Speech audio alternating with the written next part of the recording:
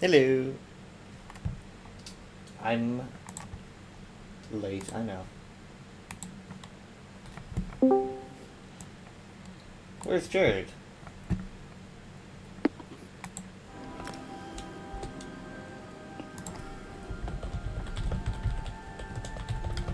Hello. Hello. Hi. Hi. We're having like We're really incredible lag. bad. So just a You're heads up. really We have bad, bad. we have good, I'm actually gonna jump okay, connections really quick. bad. Okay.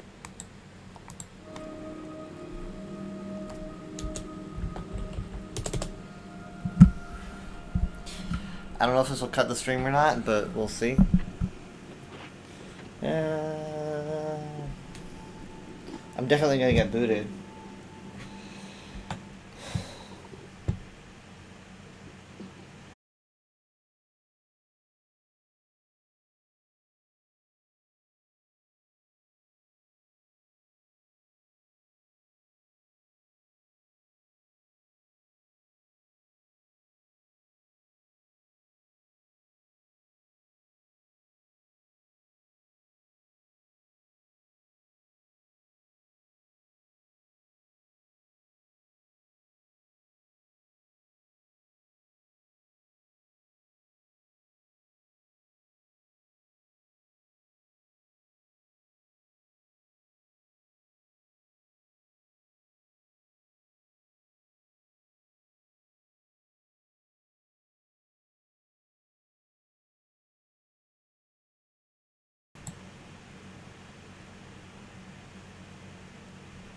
Hello? I Yes. Well,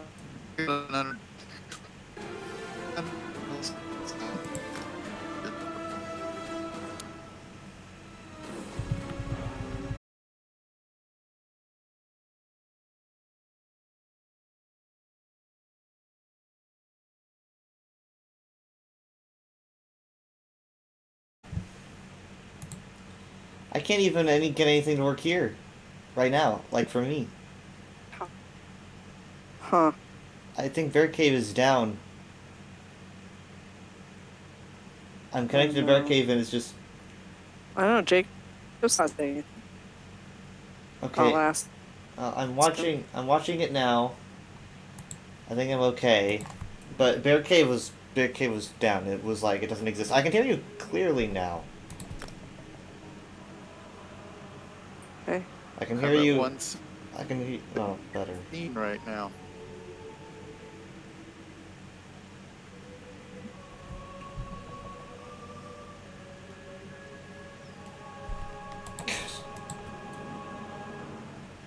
Player name of purpose. The router. How do you do that? Can you text me how to restart the router, please? It depends on what's the problem. I I I'll the can't do any of that here. all I know is that it just keeps dropping like completely. It's gone.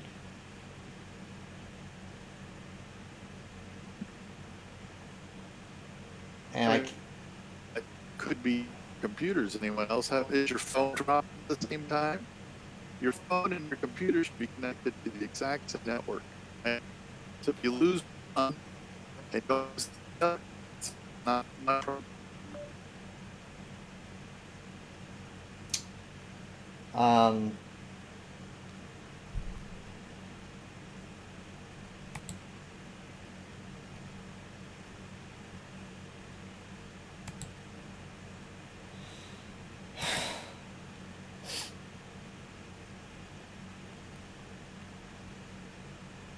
this ain't what I wanted.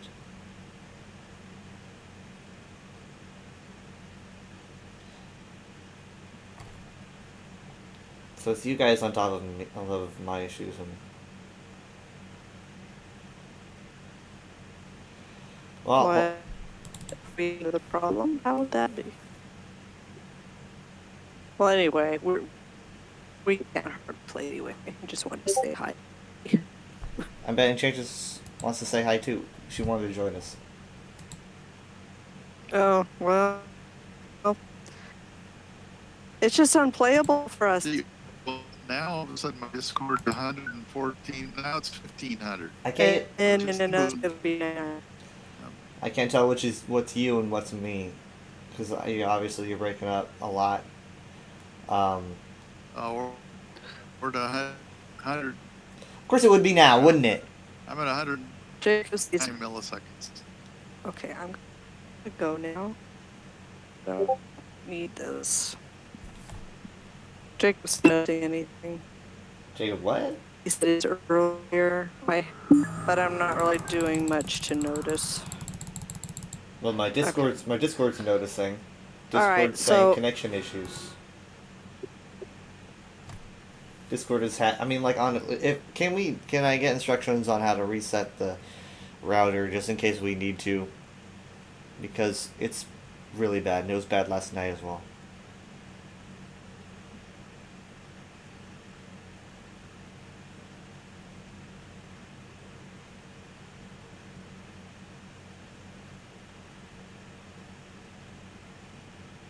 They're gonna have to know how to do that times that we're gone for long periods. You could text it to me in case you break up, because I'm only getting bits and pieces here. Okay. Alright, I'm gonna go. I'll let Dad do it. Bye. Bye.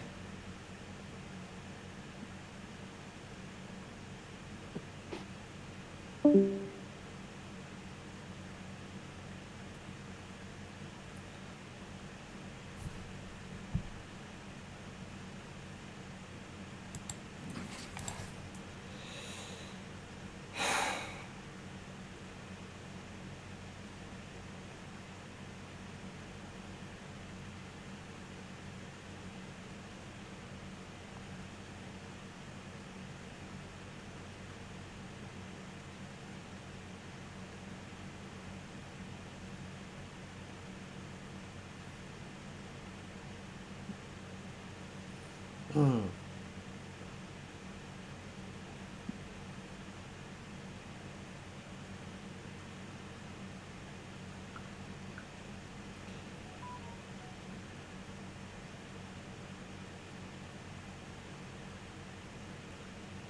But yeah, I mean, you could just send me a text on how to take care of it, because we're gonna get issues like this all throughout the night.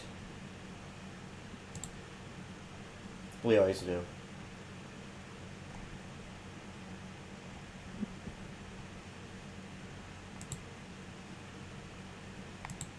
Okay, so it is not Spectrum, and it's not the Dream Machine. So the only thing that you would touch would be, the cube, the amplified cube, the one with the little meter on the front. I'm gonna have to make notes. Yeah. That's the only thing that needs to be And what would be the reset. What would be the process for resetting it?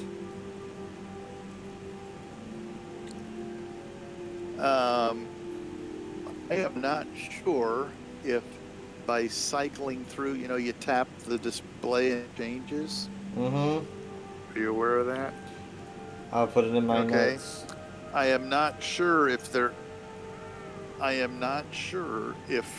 one of those screens as you're tapping it, if it has on there like to reset, or if it does, that's your first choice. And there's Okay. like 6 different screens. Okay.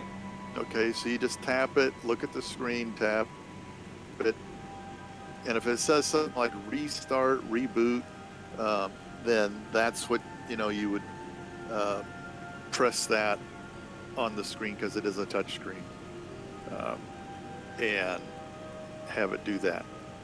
If not, then your real only option then is in the back of it. There are a bunch of Ethernet cables. You don't want to mess with those.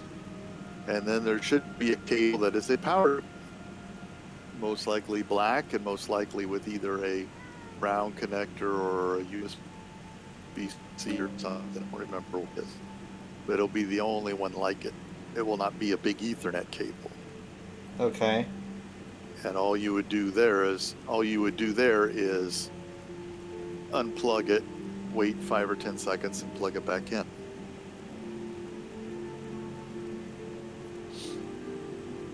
All But right. the Dream Machine was getting almost 300 down, and it was sending over 12 up. So that means that the Spectrum modem and the Dream Machine are fine. So if there's an issue, it would then be with the Amplify, or it could be your computer.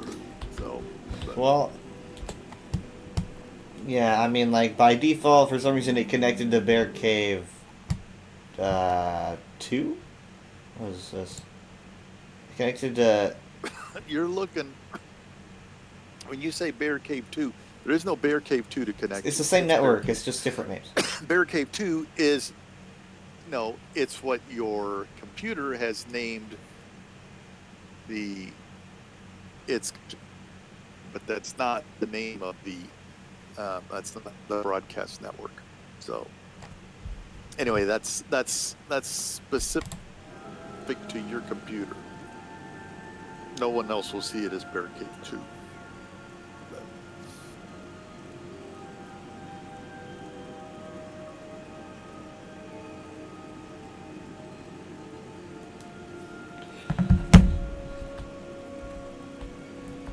so what are the instructions?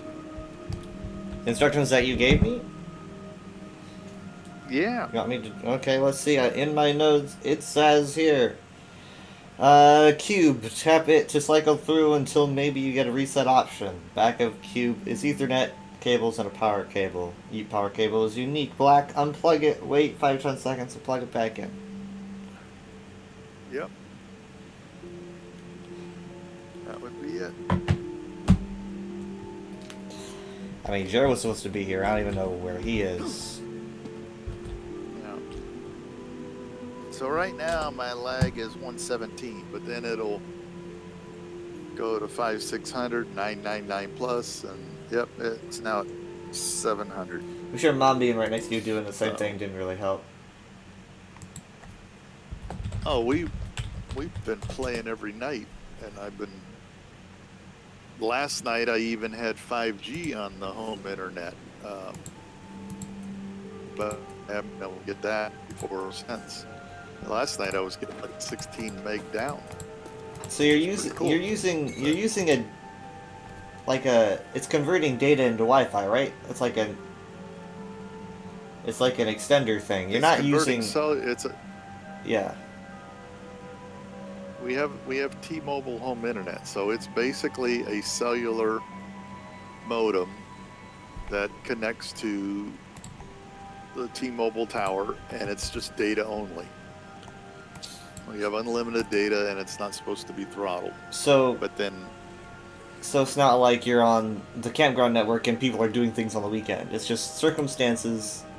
right, That's we're frustrating. connected to a cell tower, which could have a lot of people with cell phones and whatever. I guess, yeah. So it's becoming a more popular option to use cellular internet places like this instead of the substandard internet that they provide. You know, I'd be paying $25 for 5 days. With T-Mobile, I'd pay $50 for a month. So, and the whole trip up here, we had it plugged in because the motorhome has an inverter, and Mom had Wi-Fi, so she didn't have to use her data the whole trip here because it was connecting to cell towers and providing Wi-Fi. So, yeah, now I'm 999 plus. So,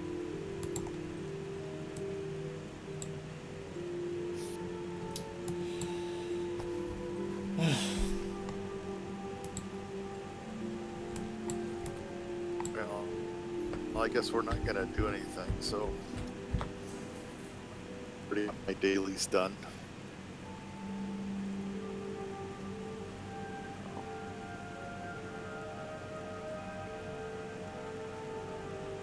But yeah, we got the Fire Stick on the TV, so we can watch tubes and Prime and stuff like that. So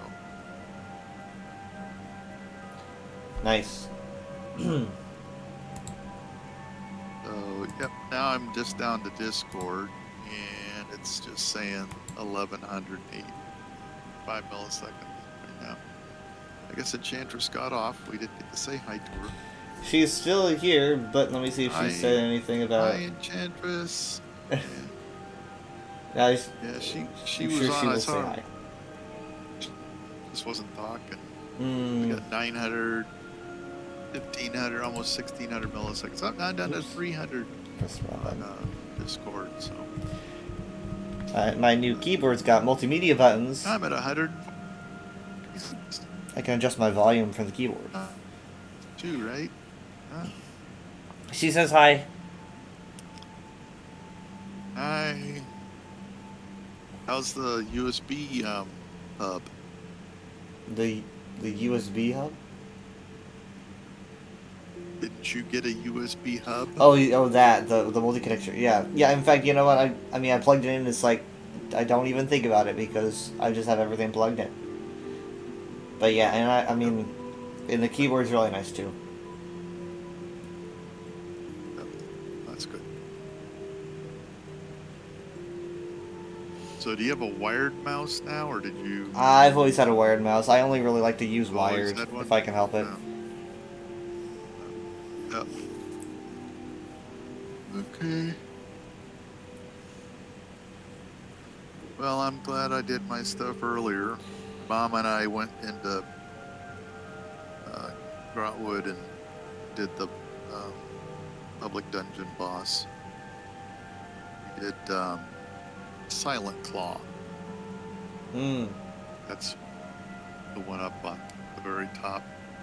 And I had, when we were running around down below, somebody beat me to a treasure chest. Well, we had lag and stuff too. So I went back into that little room off to the right there in the public dungeon, Grotwood. Yeah. And I kept hearing noises, and I was like, that's not my pet. You know, it's this weird noise. There's nothing outside. What is that? And I finally looked up at the ceiling, and guess what I saw? I saw the feet of something sticking down through the ceiling. What the heck? Right? Okay. Making noises. Weird. And I remember there was a glitch somewhere of a boss that was not in the right chamber, and we had to go up top somewhere, remember? And you had to look a certain place to find him, and I know there's. remember that? I know there's one in I Grotwood took that's some like pictures. you got to walk up a certain path because he's on a ledge way above you. Oh, there's that one. Oh I wait. don't think Oh there's yeah. No. anything Oh above yeah. you in the public dungeon at this place. I know what you're It talking was about. outside that we went, but I don't remember if it was this dungeon. But it had 2 feet they weren't human feet, a little bit bigger, bare feet, kind of thing. But the front legs were on skinny little, so it had fat rear feet, skinny little fronts. I don't know what creature has that, but anyway, if you go into the public dungeon in Grotwood, and it's in the little room off on the extreme far right, lower level. There's a what are the circular things that go down to dungeon? The little run down the stone steps. It's submerged. Anyway, there's one of those rooms, and he's right above. I mean, the room's just not very big. And he was glitched. You're saying? Anyway. Yeah, it was just his feet through the ceiling. I'm gonna head over and see if I can Every see now, that. it was like I took some pictures. 2 rear legs sticking down at least ankle depth, and then usually 1 front paw or leg, and sometimes then 2, or none. But yeah, and I wasn't the only one that noticed it because I tried shooting at it. It was like, nah, nothing happened. You don't get any kind of reading off of it. Can't target it. And another player came running in and was using her staff on it. And ended up running away because, yeah, you can't do anything with it. So, yeah, it's definitely glitch. Yeah, it doesn't sound familiar to run me. outside to try to take it on. But I remember somewhere we found something. I don't know if it was in that dungeon or not, but I remember that we found and you Googled it or found some writing about it. We went up above and someplace, and you had to look at a certain place, even though you couldn't see it, the name, whatever, and we just built it from there. So Yeah. anyway.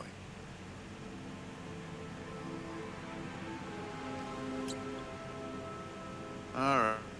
Well, sorry we couldn't play. See you tomorrow. We'll try again. Yeah, hopefully it goes we have better another tomorrow. Hopefully. I don't know, I might even start earlier tomorrow.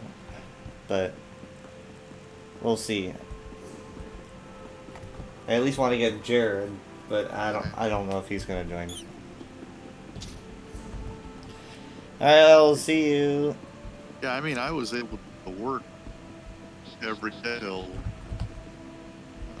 today's the worst it's been on the internet. But anyway, okay.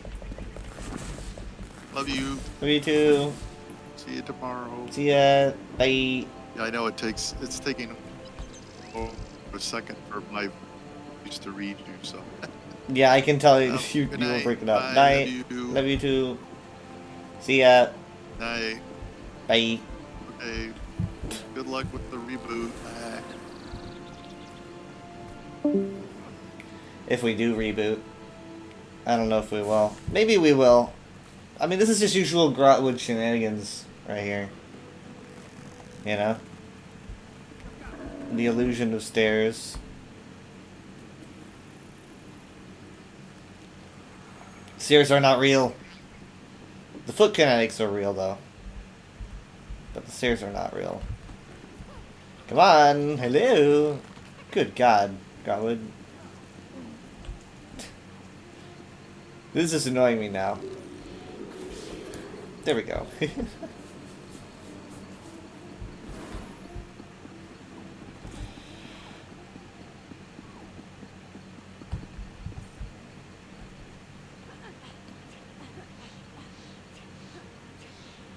Okay. Yeah, this one's always a lag spike. There's just so many people and so many assets and everything. My neck hurts like a lot. Well, it's the back of my neck. It's like, you know, like the very part of where the back of your back reaches your neck, that little ball. It hurts like really, really, really bad to the point where I couldn't get out of bed because it like I'd get really stiff. I managed though. I definitely heard it because of my new bed situation and the way that it is now. It's not permanent. Certainly a new reason to get it to where it's supposed to be. Cause wow. Mom and Dad are. I actually don't know where they are entirely. I mean, like it's a choice of like a couple campsites, but I'm not sure which one. I have the oven heating up for my dinner right now, so I'm just going to wait out here for a second and then go and put those in the oven because it's preheating. And I'll be back. Sorry for the tech issues. I had it connected to another connection, I think, because of last night's problems.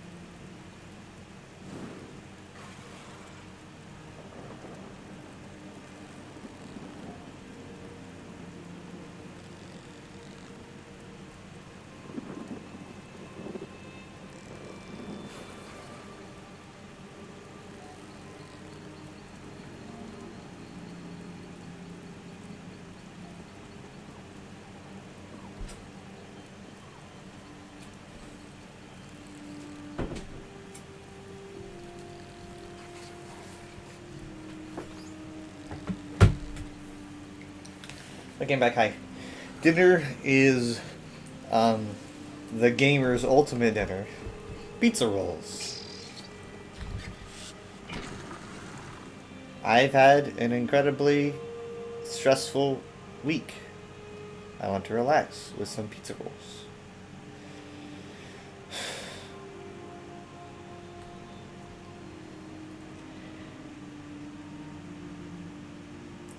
The age of these ruins confuses me.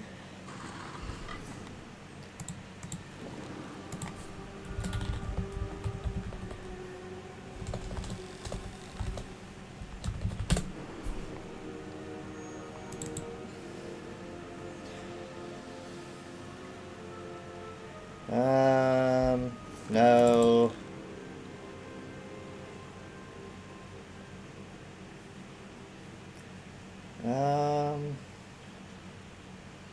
No. No. No.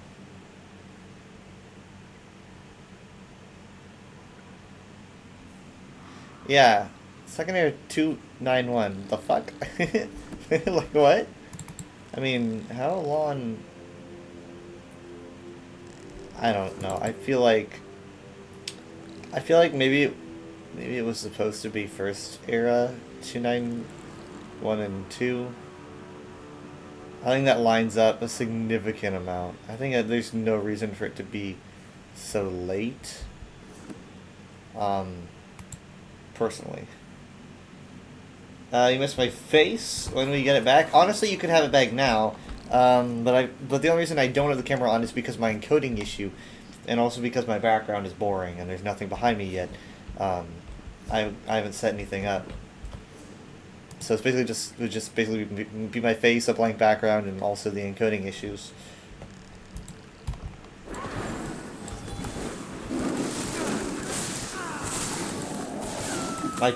My chat is exposed. Wait, what? Oh, you mean like in the yeah, well, that's fine, whatever.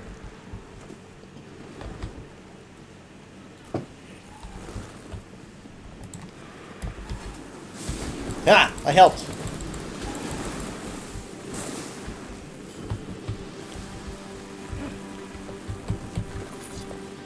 I mean, if you wanna walk around Del Tavan Peninsula, I'll explore it with you, because apparently Jared doesn't want to do it, and Mom and Dad aren't here. But I'm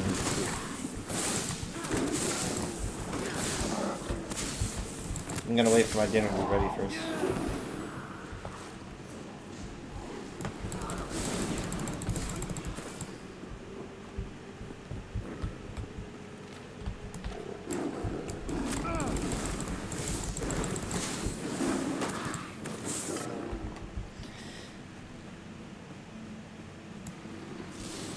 And you're a character that the choice has been trained once over, so you're slow. I'm slow too. I mean, like, basically, I was saving exploring, the, second zone, for later. I think Dad was probably talking about this. He mentioned like a spiral staircase, right? He said it was circular, and he said like he couldn't really tell the feet, and he said sometimes there was another foot, and I believe trolls also kind of rest on their front feet like monkeys, and he said that it was in this area, I think. So this is probably the boss. Rust Jaw was probably stuck in the ceiling here.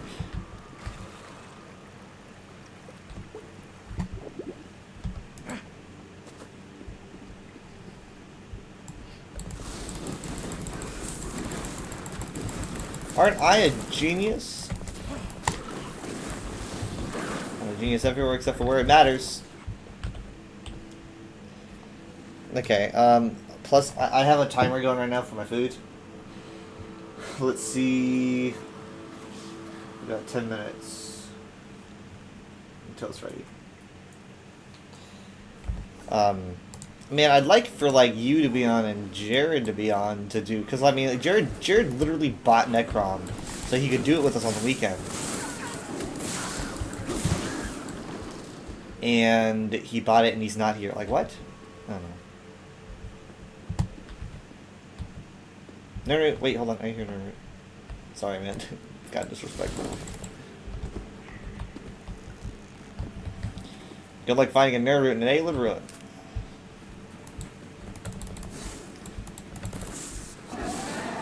Anyway, I think maybe I fixed the Wi-Fi issues. Knock on wood. I had a very stressful day where I had to do some job training for my new job because my old job they lost their contract and I had to get reassigned. If I don't like this station, I literally pretty sure I could just reassign myself. Dang it. So disrespectful. But so far, I'm not really having that many issues. It's just that I didn't want to have to go into work at all on a Saturday. You know? I already worked a full 40-hour week, so I'm kind of... It wasn't very long. It was supposed to be 4 hours, but I convinced him to take it down to 3 because it was pretty simple to understand, and I showed off what I knew, and he was pretty satisfied, I guess, so... And then I got home, and fell asleep. I fell asleep, and I woke up at like 9:15. Like, Minty woke me up, and I was like, oh shit, it's late, because I was supposed to start at 9. So I started, and I was supposed to start at 9:30 when I started, because I have to restart my computer and everything, you know. And I preheated the oven. At least they kept you on somewhere, though. Yeah, I just... You know, I'm just anxious. Really anxious. Look at this little Doctor Strange portal over here, guys. You see this? Oh, it's gone. Dang it.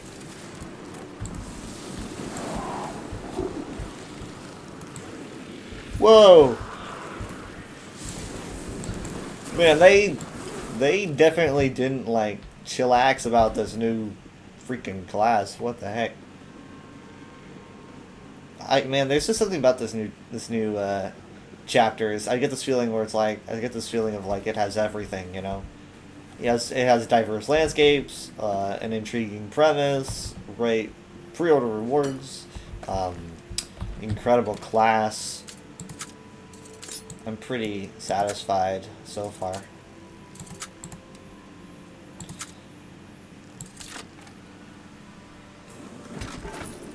Okay. So if Jared's not back by the time that I have to go and get my dinner, we'll probably just go in and explore. And remember, I'm not going to be exploring Apocrypha yet until like we get to go there as a family. So at least that's what I promised Mom and Dad. So we won't be doing that. But maybe I'll. Hey, do they want this chest?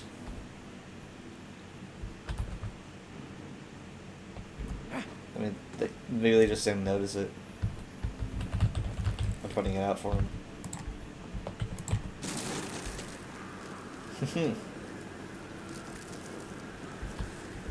I don't know if they wanted or not, but are you supposed to get there through the story anyway? Yeah, good question. I assume so. I would make a very strong assumption. I mean, like, I'm sure there's a way. There is a way to get there without doing the story. You can go at any time, but I'm sure the story would bring you there. Yeah. I'm sure I know how to get it. I know how to get the period. I know of like 2 ways to get into Apocrypha period, but I'm not gonna do it until. You know what? I'm probably not even gonna do it. During the main quest first.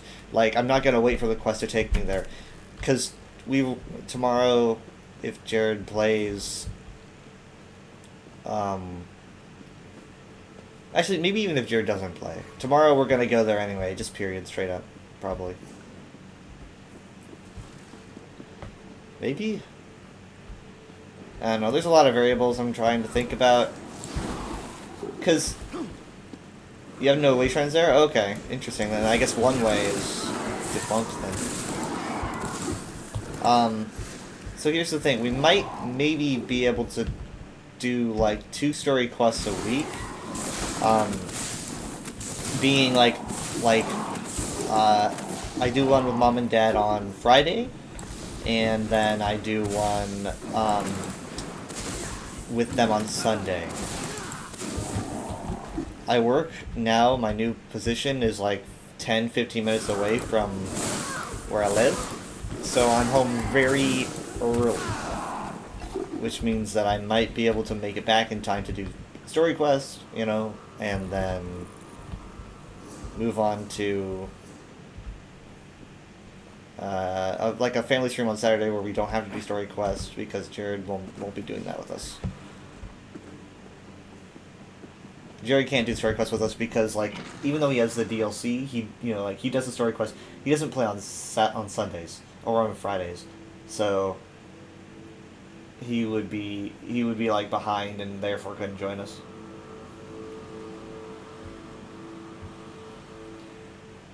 You'll join me? Well, I look forward to it. Got 3 minutes. Here's Herman Mora over there.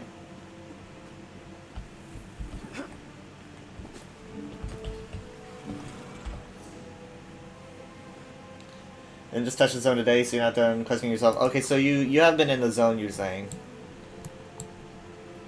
Also, why doesn't... You ever notice that Gorn doesn't light up when I do this? They should probably fix that, because that's annoying. Like, this should light up right here, because this is the island of Gorn.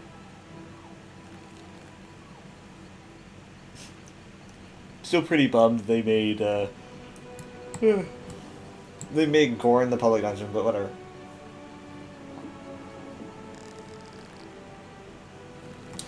Oh, I see. Okay.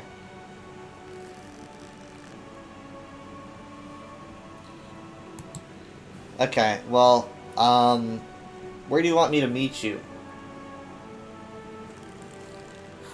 You want me to go anywhere? You could just get into the call, if you want.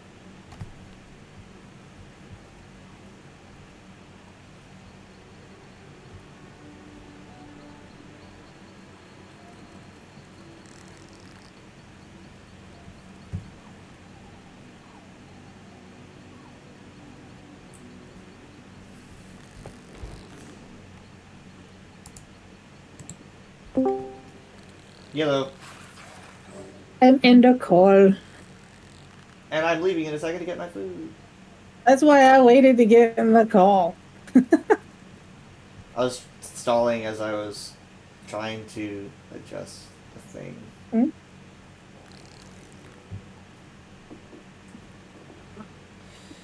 Okay, it says 1 minute and 20 seconds. So I'm just going to probably just head down there and grab it with my bare hands really fast.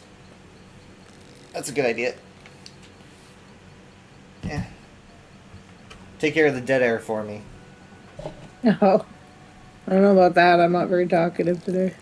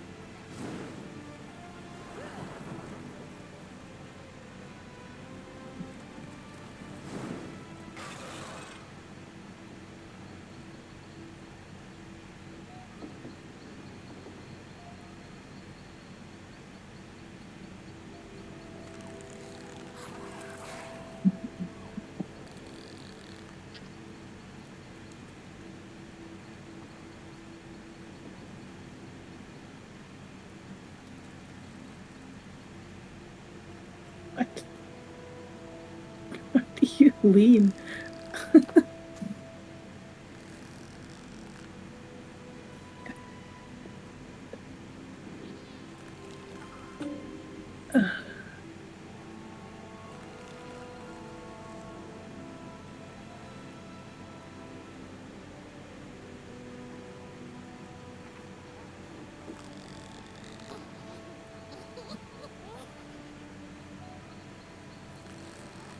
Hmm.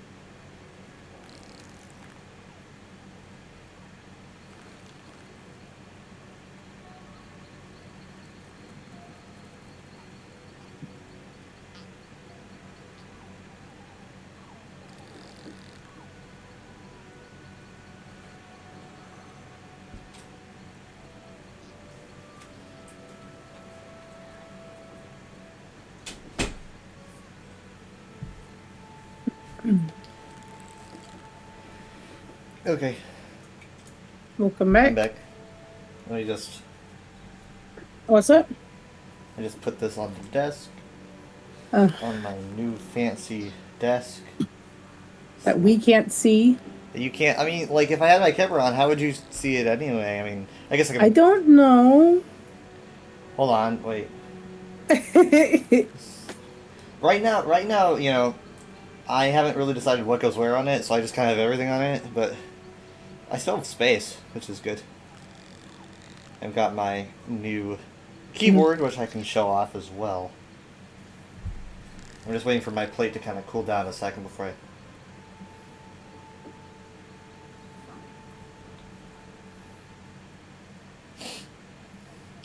Checking my titles to see if any work for him, but I don't know.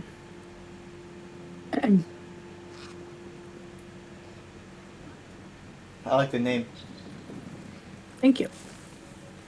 I didn't want to make him like the wise or something like that because I feel like I couldn't stand up to such title. Also, it would just look like you're copying one of the new main characters, whose name is literally Laramel the Wise.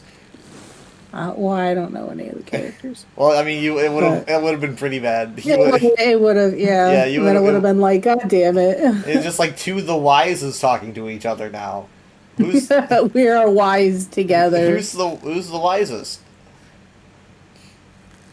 So, Yes. I mean, like, I think I figured out, like, sometimes having the crux surrounding you might get annoying for people, but, like, there are skills that you can use to absorb the crux, and therefore it won't be circling you all the time. That's what I found.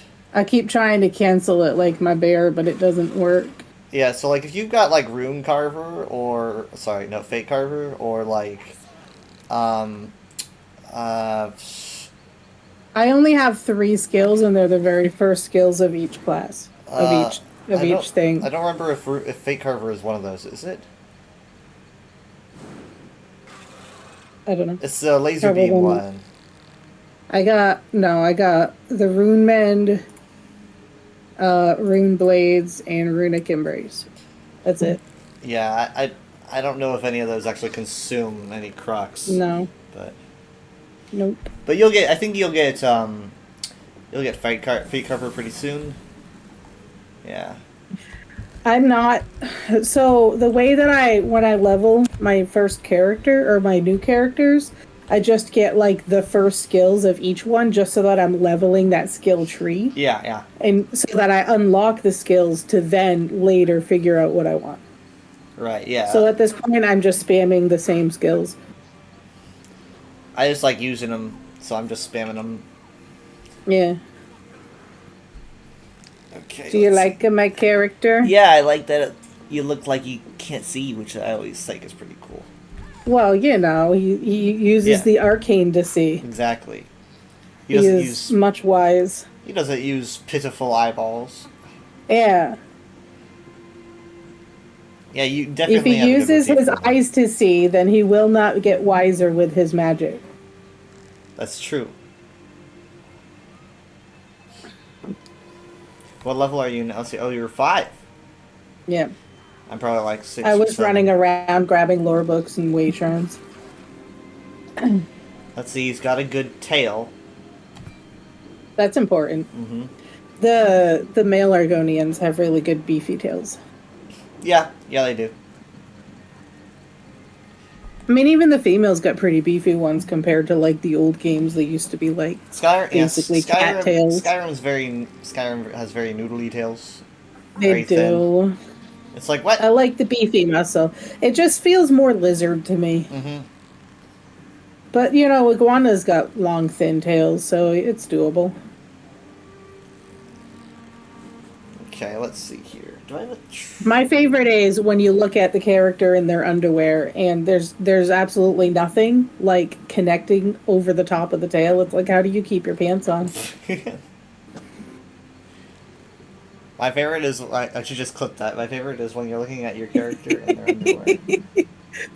Get make at that your a clip. character's underwear. Just take it out of context. Yeah. Okay, let's see here. I literally had to Google and check the thesaurus and do all sorts of information, like interesting, like to figure out what to give him for his name. Because I wanted to make it seem like he's always searching for wisdom, not that he has it. And so I felt like this was probably the best. Yeah, see, I don't even know that word. Huh? I don't even know this word. Well, actually, no. You? No, I do know this word, but I couldn't like describe it. Like, it would not be my first choice. It was literally like I just Yeah. kept like searching up, like what would you call this? And it's like, oh well, then it gives me information, like it gives me a suggestion, and then I'll go to the thesaurus and look for that, and I'll be like, that doesn't work, and so then I'll look it up a different way, and it took me like a good hour to find the right word. It definitely sounds like an Elder Scrolls word. Definitely a word they would use. You think so? Mm-hmm. Cool. In fact, you've got like the Sapiarchs, for example, kind of have a similar thing to their That's name. true. So do you want me to like start at the where it connects and then do like a tour, or? Yeah, we can do that. Okay, well, let's start in. Let's do what we did on the 5th. Me and Mom and Dad. We're gonna start in Belfoyen and just walk there because there is an entrance that you can use to walk there. Madigan showed it to me.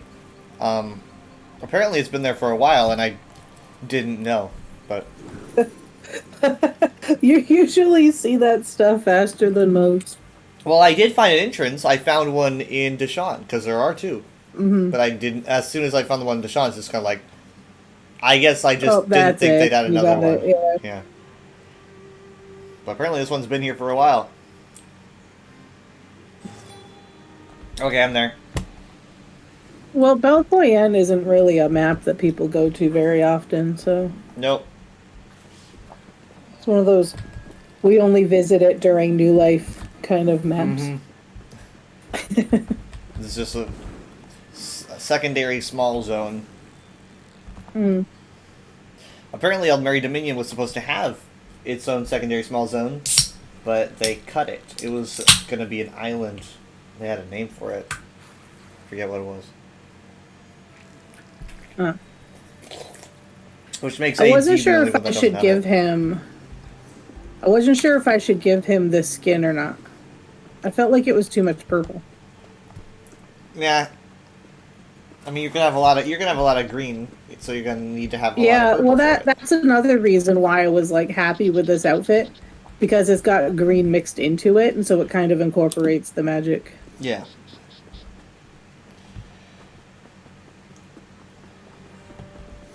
We're gonna make a right.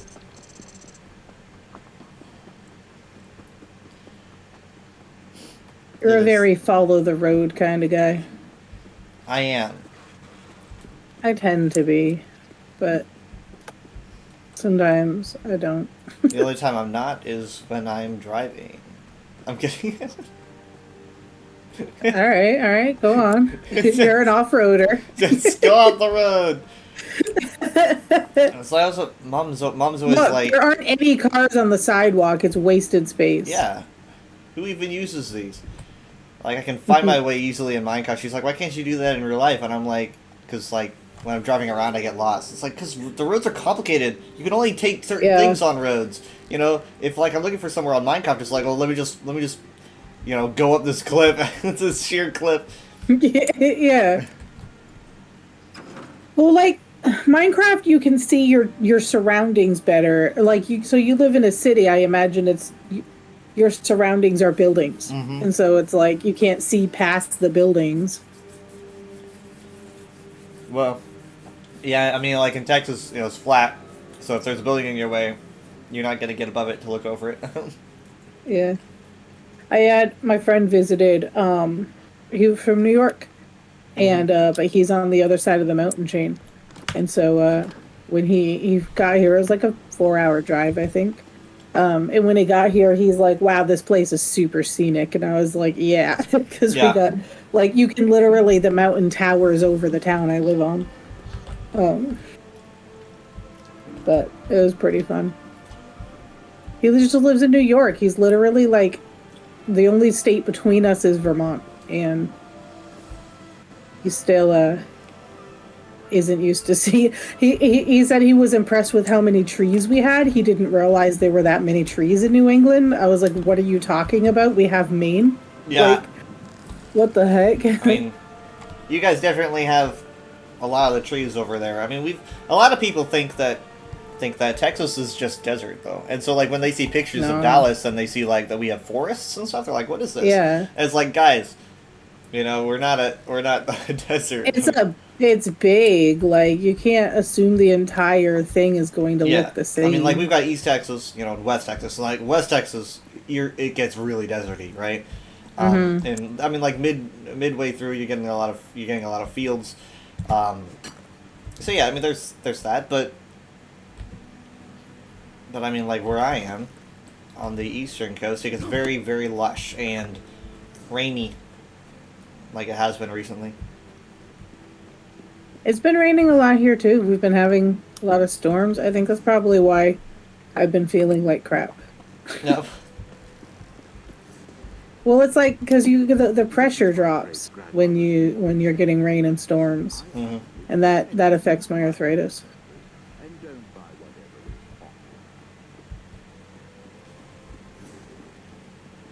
We're gonna have this way shrine up here. The Ald Isra I don't know how to translate everything because I honestly don't know if we know all these terms, but old means old, so there's that. Mhm. So it means old something. Make it up. This is the zone of making it up, Zone of making it up. or the DLC of making it up. You just okay, so you've got Telrendis and Tel Isra on the side here. And so Telrendis is kind of on fire for some reason.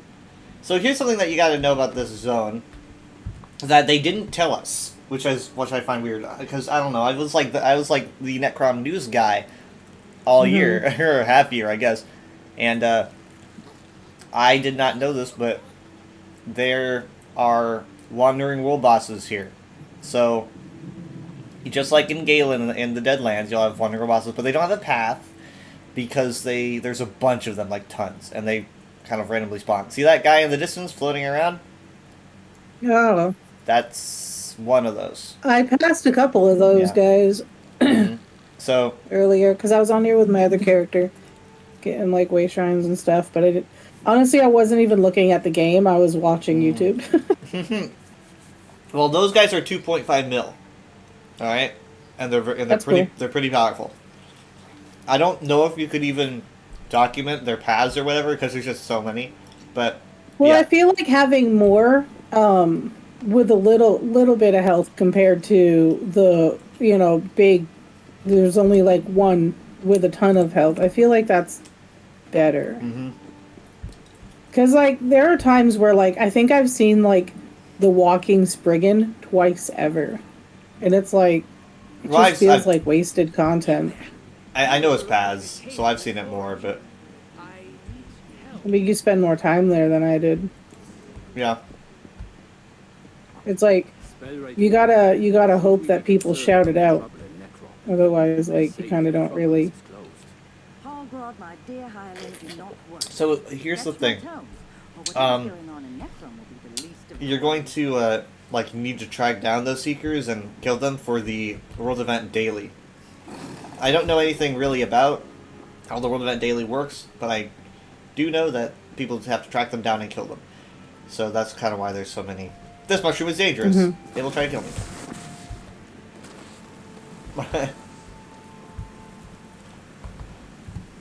When it's done freaking out, can I look at it?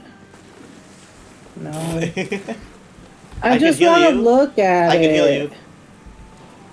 No, it's not the same if it's got green gross spores everywhere.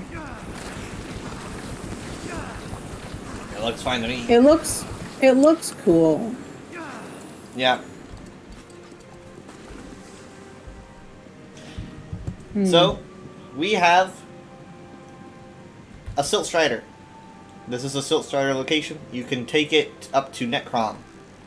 So, that's good. We actually got these like Ardenfell. They actually just go there? Yeah. So you can use that. I mean, like Vardenfell has like what? I wish it was an animation actually showing us riding it. Yeah. Like even if like it showed for a little bit and then cut off to like loading screen. It's kinda what I just Skyrim want to does. see them go. You want to see the Silt Striders move? Yeah. Yeah, I think that'd be fun. Do you get to see it? No. Maybe. Because they're always just standing there. You see Vardao in the distance? In the air? Oh yeah. That's cool. I also noticed a moving ship still. I'm so Yeah. glad they keep doing that. They It just adds seem life. they seem to be getting better, like They are. learning new things and then incorporating it into new zones. And That's kind of why I'm excited for the fact that they mentioned that they're gonna go back to old content and like try to make it better. Like that makes me excited because the old content deserves love. so, I mean, like that's been on your mind. Do you think that they're gonna do that with the old motifs? No, it just would be cool. It wouldn't take too much effort for like just to have their art team, update it with layers instead of making it flat. Yeah, because as people said, it just looks like body paint. Yeah. It's like, I know you're naked, man. You're not you're not fooling anyone.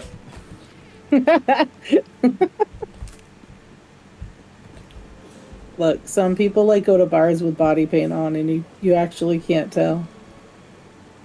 I think it probably depends. I don't know. Some people are wearing skin tight clothes as it is.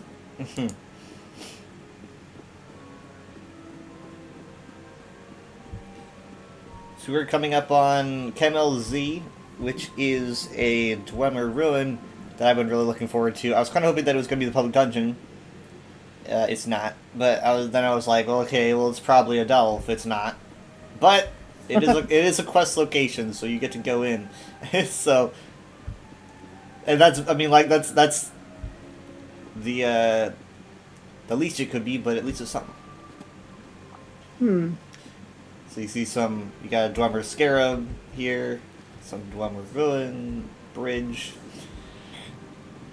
KMLZ is known as the Cliff City. I think that's just what its name is translated, and it's.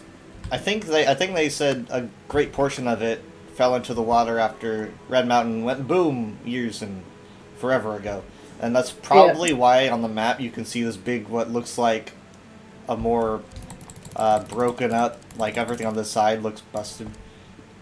I mean, you can even see Dwemer. You can see pieces in the water there, right? So. A lot of it looks like it has fallen into the ocean, just like it was depicted in the books. And the book was written like over 20 years ago. That's pretty cool. Brigands, scoundrels. Oh, like in another game? Yeah. So like in The Elder Scrolls 3 is when they first had a book about it, I think.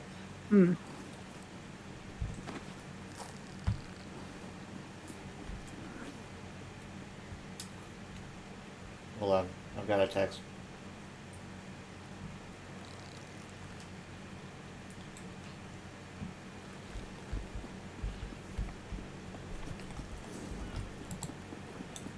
So, you remember I told you about the pottery thing? Yep.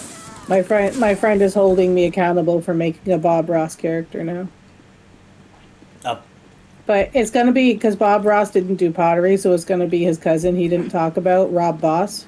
Sorry. Rob Boz. No. That's probably taken. No. So there's another game, a game that we've been playing, and there is a Bob Ross merchant. And if you approach him, he says, "Come here and purchase my happy little pigments," and he sells dyes. I was gonna spell it like that game. Or it's Ross Bob, so it's ROS space BOBB. So I feel like that's less likely to be taken if I take it from that game. Ah. And it has a funny meaning to me and my friend. But I told her that I will make a potter, and he's going to be super clumsy, and he's going to be a really terrible potter, and that's why Bob Ross never mentioned him. A terrible no. Yeah. But he only makes happy little accidents. Same. She made me promise to make a character, so I gotta. He should be an urn maker for Necrom. Like, I make urns. No one wants to buy them. Oh yeah, all those really awesomely made urns. I didn't make those. The broken ones were mine.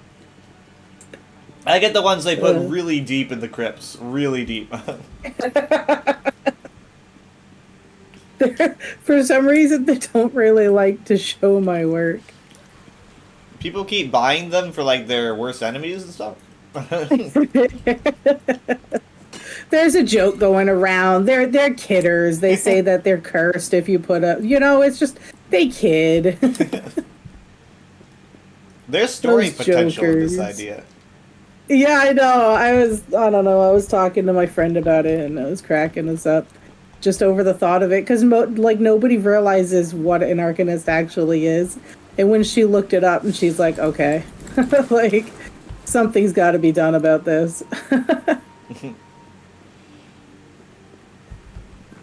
I still love that my favorite part of the definition isn't the fact that it's somebody who knows the secrets, it's somebody who claims to know the secrets. So that's going to be why he's a terrible Potter, because he thinks he's the best, but he doesn't know anything. Gotta make a word based on someone that just says they know something.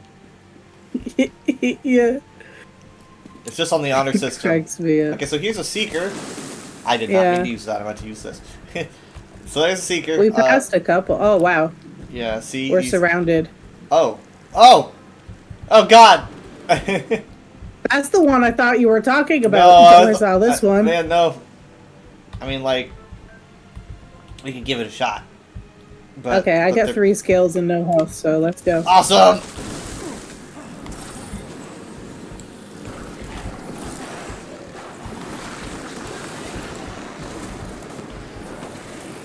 So he will summon things, like obviously these tentacles. He will summon other creatures as well. Man, yeah, I don't want to get that other one angry at the same time.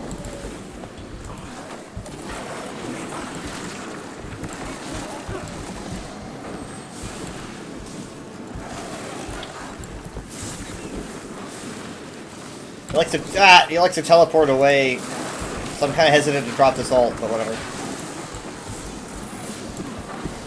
Oh, the sounds. Yeah, the sound design is really good. These guys are pretty cool. Alright, so he summoned a lurker.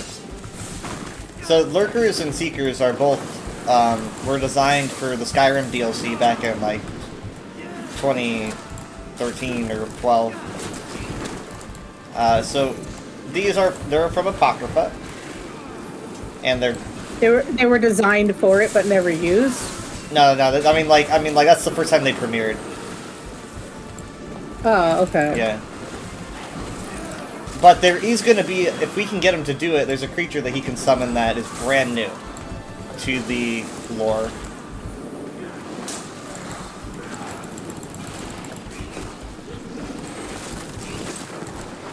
The tentacle slapped me. There's a lot of tentacle slapping. I like this DLC already. Yeah. Big day if you're a fan of tentacles, I guess.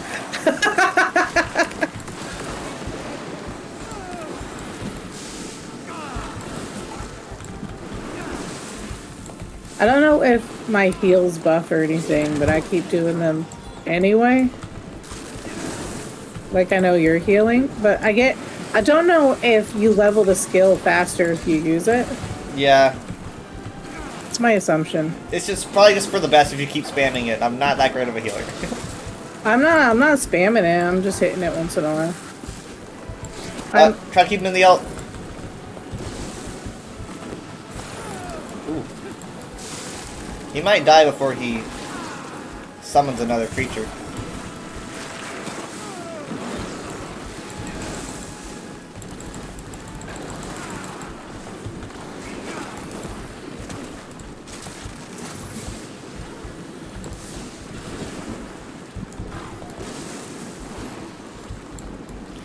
So, I've got a theory about these, oh, wow, okay. I pressed the wrong button. My new keyboard.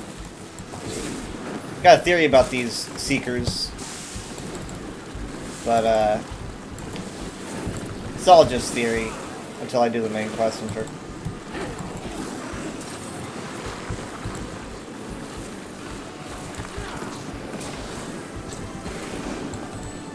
Oh no, we killed a Guar somewhere in this No! soiree. Collateral damage. Yeah, I mean, he had to have walked into it.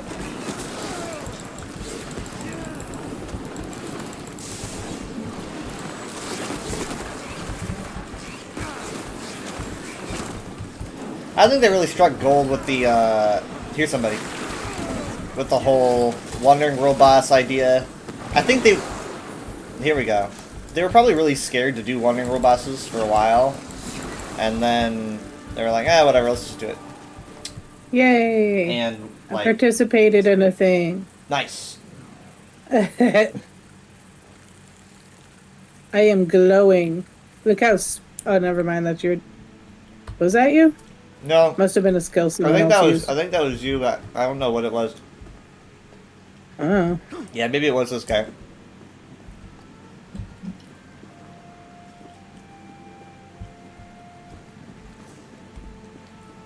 We're going to be leaving all of this life behind as we journey towards the city of the dead.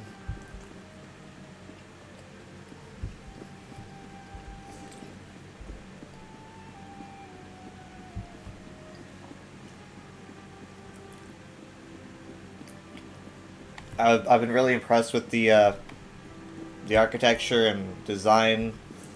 Yeah. You there. You look like a capable All very mean, intricate and subtle. I was gonna say it just looks like Vardenfell to me.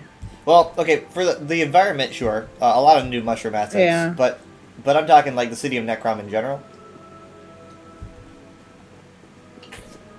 The city uses a lot of great motifs and a lot of subtle stuff that I think a lot of people probably don't even really recognize. This is called the Great Arm. At least this way shrine is called the Great Arm. I'm assuming. It is a hand. Yeah, Look I mean, at the hand. it's literally the Great Arm, which is very interesting. That's funny. There's a Psijic portal for me. Now, I mean, the as Vivek wrote in his sermons that we all know are 100,000% true all the time, forever. Huh? As he wrote in his sermons, the foundation for the city of Necrom was when he slayed a giant beast, and its corpse, like its bones, were used to construct the city of Necrom. I'm guessing. Oh, there's a way shrine. Or a way shrine. Oh my god. Sky Shard. Yeah, that. That thing. I This guess thing. that's probably where this idea for the Great Arm came from. It's because, like, oh, hey, it's like maybe the arm of the big beast or something like that. It's probably like whether it's just a rock formation or what, I don't know, but it makes it more interesting. Was it? Did he kill more things than just a crab? He killed a lot of things. I think there was like 7 beasts in the sermons that he had to kill. I think it's this was time the that last he one. calms down a little. Okay. Yeah, I mean, like I'm not the greatest scholar on the sermons because I mean I read all of them in one night and my brain turned to mush. It was very. I mean, like, and I was raised Christian. I've read the Bible. And I'm used to that kind of stuff, but you know, just reading so much of it just bends the brain. They're just like, okay, a lot of this is, you know, it's not lining up because obviously it's like historically this doesn't make any sense. He's not a historian; he's a poet and a liar. But Mm-hmm. all right. So as we can see here, these huge spires coming up, and these sigils drawn on the walls. I do not know what they mean, but they're you'll find them very frequently. Motifs in Necrom will also have these sigils.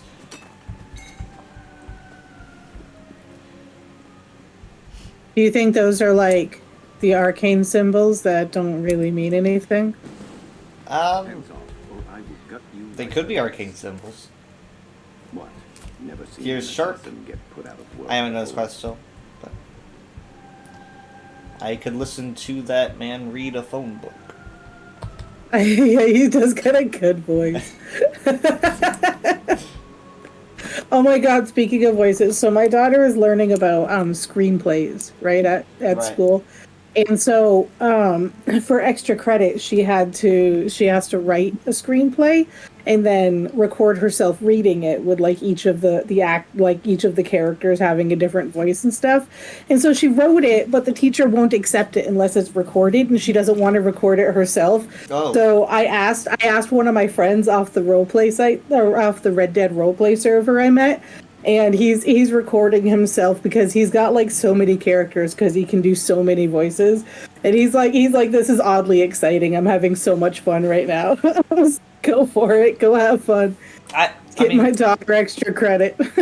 I would think that it might be fun going into voice acting. I don't know if I could do it, but Oh my god. Like, just his characters alone, or like he can literally sound exactly like Elmo. Like, I don't understand how he can do stuff like that with his voice. I think everyone has at least one strange, completely maybe not obscure, but random character that they can imitate, and they don't get to choose who it is. But like everyone has that one character that they can You just randomly. gotta find it. Right, you just gotta find it. It's like it might not even be your favorite character or whatever, but it's just like you just have the capability of having that character's voice. I feel like everyone has. He that. copies a lot of characters. Like he's really good at manipulating his voice enough. You know, like Yeah. I don't know, but every single time, like every single week, I swear he'd have a whole new character. You know, with a whole new. You know, he's got one with a British accent. He's got one that with a Southern, and it's like he just goes ham on it. I can't even do Southern, and I'm Texan. Oh, that's my phone.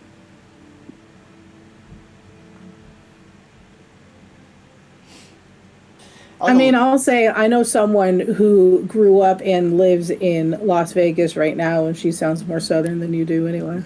Yeah, that's true. It all really depends. This guy's name is misplaced. His name. I have a friend in Texas, and whenever she accidentally sounds Southern, she goes and just like stops talking. It's like just do it. Like I'm sorry, that was the demon of the South. That possessed me. Well, she says that like growing up, she got picked on if she sounded Southern. I'm like, you're literally in the damn South. What the heck? But Yeah, no, that doesn't make she any used sense. to instead of saying oil, she would say oil. Old, and then she would be talking to and hanging out in a game with us, and we would be saying oil, and she's like, why do you say it weird? We're like, why do you say it weird? And then she realized that she was the only one that said it like that, and then now taught herself to say it like us so that she didn't sound Southern. Like that's how deep the teasing went. But when she joins the call drunk, you can hear the Southern in her. It's pretty funny. She can't hide it while drunk. No, not as much. Let's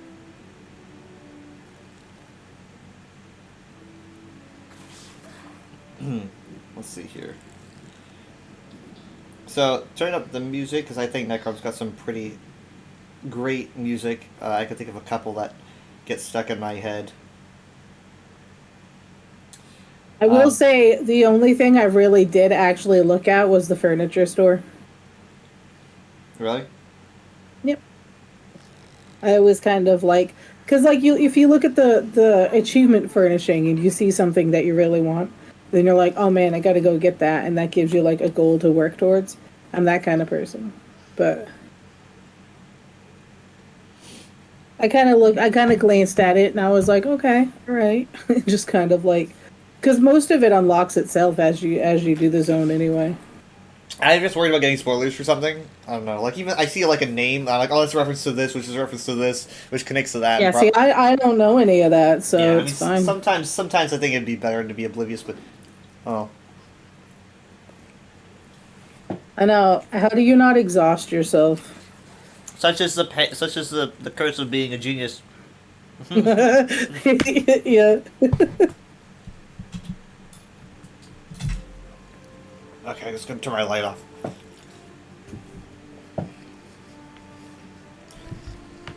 Alright, so Waytride is down here.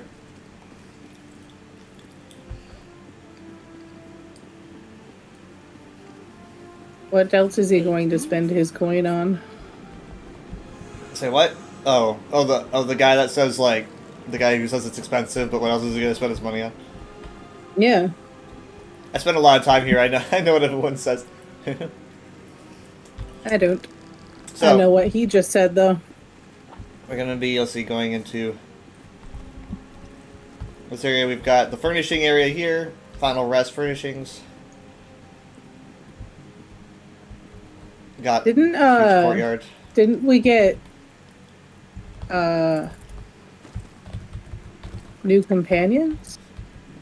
I mean, Sharpest Knight that we found outside, who we liked his voice. He's one of the new companions. What? You get to keep him? That's exciting. Yeah. I mean, like again, you can. I don't know. Okay, maybe he does alright. recite a phone book. For all I know, he's probably got a lot of dialogue.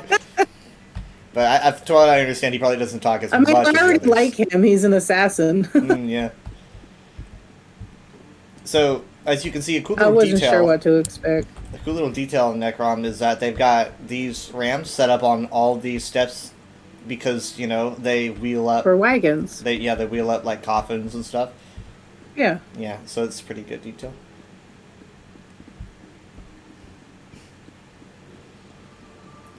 We can't go in there yet. Specifically coffins. Oh, look, it is a coffin. Coffins, urns, you know. This is where Why? this is the city of the dead. This is where they take dead people. Oh. Yeah. I don't know. It's called Necrom. They've got huge catacombs underneath Why the would city. you choose to live there? Well, I mean, it's kind of it's a place of remembrance and reverence and sadness at the same time, you know? So it's basically a big graveyard, but in Dunmer culture, you know, keeping in touch with your ancestors is a big thing, and revering them properly, treating them with the respect that they deserve is important. Well, So that explains why there's a bajillion urns. Because Osono messaged me and said she's made 15K off from urn farming everyone already. is stealing so much. No, not 15K. She's made 15 million off from urn farming so far. What the hell? That's probably going to go way down once, you know, time goes by, but Oh yeah. So sell it before there's actually before the TTC has it updated with the real prices. Oh Yeah. my god, this guy's got a little book. Wait, is that your dude? my watch. Your watcher has a book. Yep. He likes to read a bit. His I guess he does have a bunch of eyes. I was gonna say he's not looking at it, but maybe he is. Yeah. Honestly, I don't know if the asset is supposed to spawn during that portion of the animation, but It's just kind of under him. yeah, because he's supposed to spawn it in front of him. You can see him right now. He's like squinting and has his arms out. I'm pretty sure it's supposed to be in front of him, but the animation is not yet perfected. They probably need to patch it. Oh, okay. I think that okay. the asset is generating I think- underneath him. I think when you moved, maybe that messed it up in it. Because he went to go move and maybe the book didn't follow properly. It's always my fault. No. I got the I deluxe love it. edition, so I got a lot of rewards, like the new mount I and got deluxe. Yeah. yeah, and the emotes. I wanted and the stuff. mount because it was super cool. Yeah, it's always got his mouth open. Yeah, it's got a throat mouth. Here's someone's Got two. house. Okay, we're gonna go through the let's actually take the take the road to the towards the docks, and then go through the crafting area. Oh wait, I have to look. Osono sent me something in the mail. She sent me wood carving cat. So she sent me a cat wood carving blueprint. Oh, wow, nice. Right? She knows me so well.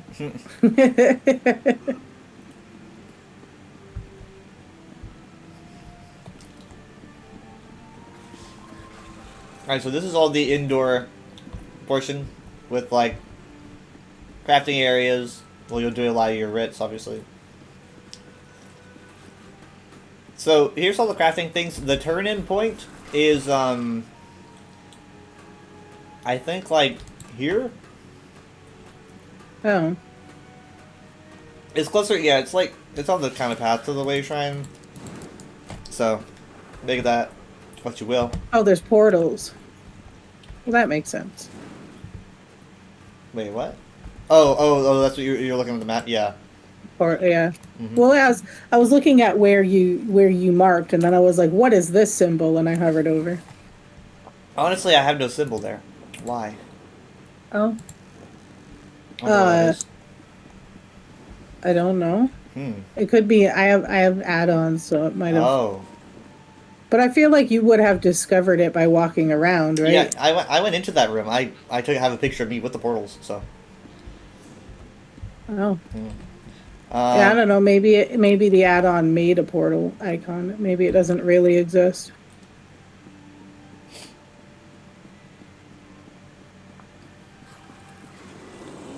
I don't know. Sometimes like add-ons keep on like adding more things, and I just because I don't read patch notes, I'm just like, yes, I have to update to keep it working, and so I do. Yeah, I don't usually read Passion Notes either. I'm too lazy. I did, however, already purchase the inn room in this town.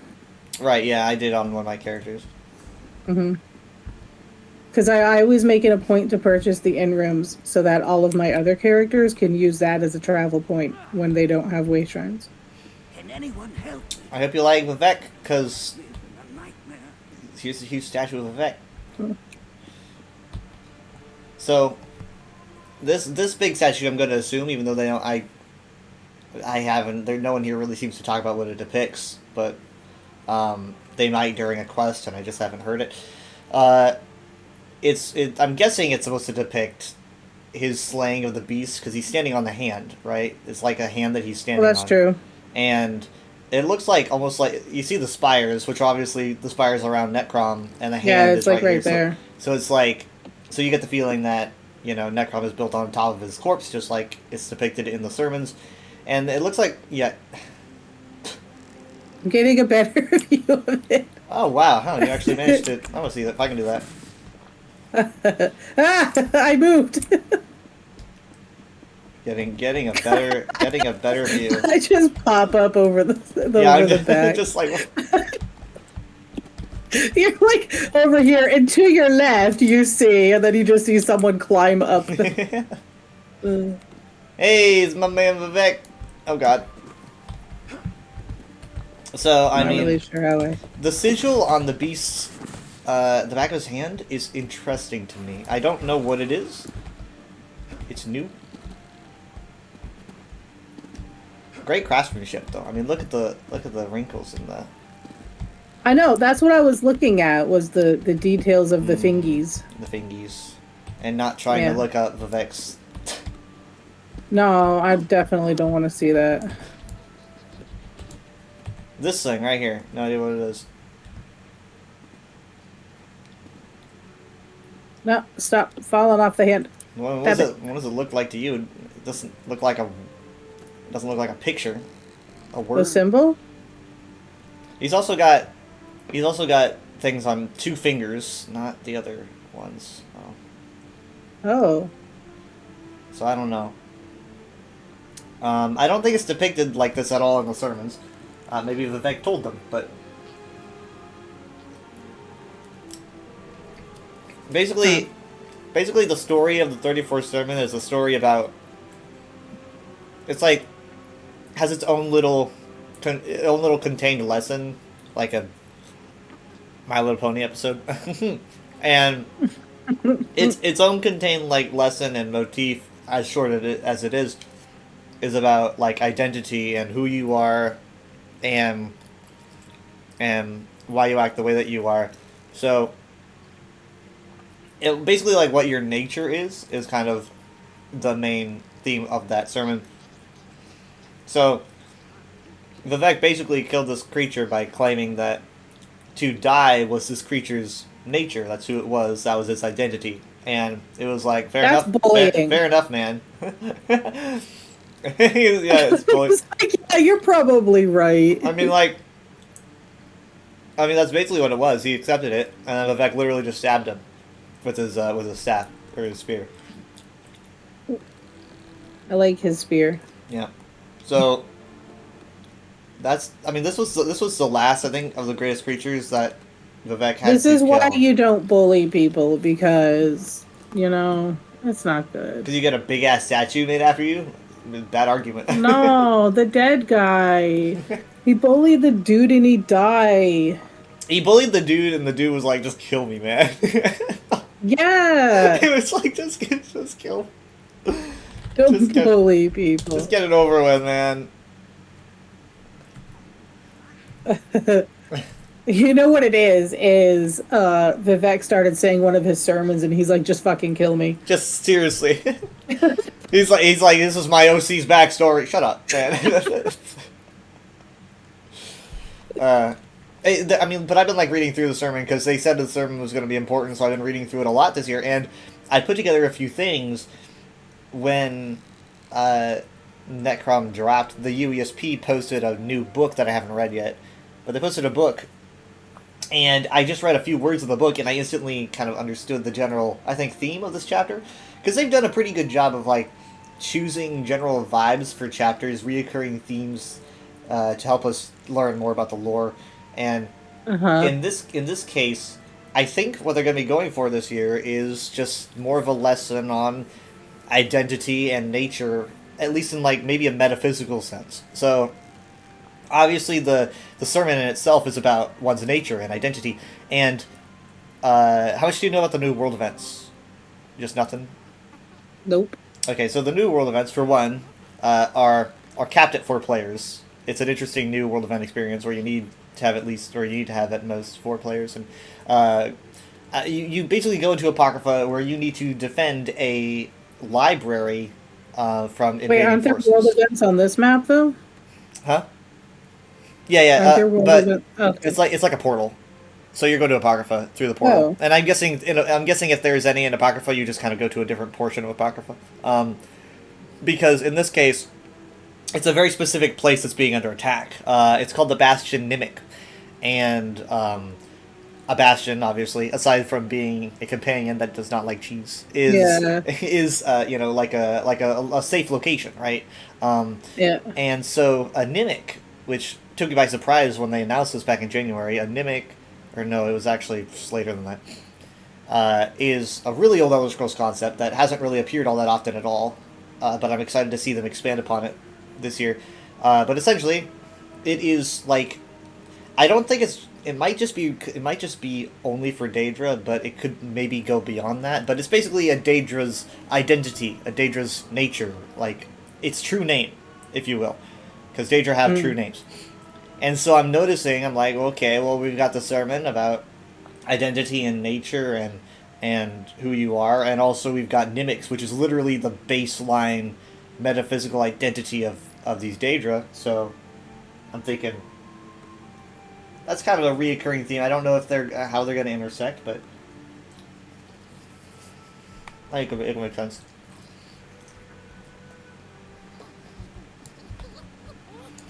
I don't know why Vivek has this thing in his hand. He's obviously snapped it off.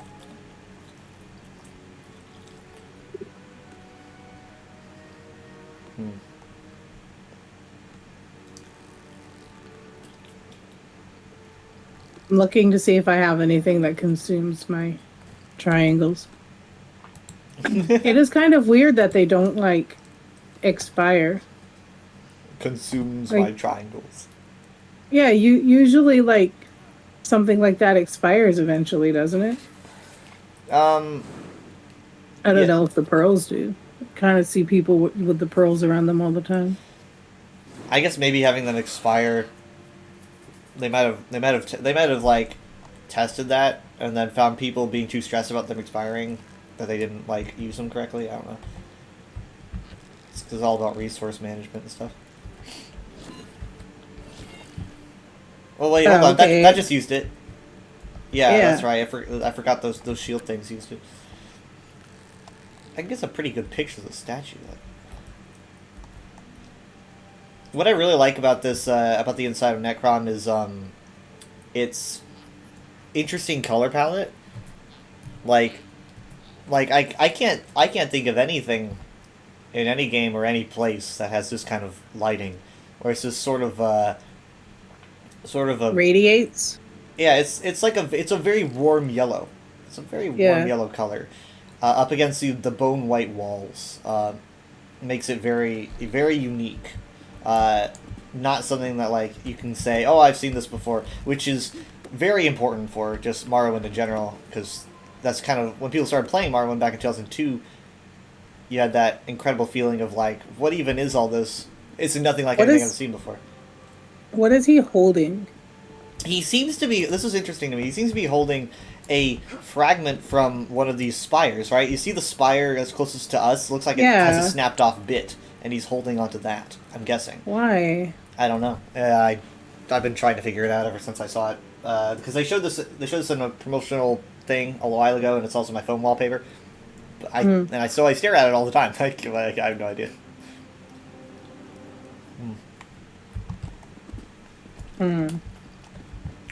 So,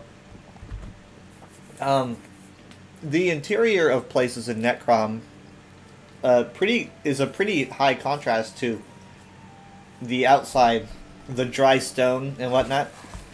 The inside is a little bit different. I mean, you get into like mages guilds and stuff. So follow me. Do you see how glitchy that is when the door opens? No. Oh, come back. You gotta watch me come in. You gotta see this door glitching. Alright, watch the door when I go in. Oh yeah, it glitches into the border. Yeah. Yeah, they'll probably do something about that if we remind them quickly.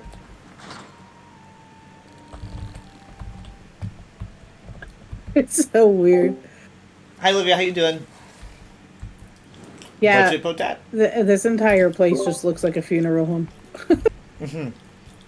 With like the flowers and stuff. But I mean, like, look at these colors. I mean, it's just. I mean, look at the roof. It's nuts. I did see, I did look at the house that's in this town that you can buy, and it kind of has this aesthetic. Yeah.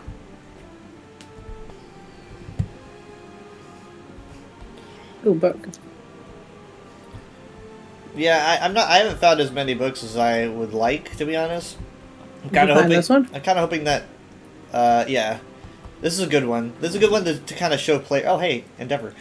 This is a good one to show players kind of what, Daedra are to the Dark Elves, and remind players who might not know that the original mindset was that the Daedra believed that the Dunmer believed that the Daedra. What are is their this ancestors. mess? Definitely this lady. Clean this up. What the heck? Maybe that's why I can't read any of the books in the bookshelves, because they just keep tearing them out. There's some bookshelves you can read, some you can't. I don't really know.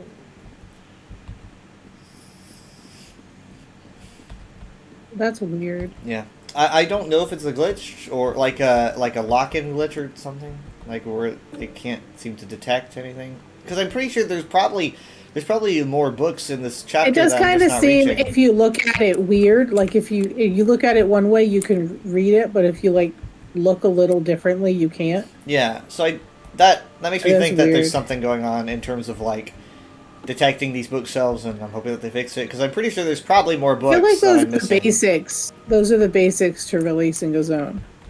Yeah, It's But like the small things they're- that they're like, they who should have reads had them? down by now. that weather guy. You get No one watches No, him. but you have to read the book, like the bookshelves, to get your skills and stuff. Oh, so yeah. it's like people do That's right, it. skills. You think that they would have had that down by now? Yeah, I forget about it too because I don't need to on my main character. Yeah, I don't think I've ever actually tried to do it like voluntarily though.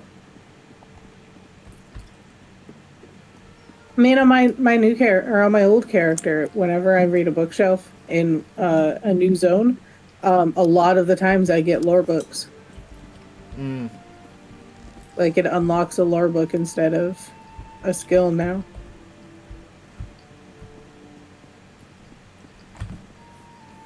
Here's the Mourner's Solace. It's the inn. A lot of people come here to drink because they're sad. That's so sad.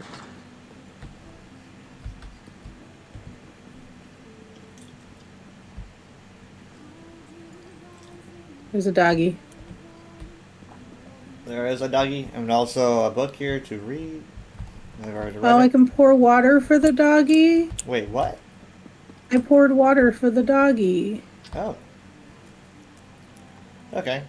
Have some water, He doggy. didn't- He Doggy's didn't not drink drinking it, the water. but I gave him it. I'm gonna keep pouring water for the doggy. Just on repeat. No, it won't let me do it again. The other tribute is up here. I do appreciate them putting a doggy here for people that are mourning. You bet. That's right. That's his best job. thing. That's his job. Yeah, it's the best thing you can do is give an animal. I don't want your bread.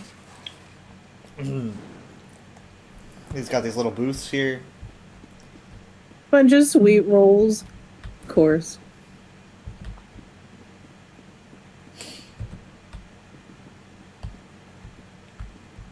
Yeah, this is where the inn room is. So Yeah, I bought it already. yeah, they got a bar. And she goes. To These all are the very songs. like close, like personal space seating with. There's a lot of seats here. So you can In the nooks. cuddle with strangers who are also mourning.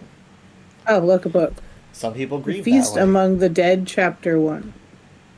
Wait. Oh, you're right. I need to read this. I forgot I was collecting all the pieces. How many do I have? What is it? Feast Among the Dead. Kind of interesting name. Feast. I mean, we are in a tavern, and there is food. I've got chapter 1 and 4. No wonder I haven't read it. I guess I should just read 1, and I'd hope I get 2 at some point. Or you could wait till you have them all. But man, that's a lot of time to wait for more. You think so? Yeah, the other pieces could be in Apocrypha for all I know. Dude, this looks like fuzzy carpet, and I like it. It does. Uh, I want to rub my face on this carpet. Look at it, it's so fuzzy. This looks like the softest floor my character has ever walked on. I'm looking around for more books. Yeah, there's like bottles on the floor. Yeah. I don't see any more books. Oh, well, there's still this room. Yeah, they need a lot of alcohol. But Kitty? No. Balmore Blue, interesting name. Ugh, I didn't rebind first person on this character. I don't like to scroll. So I think like the foundation for style here in Necrom is definitely whatever you'd call this shape. I don't know what it is, but this is a great example of it. How would you describe this? How would you describe this quadrilateral shape? I don't know. It's the trapezoid, Okay, trapezoid. So technically, right? If you keep trapezoids in mind and look around Necrom, you will see that same kind of thing everywhere. Why? I don't know. Maybe it's the symbol is associated with something. It's not unusual to Dunmer architecture, but Well, I mean, why are our skills triangles? You know? It's the Illuminati. I was actually about to answer that. Mm-hmm. Oh, is it not the Illuminati? Well, triangles are often associated with the arcane, just in general. Three, I don't really know what the term is, but just three things becoming one thing is used quite a bit thematically in the Elder Scrolls. And also Julianus often has kind of a triangle or a point thing associated with him, and he's a god of magic, so or god of the, I guess, arcane and mathematics as well.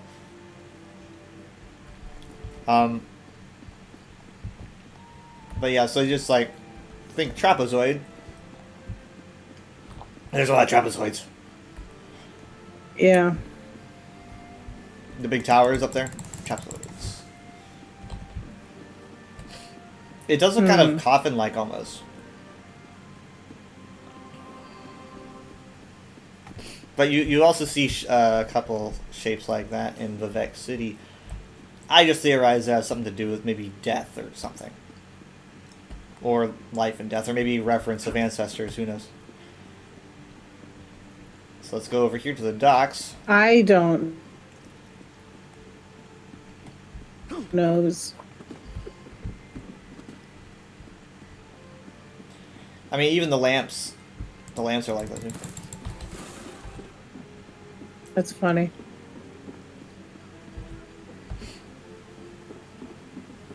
Got some silt hoppers. I love the silt hoppers. They're adorable.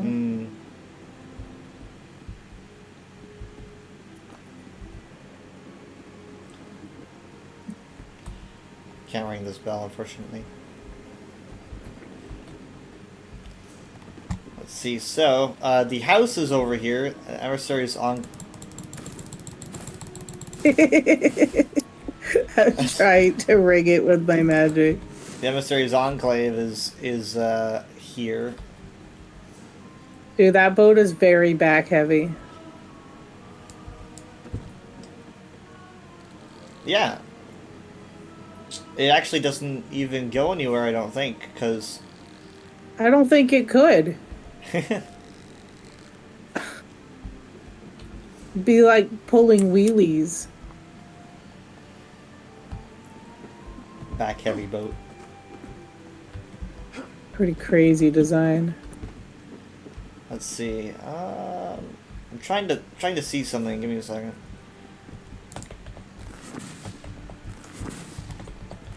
Or mud crabs. What's going on with the storm wing? Nobody. Apparently the ship is called the Storm Wing. Oh, you went over to it. I mean, I hear these guys talking. So, head over, I guess anyway. head over here. I want you to see The ship is something. haunted. Haunted and cursed. Till we know what's going on, I'm keeping that ship wide berth. Fuck. Aww. They're travelers, a lot of them. Yeah, there they go. How deep is that water? But apparently, not. I guess for them, not very. Much deeper for us, let me tell you. They don't even have anybody on their back. Maybe they're trained. Which would be a lot more humane, probably. Delivery striders. Like, imagine having your, like, package delivered by a big silt strider. Imagine just traveling across the ocean on the back of a silt strider. But, I mean, Oh, it's there's just... a book in here. Oh. Wait. Harryite Salvation. You know, I do have it, yeah. That also confirmed a theory that I had about this DLC. There they go. Yeah, I remember you talking about. Oops. I mean, it's like, yeah, we have Perrier, but I was kind of wondering how is Perrier involved in all this, because he doesn't really seem to fit the theme until I realized that he fits the death theme pretty well, and then Vermina fits the Apocrypha theme pretty well. So there they go. I love them. You have my voice. I just realized that. Huh? You have my voice. I have your voice. Mm-hmm.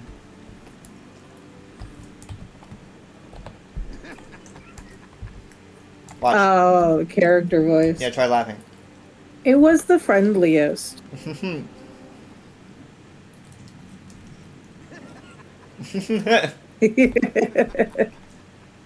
It's the friendliest voice. He's a friendly dude. Yeah, that's why I went with it. All those years ago. Some of them, man, they would. I'd be like, "Oh, this isn't so bad," and then I'd hear it laugh, and it's like, "Okay, but you're making it creepy. Stop!" And it would just keep going, and I'm like, "I'm not picking this now." My Arcanist, totally. I guess it was late. I just forgot to choose her voice. I guess I don't know how that happened, so it just kind of went with whatever the default was. Mm-hmm. But it's like, it works. What's your character story? Because I know you like to work your characters out too. Oh my goodness! I wrote a huge thread. I wrote a huge believe thread. it. I bored so many people on Twitter. I think. I was like, no It's one's gonna impor- read this. Oh. It's like 12 tweets, but. Apparently, you can't stand on there. Oh, do you fall? Oh no. Yeah, I tried jumping on the green part. I mean, basically, I guess, because what I wanted to do with my Arcanist was I wanted to have a character that is the big, strong character, you know, like the brute of the group, the stereotypical brute of the group, Yeah. who learns that she actually really likes learning and knowledge and knowing things, and so she becomes a combination of being the smart character and the strong character. So she's a smart, strong character, and she found this out by when she was just being she was in on a quest to rob a library, being the library of my trivia night character whose name is Victor Doward. So they invade his library to steal a thing, and this she at like her ally goes down into the basement and continues to look for this object, whereas she's supposed to stand guard and be all intimidating and keep watch. So she stands guard, and she's like, her companion is taking so long, like hours, and she's getting so bored, and she's in a library. So eventually, because she's bored and she's in a library, she decides, screw it. So she starts reading a book, any book that just gets her attention. And she starts reading, and she realizes she just can't stop. To the point where she's thinking that the books might be enchanted because she's so interested in them. She's like, something's got to be wrong here. And then she starts just kind of realizing that she actually really enjoyed learning stuff, and she just never stopped to slow down and give herself the chance to know that. And her companion eventually comes back and is like, "Hey, I found the thing, but I can't seem to lift it out of here. So I need your strength." And so they both go down to the basement, and she finds this black tome, and so she picks it up because she's strong, and she carries the tome with her. And the tome is full of weird symbols and sigils that they can't seem to sell the book because the book is basically just useless. No one can understand all these sigils and shapes, and honestly, scholars just kind of think that it was all made up by like a 3-year-old or something. So they can't seem to sell it. And so eventually, my character just gets it because she probably, I like to think she just bought it off of her companion. The only book that she can read is one that people can't read. Yeah, she's like, because she could read it because she was aligned. She's aligned with this tome, her Arcanist tome. So that's the book that she has with her is this tome that only she could read and only she could lift because she's strong. And so it's kind of like hers. And so she, honestly, now I kind of have it where, probably she's, like, often teamed up with Trivia Night, because, like, I assume that they met each other at some point, and like, hey, I robbed your library of this book. But I needed to incorporate Trivia Night into the story somehow, because he like, if I made him just later, he would have been an Arcanist. Like everything about him is pretty much just Arcanist, but Arcanist was not even a concept at that point, which is very frustrating. So I can't find where. Oh, there's first person. Ew, it's V. No. In the process of trying to find first person, apparently it's not bound, which is good, but you can bind a button to skip narration. Skip narration? Like, I don't. Isn't that just skip dialogue? Like, isn't it just spam? I don't know. Is that new? I don't like that. Don't tell people it exists. Is that like for if Make you're them listen. Is that like if you're walking through Necrom, you hear someone saying like, and you're like, oh, this line again? You can just press the button. I don't know. I would assume it's for quest dialogue. Huh. I don't like the thought of that. I don't. Rude. Never heard of that. But I just wanted to go in first person so I can look at the Vardvart. You're like, I didn't need to see this. I just want to see the Vardvart. This is a house. This is a house. Yeah. So it's pretty spacious. We can't afford it together. No, but it's pretty spacious. I don't like it so much because it's like all inside. I like to have like yard space. Oh, that's pretty. There is a balcony that's actually pretty expensive. I like this painting. I hope they give us that. It's very warm colors. I love it.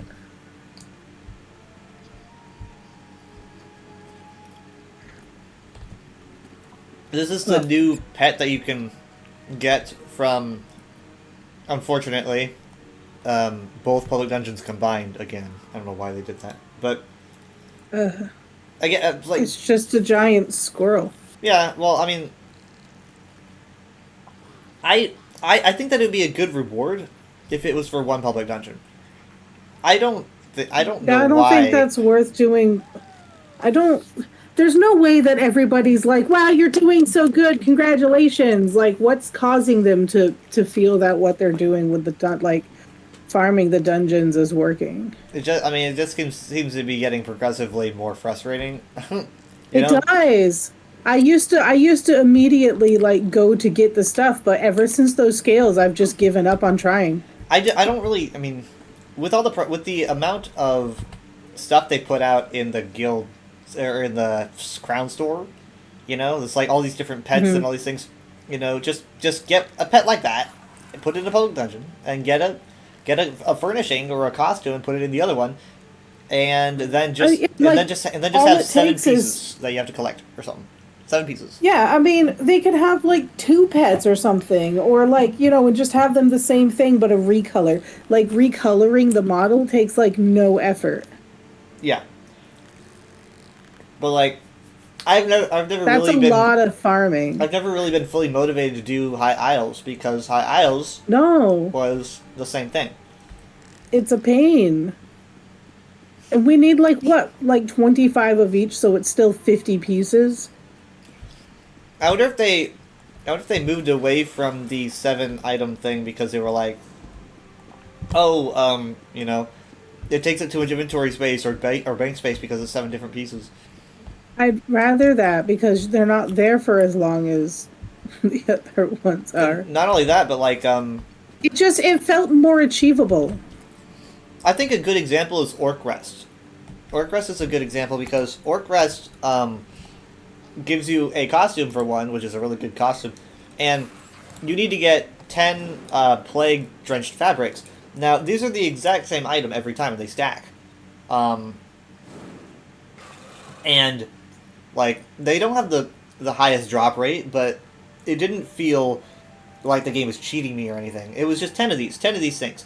And That's nice. And it was so fun that I got, I had my family also, we would go and grind Orc Rest to get more pieces, and it just seems like the optimal way to do a public dungeon. Orc Rest is a great example. Yeah. But around Greymoor is when they really started kind of going in a weird direction.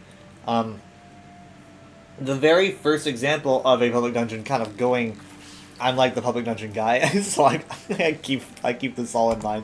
But No, yeah. the first example is Labyrinthian.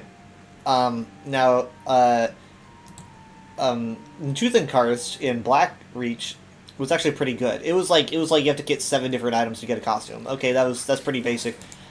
Labyrinthian. Yeah, I used to be able to farm that like with the 7 pieces. Yeah. I used to be able to farm it efficiently. Like it still took time to get, but I had the satisfaction that I was able to get it. I've Right. taken so much time farming these 50 pieces, and it feels unachievable. And Labyrinthian is probably the first public dungeon where I still haven't collected its reward because that's when they started doing the thing. Because you need to collect 50 different pieces. Sorry, 50 different of the same piece, but Yeah. it's still 50. And And they didn't increase the drop rate at all. no, I've probably got every single one that I've ever got in my inventory right now. Probably. I've got like 20. And Yeah, that's I got like 20 something of the scale pieces. And it's like just I don't know these public dungeons yet. I don't even know what the one on Apocrypha is, but I'm gonna assume that you probably need like 25 or 50 in each. Probably 25. I don't know. It's But probably the same as the last one. It's 25 each, probably. it's just they were like, oh, 50 for one is too much. We gotta do 25 per each. Just make it. Just do what we did for Orc Rest. It's still 50. Is it?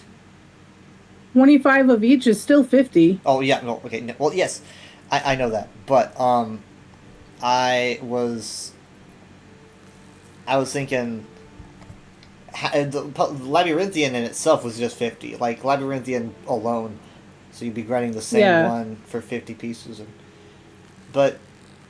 and you know what, is Zenithar Zabi is still glitched, which is weird. Like Zenithar That's Zabi, the only one that I've completed since because it was bugged. yeah, Yeah, it's still bugged. And it's like they just never bothered fixing it. Like, what the? It is all very confusing. But I know who to talk to about this. We've interacted a bit on Twitter, but it's not like I can, it's not like I can go, you should be doing this differently. That's rude. But I do want to know what the thought process is, right? What's the general idea about why they're doing this with rewards? Because, like, There's no way it's positive feedback. well, I don't know. I don't think they got positive feedback for it last year. I think that it was lack of feedback. I don't think they were told how it wasn't Well, liked. because we've enough. kind of people like stopped going for them after they made them 50, and it's like the lack of feedback is because nobody's doing it. Mhm, yeah. Surely they have like statistics or something in their data showing how many people have actually completed these compared to what there were. Maybe. Because, I mean, like, I liked Spire of the Crimson Coin for High Isle, It was a great public dungeon. Really fun. But it's like, is it so fun? It's fun until you run it 38 times and not get anything. And even when you get everything, after you've exhausted yourself going through that same loop, you've only gotten half of a pet. Half of it. I mean, like, Yeah. you gotta go to Ghost Haven and do all that. It's just like, but It's not worth it for a pet. Like, make it a mount or something worth the grind. yeah. I think a mount would make sense. I think a mount for both public dungeons would at least be, I can see why they do this, but this is for a squirrel. pet. This is for a squirrel. Yeah. It's not even it's just a red squirrel. I'm gonna be working my tail off for a squirrel. At least the little turtle was cute. Like the little turtle was cool. Yeah. I mean, it's weird because they've been smarter about how they're handling rewards with this DLC. They're like, oh, you can now earn amount for doing quests in this overworld and other stuff. And they were really just pushing it with like, look everyone, look at the rewards. So I don't understand why they decided to do this. And then they give us a squirrel. One squirrel. A squirrel. I mean, like, the thing is, so it's a new model. It's not a recolor or anything. They probably had to animate the whole thing, but I mean, like, I would honestly like probably take a recolor and a costume. Yeah. Like this costume that I'm using right now, it's a pre-order bonus, but like honestly, like if it was a public dungeon thing that I had to grind 7 pieces or 10 of the same pieces to get, I would be like, okay, that's cool. I would feel good pointing people in the direction of this costume. But now it's just kind of like, oh, you like my squirrel? Guess what? You've got to travel through the 7 fucking circles of hell. I don't think anybody's gonna see your squirrel and be like, oh my god, I need that. Like, Well, it's not even just the fact that it's a squirrel. It's a very basic squirrel. It looks like something that you, like, I don't know, you got as a filler spot in a crate. Kinda, but I guess the thought is like, we don't actually have any squirrel models, so technically it's a new thing. Was there a high demand for squirrels?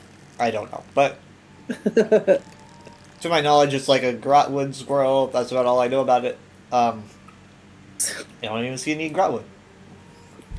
You don't.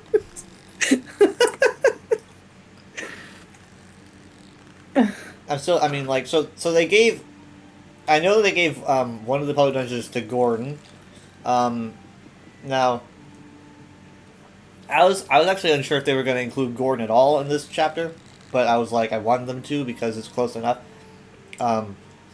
It's that little island off to the north of Necrom, and I don't really know much about it. There's some information that was dropped in Father of the Nibbin, which is a really, really old account of Topal the Pilot, which my lore fact is kind of based on for today. And so they make references to Gordon in that book, and they also make references to, interestingly enough, in this book, which was written back I mean, if we want to get into a real world sense, it was written back in, for Oblivion. But it mentions like, granted, it's talking about a little bit north of Necrom, but the book mentions like steely cliffs that jut upwards, and it's like an ancient account from the olden days. And the book even says this sounds like the area around Necrom, huge cliffs that jut upwards. And here we are in Necrom, and you've got these massive rocks that jut upwards. I don't really know if that was intentional, but it's always very satisfying when you're like, when you read about a city or a location, you get to go there, and you're like, hey, it's that thing that I've been reading about for several years, It's always nice when that lines up. But it also talks about the island of Gorn there. Not much information on it, but it's a public dungeon. Don't really know what to expect there. I was going to check out the Apocrypha map, tonight. I don't even know what it looks like for one, but I guess that might be tomorrow night. Tomorrow night's stream, we might do that if their internet's good. Because, do you know how they're using the internet, by the way? What? Do you know how they're using the internet while like camping? I mean, they're in the motorhome, obviously, but I assume it's just the Wi-Fi that's provided at the campsite. well, they don't really like using that as much as Dad's new thing. So Dad has a That's new a thing. good way to get hacked. So yeah, it's probably for the best. Oh yeah, I guess so. But Dad's new thing is that he's got a those plug-in Wi-Fi. It converts your data into Wi-Fi. So he's like, Oh. it's like converting data from like a T-Mobile tower or whatever.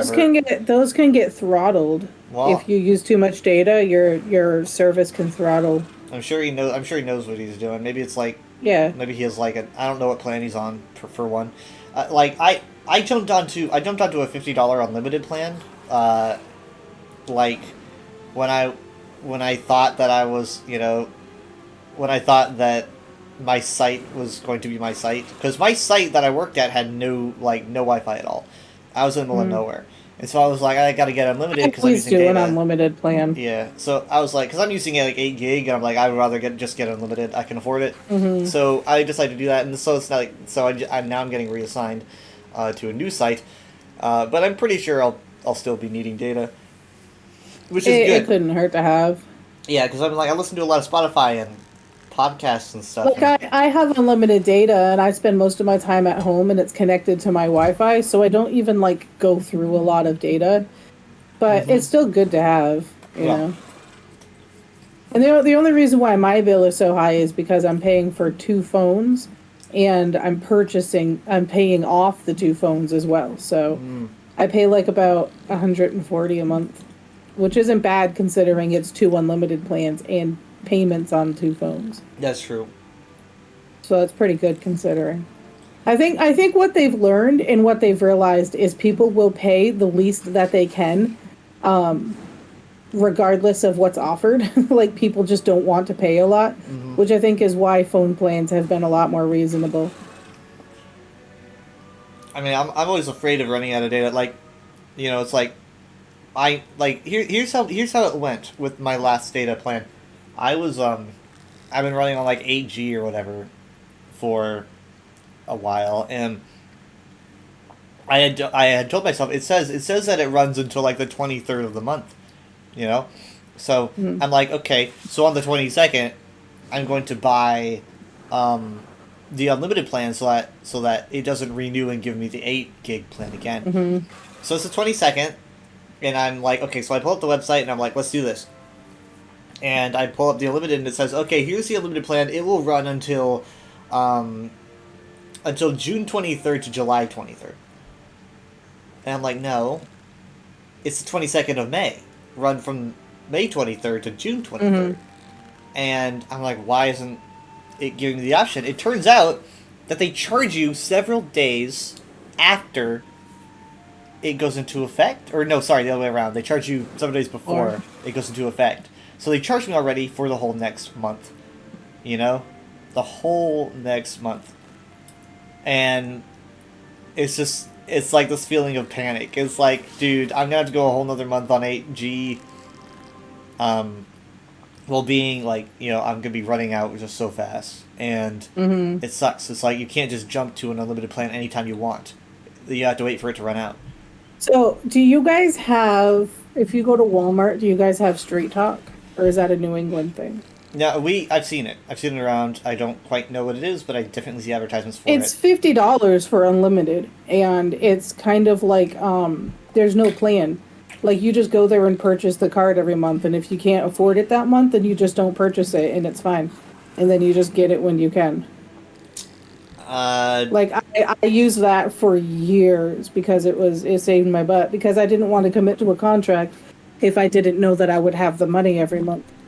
What, like, is it its own provider, or what provider does it use? Like What do you mean, like what towers? yeah, I think like, are they like T-Mobile, or is it just its own No, thing? it's its own thing, but Oh, okay. all cell phone companies use all each other's towers now. That's why there's no roaming fees anymore. Because you just use whichever tower is the closest to you. I love the idea that my character is reading, but he can't see. Yeah, he's like a Both priest. He has gone blind from reading Elder Scrolls. Elder Scrolls. I just pretend to read now. He's not really reading. Look how fast he's flipping those pages. He's just totally faking He's it. pretending to look busy. Yeah, he's faking it. Mm-hmm. He's faking it.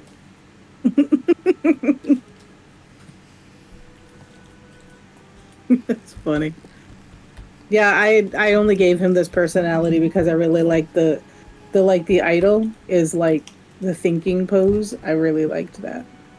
Yeah, I mean, going back to that though, like, I mean, I'm not a Gen 1er guy, but but like back when Vardenfell came out, like the ratio of like rewards to like working for those rewards was really good. Yeah, you got outfits, you got personalities, you got skin when you completed the story. And it was You got markings. I mean, not really skin. it didn't really feel like that they were just handing it out like candy. It felt more like an earned Yeah. thing. But it didn't feel like you're not doing a trifecta or nothing. It just feels like you're actually getting a reward for, like, at the end of the really long Sadrith Mora quest is where you get that personality. Yeah. And that quest is just so, I mean, it's long, but it's also just emotionally One of my grueling. favorite things is when you see people that are new to the game, and they're all wearing, like, what is it, the Scarlet Warrior? What is it called? The Scarlet Judge. Yeah. They're all Crimson wearing the Judge. scar because that's their first costume they unlocked, and they're all like, "Oh man, this looks so cool!" Like everybody goes through that. Yeah, it's definitely it's like that noob outfit. You can, especially if it's like dyed still Scarlet. And you Still can, Scarlet because they haven't unlocked dyes yet. I think I can't spell. I think I have my Scarlet Judge. Oh no, I differently recolored it. What kind of colors are these? Why would I recolor it like this? Like hot pink. Yeah, I should color it back to Sleeps' colors. I don't know.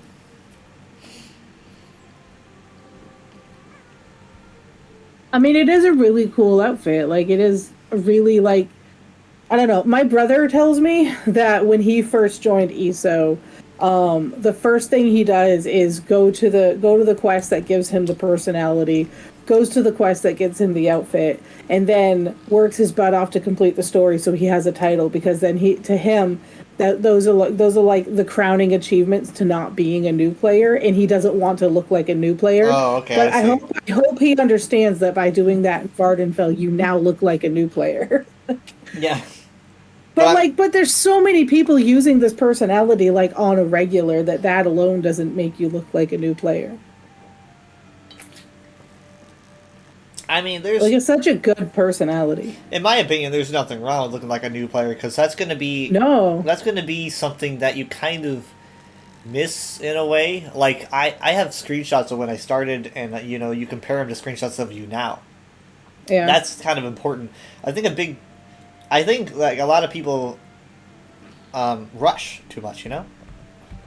I surely didn't. I was someone, so my How you character doing, was Alice? always wearing the same outfit all the time. I never changed her. And I remember when I did finally change her outfit, it was when we were doing VMall with the sleepers. And everybody wasn't like, they were shocked that I showed up in a completely different outfit. And I remember like like Lotus was also wearing basically the same outfit as the one with the wolf hat.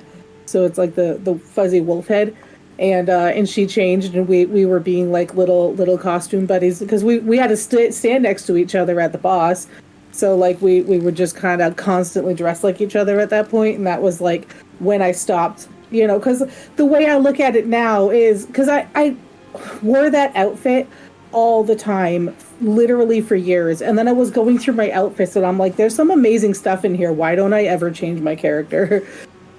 And so it's like, I've worked my butt off to unlock stuff. I might as well enjoy it. I think that a But lot like of times. now I can't ever wear that outfit because I just feel like I've stepped away from that. You know? I mean, like as I've made new characters, I start to realize that it's like things that I never thought I'd ever wear or use.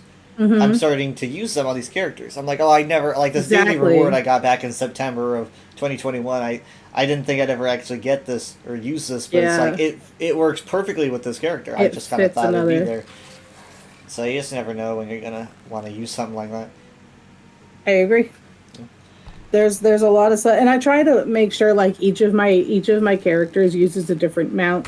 Each of my character uses a different, you know, pet and stuff like that. They're all uniquely created.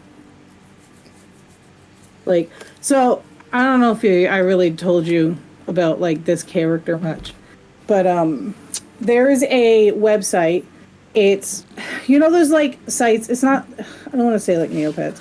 It's nothing like Neopets. It's like a dragon breeding site. So you like have dragons, and you can breed your dragons with other people's dragons, and then you basically raise the hatchlings and then sell them to other or trade them to other people and stuff. Well, Flight on Rising or that something? site, what's that? Flight Rising, exactly. Yeah, I used it for a bit. Yeah. So, so sorry, I just noticed someone new in chat. This character that I showed you, I don't know if you noticed, looks like one of the dragon types on there. And so, he's basically a recreation of that character because I used to roleplay that character. I'll get you his original dragon image. Because I think I showed you the art. I didn't show you the dragon. Yeah, I when I saw that, I was like, okay, hold on. Okay, yeah. Well, so where's So that's the original dragon, and then if you look up, Yeah. that's my artistic rendition of it. But for a different kind of, you know, it's not really a dragon at that point. Wait, so this art that you just shared me, this is from Flight Rising, right? And The one that I just showed you is Yeah. the original dragon on Flight Rising, yes. the other one is The first one I showed you is something that I created in a coloring, like in an application Okay. for an artist job, so to say. And so I was trying to show off my skills to try to get this job at this, I air quote, shop. It's a forum thing. It was for the forum. And so that was, I recreated him on their line art. So the character itself, the line art it wasn't mine, but I heavily edited it to become him, if that makes sense. really into dragons with wizard hats.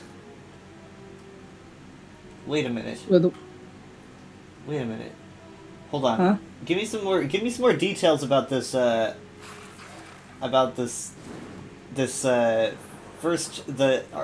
little character creator from the first image you gave me. what do you mean? Cause like, what's with this scroll that he's got? Well, that's just something that I gave. So the dragon, the original dragon, like you just you find accessories out exploring and stuff, and you just equip the accessories on your dragon. So the hat and the scroll and the petals were. So I think June is the month of the Arcanist, which is one of the god deities on Flight Rising, which was the deity that I had. And so we got those during one of the events. And so I put it on him because he heavily followed the arcane. Okay, and the first one, the artist's impression, the first picture you sent me back at like 2:30 p.m. What program did you use for this? Photoshop? Photoshop, and so you like followed a little liner thing. Yeah, I mean, all right, I'll find you. See if I have the original picture of Victon, as I think you know Victon. Because He, this scroll that he's got has Daedric on it. oh yes, I don't remember what it says. It's not Daedric. I literally looked up runes. Well, They're not. It's not specifically Daedric. It's got Azea. It's just runes. That's totally Azea on there. Yeah. It actually says something. I don't remember what it says. Yeah. But I actually made it say something. I'll be honest. The rest of it does not look Daedric, but the Zaya is like just straight up, or either that or that's a What K. letter would that be? Because there's a lot of the times I'll put like super secrets in my artwork, and it will actually like say something that you don't realize is there. I think at one point I made one of the things like, oh god, it's on one of the mermaid horse god thing or whatever that I made, and he has like Atlantean, like I looked up, the cartoon Atlantean or Atlantis or whatever with like Milo and stuff like that. Yeah. And so I looked up Atlantean to put on his fin, and so I actually made it say DE was here on his fin. Nice. Like I love doing stupid stuff like that because nobody questions it. All right, yeah. So it's definitely a Zaya, which is funny because Zaya is one of those Daedric letters that oftentimes gets omitted and doesn't show up at all in actual Daedric text. But I'm going to. I guess you could compare, but I'm going to take a screenshot. Oh no, it. I know, yeah. But I don't know. I just Googled runes. But it's weird and because I got those. That's the only one that's actually Daedric there. It's just an X. It's the only. I mean, like the other ones, just I don't even know. They don't look right. They just kind of look like random runes. It's hard to like. I guess if it's you just really hard to make open in out. browser, you can zoom in better. But I don't know. I just looked up runes and made it look like they're because I didn't know what was actually on the scroll. It's just funny. I do find places that use Daedric text that oh yeah, no, hold on, I see an E. Yeah. Yeah, and then I'm zooming in, it looks like that's probably an E. But it's all folded in on itself, so it's really hard to tell. Probably it probably says something like DE was here because it's folded. I probably made it. Oh, okay. Yeah, I'm seeing. Because I was like, why would you just put an X there? But if you like wrote something and it folded on itself, I could probably. Yeah, that's. I like to do secret stuff like that because people don't know, and it kind of gives me humor. It gives me humor. It gives me humor. So, I've been reading this the Apocrypha symbol on the map. They like to write things, in Daedric, which is pretty fun. And then you can just kind of read what it says. Honestly, I probably need to put this on the UESP. There's probably going to be a lot of stuff to translate this year and put on the UESP if it's not there already. But I did a lot of that a couple years ago. But like it says, it's kind of hard to tell like where to even start because it's in a circle. It says the realm of Apocrypha, obviously. The realm of Apocrypha, eternal library of Hermaeus. It doesn't even say Hermaeus Mora, just Hermaeus. Just Hermie.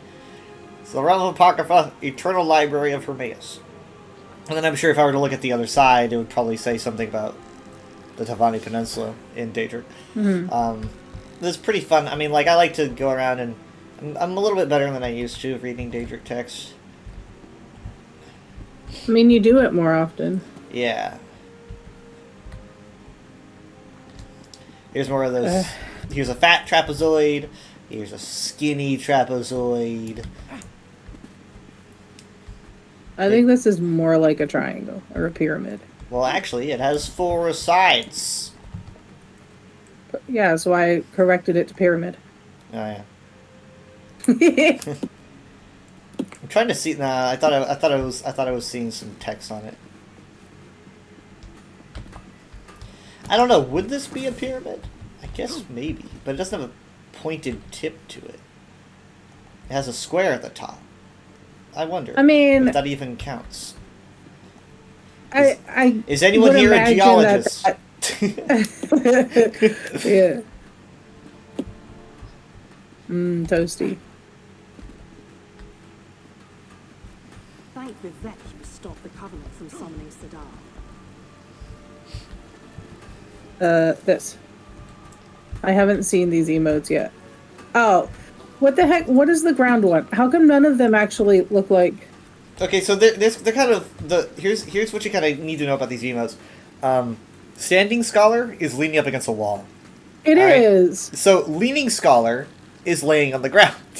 What? Yeah. Why? The only one that's right is Sitting Scholar, really. To be honest, I don't know. I feel like it should be called Laying Scholar, but I don't know. Sitting. Well, Just maybe they thought no, scholars don't get laid, so.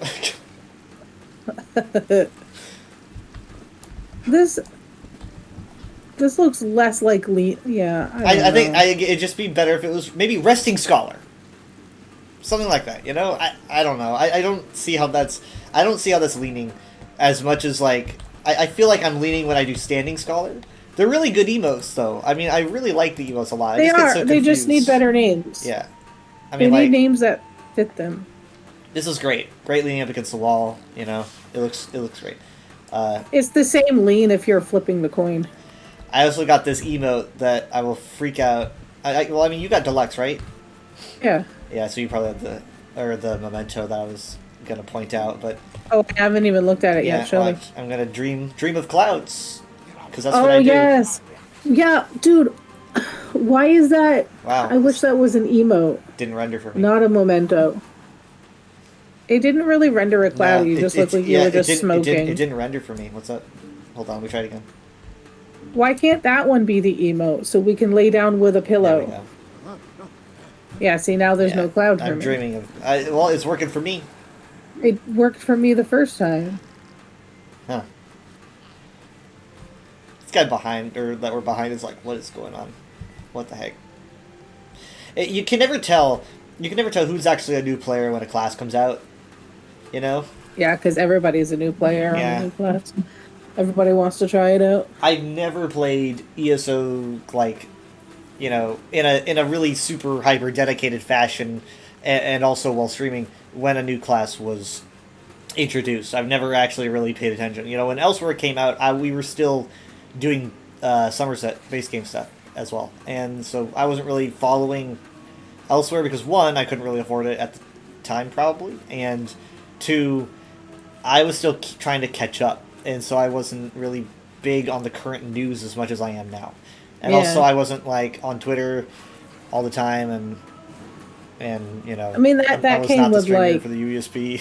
So Yeah, I was gonna say I'd imagine your social media presence, you know, kind of followed the streaming more,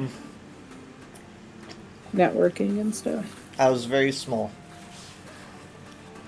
Yeah. so I didn't really notice that much.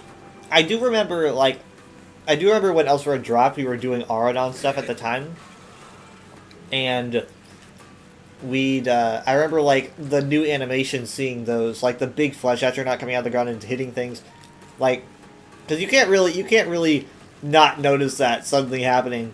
So I Yeah. remember doing a Dolmen and like Northern Aradon and seeing that, but I wasn't really paying attention to levels or whatnot.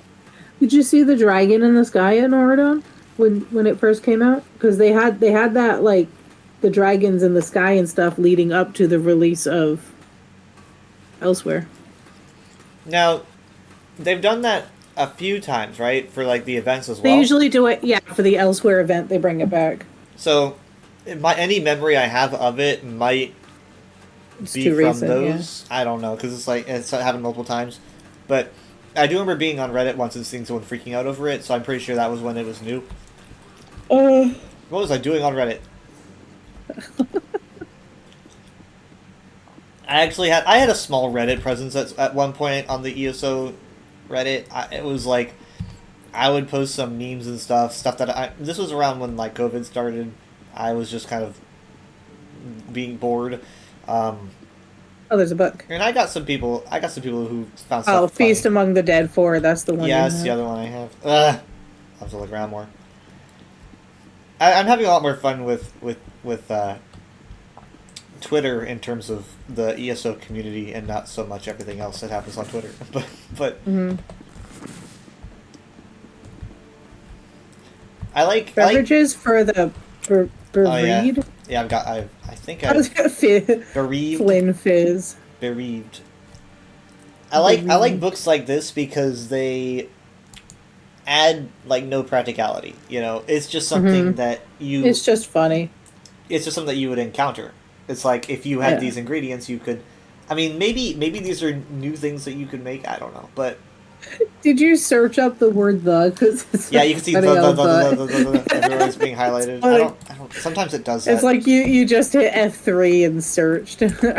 Let's yeah. Sometimes I have to reset it. It's an old add-on, but maybe it needs updating. But like it works. That's all I care about. It's one of the best add-ons. Like being able to help me pull up books for teaching people, because I'm like, if I see a word, I'm like, wait a minute, I know that word. I like to think that Clouds is using like a spell that can read words, like a magical Google search, and he like reaches out and he's like, I'm looking for this word, and like all these books start opening, and he's like, here it is. Man, if this class was out when you first made him, would you have made him an Arcanist? Maybe. I don't know though, because like, God, when I started playing ESO, I've been into the Elder Scrolls for probably like a year and a half, maybe.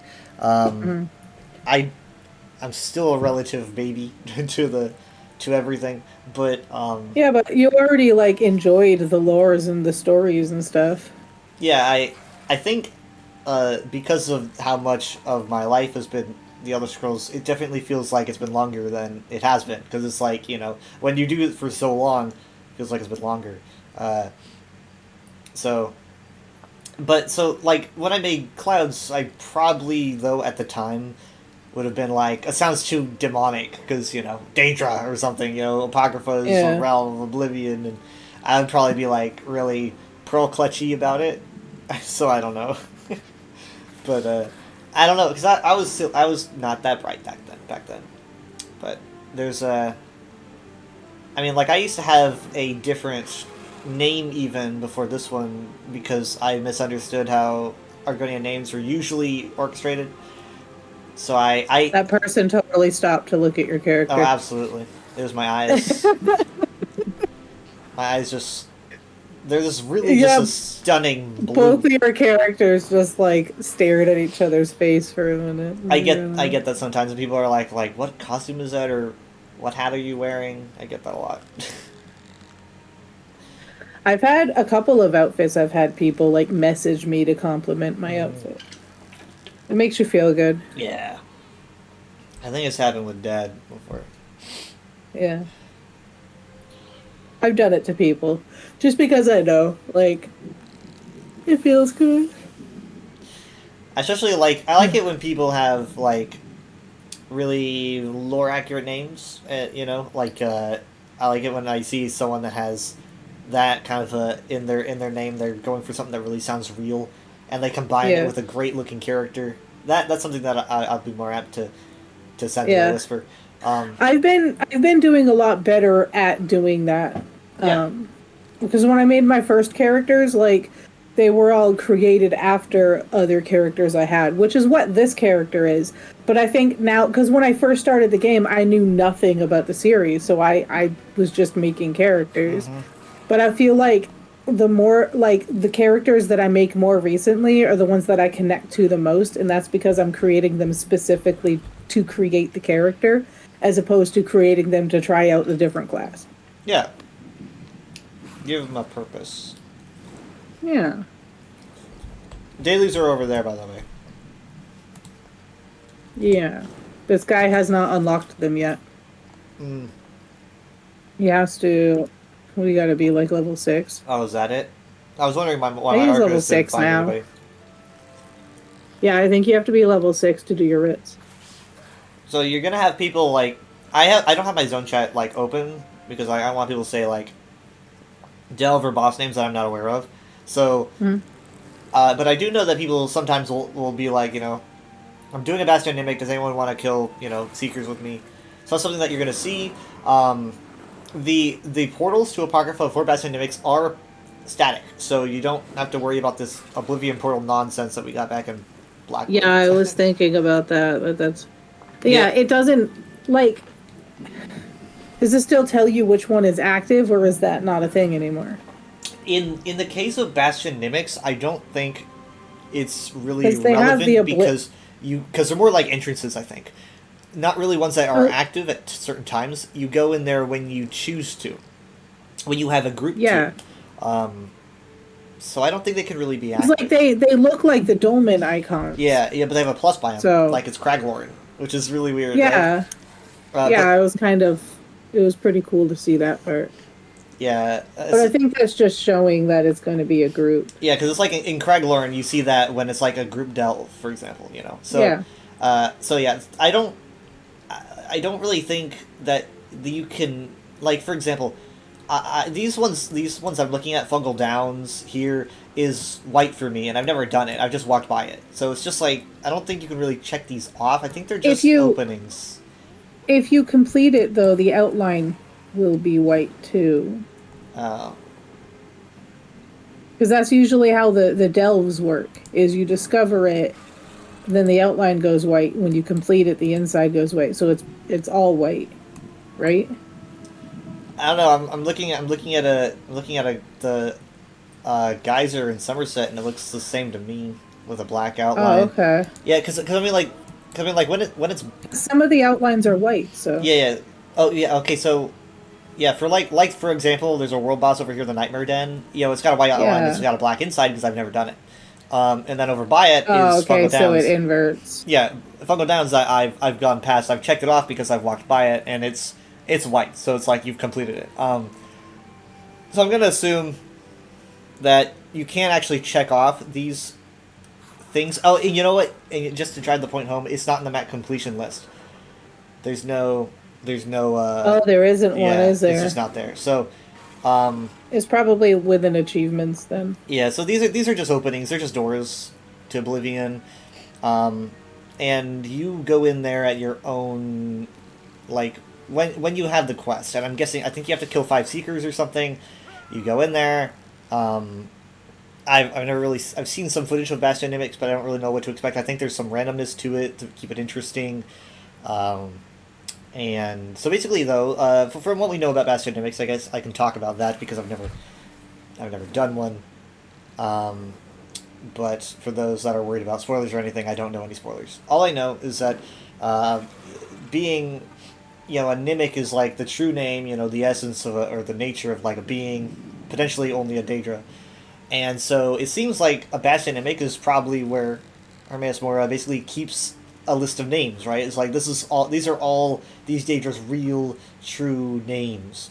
And it's a place that needs to be kept safe because a Nimic is insanely powerful. Like, I cannot emphasize how powerful a Nimic is, because a Nimic, there's certain different tiers of Nimic. There's certain different kinds. I think maybe the more powerful you are of a being, the different kinds of Nimics you'll have. So there are things like Proto-Nimics and Neo-Nimics, Ego-Nimics, which I think ESO invented. They're all different. I don't entirely know what really separates them all, but it might be that you have maybe a Neo-Nimic or something if you are more powerful. Either way, they're what you use when you summon or banish a Daedra. So like when Marin's Dagon like attacked the Battlespire in it hasn't happened yet, but when it does happen in the future, the apprentice needs to use the Nimics to banish Dagon, because you can actually literally control a Daedric prince with its actual true name, and it's a big deal to be able to do that. So Nimics can be used to affect Daedra. You can banish, you can summon. I'm thinking you can. There's probably other ways of control. I'm going to assume that maybe these Seekers that we were seeing kind of floating around and kicking our asses are potentially being controlled by having their Nimics stolen. I'm kind of seeing a theme here where, like, that's the reason why they have, like, a cloudy thing around their head. I'm going to assume that their Nimics have been stolen and they're being controlled, because I don't really know why they're wandering around here trying to kill us. Wait, who has a cloudy thing over their head? The Seekers. Yeah. bosses, Okay, my yeah. brain just put that together. I'm still trying to like put like creature to name Yeah, in my brain. yeah, because, I mean, like, if you've done, Skyrim, you're probably already Those guys used to are it. super cool though. I like their designs. Yeah, for the most part. I mean, like, if you encounter them without them being controlled, assuming that they are being controlled, they're still not going to be nice. You're still going to have to fight them, but, like, they seem to be kind of, like, intrusive here. Like they're wandering around the wilds, almost like they're looking for something. I don't really know what. I just theorize that they're being controlled. Personally, I think it makes sense, considering that Nimics are I'm being stared at. I actually think they're looking at their. map. They are now, but they're masking. They definitely came over to join the group. They pulled up their map and then put away their UI. They don't want to let me know. Oh, you think that so? You think so? Like, they're like, it's blurry, but I'm looking at him. I don't want him to know that, though. It's like looking at your phone. It's like, I'm not paying attention, but your phone is actually, like, has its camera on. You're, like, looking right through it. Like, oh, But he's it's like pretty more hot. obvious because you have to hold your phone stupid to be able to see through It's it. just right? how I hold my phone anyway, like an 80-year-old man. Okay, let's take the southern path.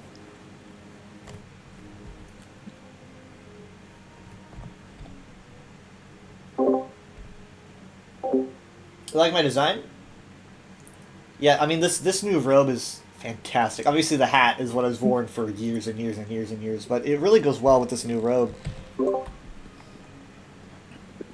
I mean, this city is old. I don't really know how old, because it's like, you don't never really know what's an addition and what's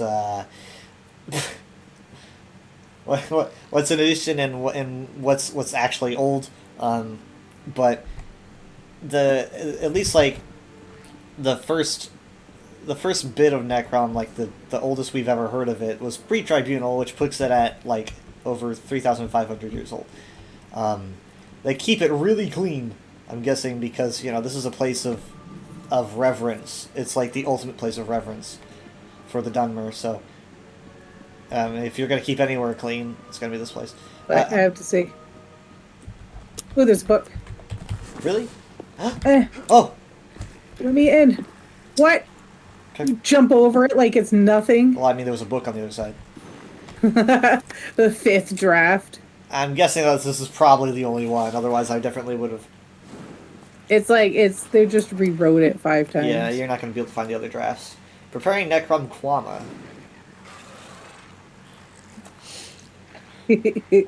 VTuber is like that with the books. It's like, oh, there's a book. Oh, there's a chest here. You can have it. I have the real treasure. The book. Well, normally I would say take it, but this character needs to level Ledgerman now.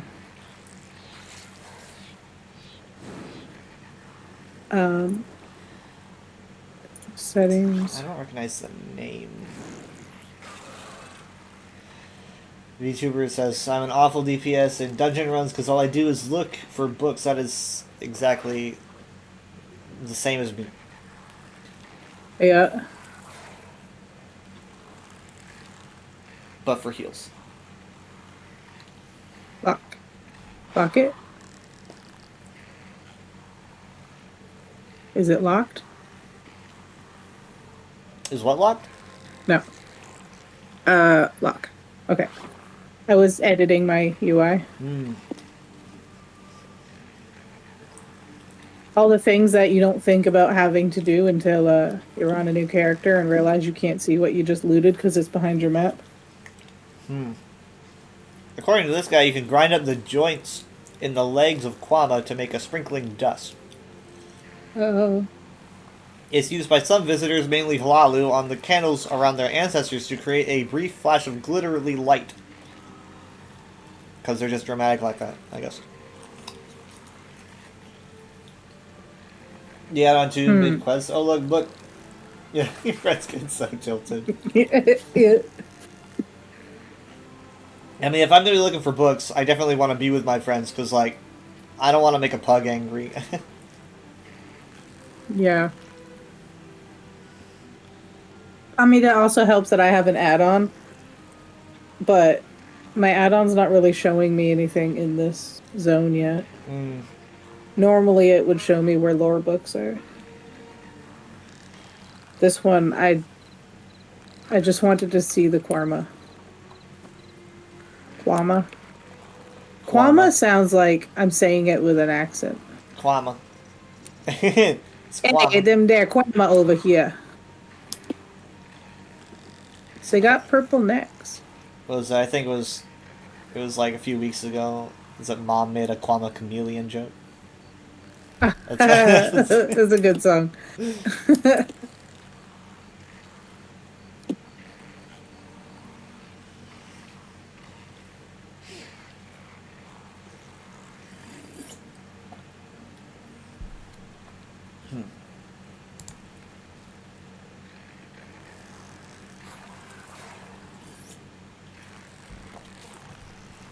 Dude, there's literally a ladder, like stairs to get into here, and I still couldn't get in.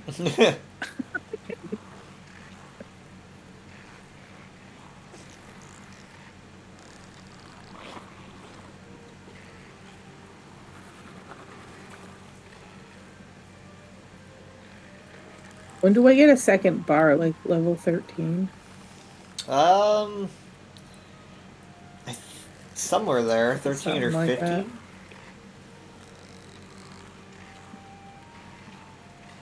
I think it's 13.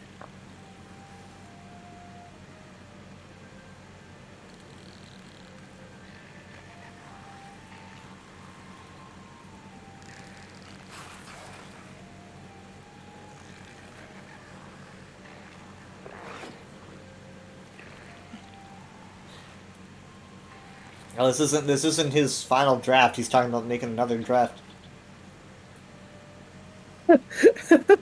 What's he? He's just editing it. He's like mark that for deletion in draft 6. Hold on, was that your Discord message? I got a Discord message. I did not message you, no. Mm, I am picking a chest. Ooh, and a heavy sack? I'm spoiled. this Kwama is trying to get me to stop reading. He's pushing me around. Dude, chill. Ooh.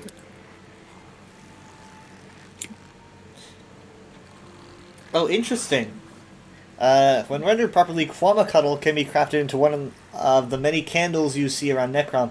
After I harvest a Kwama worker, I set aside the cuddle for one of the Necrom's Keeper of the Dead Chandlers. They need it freshly harvested so that they can mix in the proper herbs and alchemical agents. Because of this processing, the candles in Necrom last much longer than average candles. So I remember as I was walking around Necrom, I overheard this person say once. I thought it was funny because it almost seemed like a meta joke. But what you can hear one of them say like, I think one of those candles just went out. That's never happened before.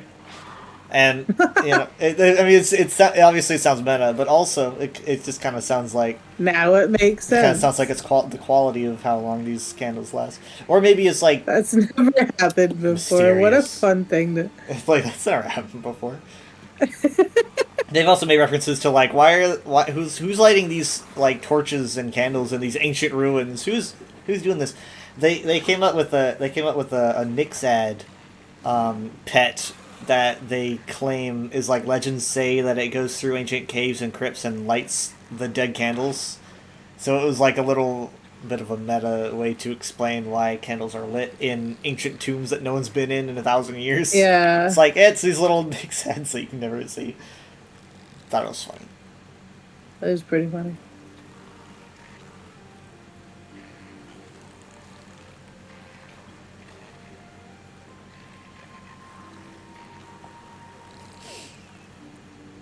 Yeah, oh my god. I don't know if I saved it.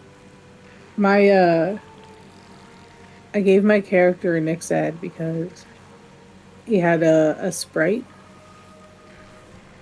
on FR. No, I didn't save it.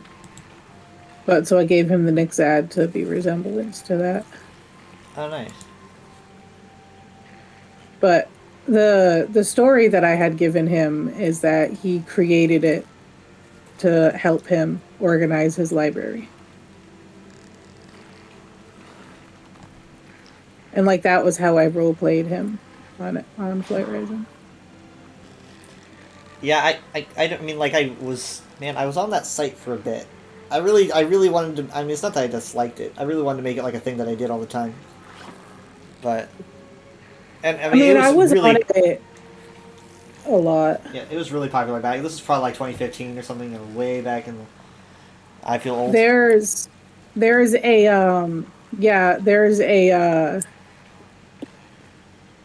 a breeding that I had for some divine dragons, I think, and they were ready to hatch, and I waited to hatch them for the day that I had my daughter, so that one of them shared her birthday. Nice, line it up. Yeah. So she doesn't know that yet. Whoa, this is like, I'm is this gonna like, pass away, and she's gonna look at my will, and my will's gonna have this artificial dragon that shares her birthday. you're like, all my stuff goes to this dragon. This is your long lost sibling you didn't know about. That's right, a dragon is your sibling. So, I mean, when does she unlock this lore? I mean, she already knows that she's named after an old D&D character. And, like, I explained the character to her. Like, the character's name was Serenity because she wanted to appear as innocent as she could. But she was one of those characters that if you hired her to assassinate someone, she would do it if the pay. I don't care if you'll pay me. And then if she goes to assassinate them, if they become the highest bidder and you like ask her to turn on them, all right, well you're paying me more. Like that's literally as far as her morals went. It's all about And the money. Serenity, like my daughter, absolutely loves the fact that I named her after this character.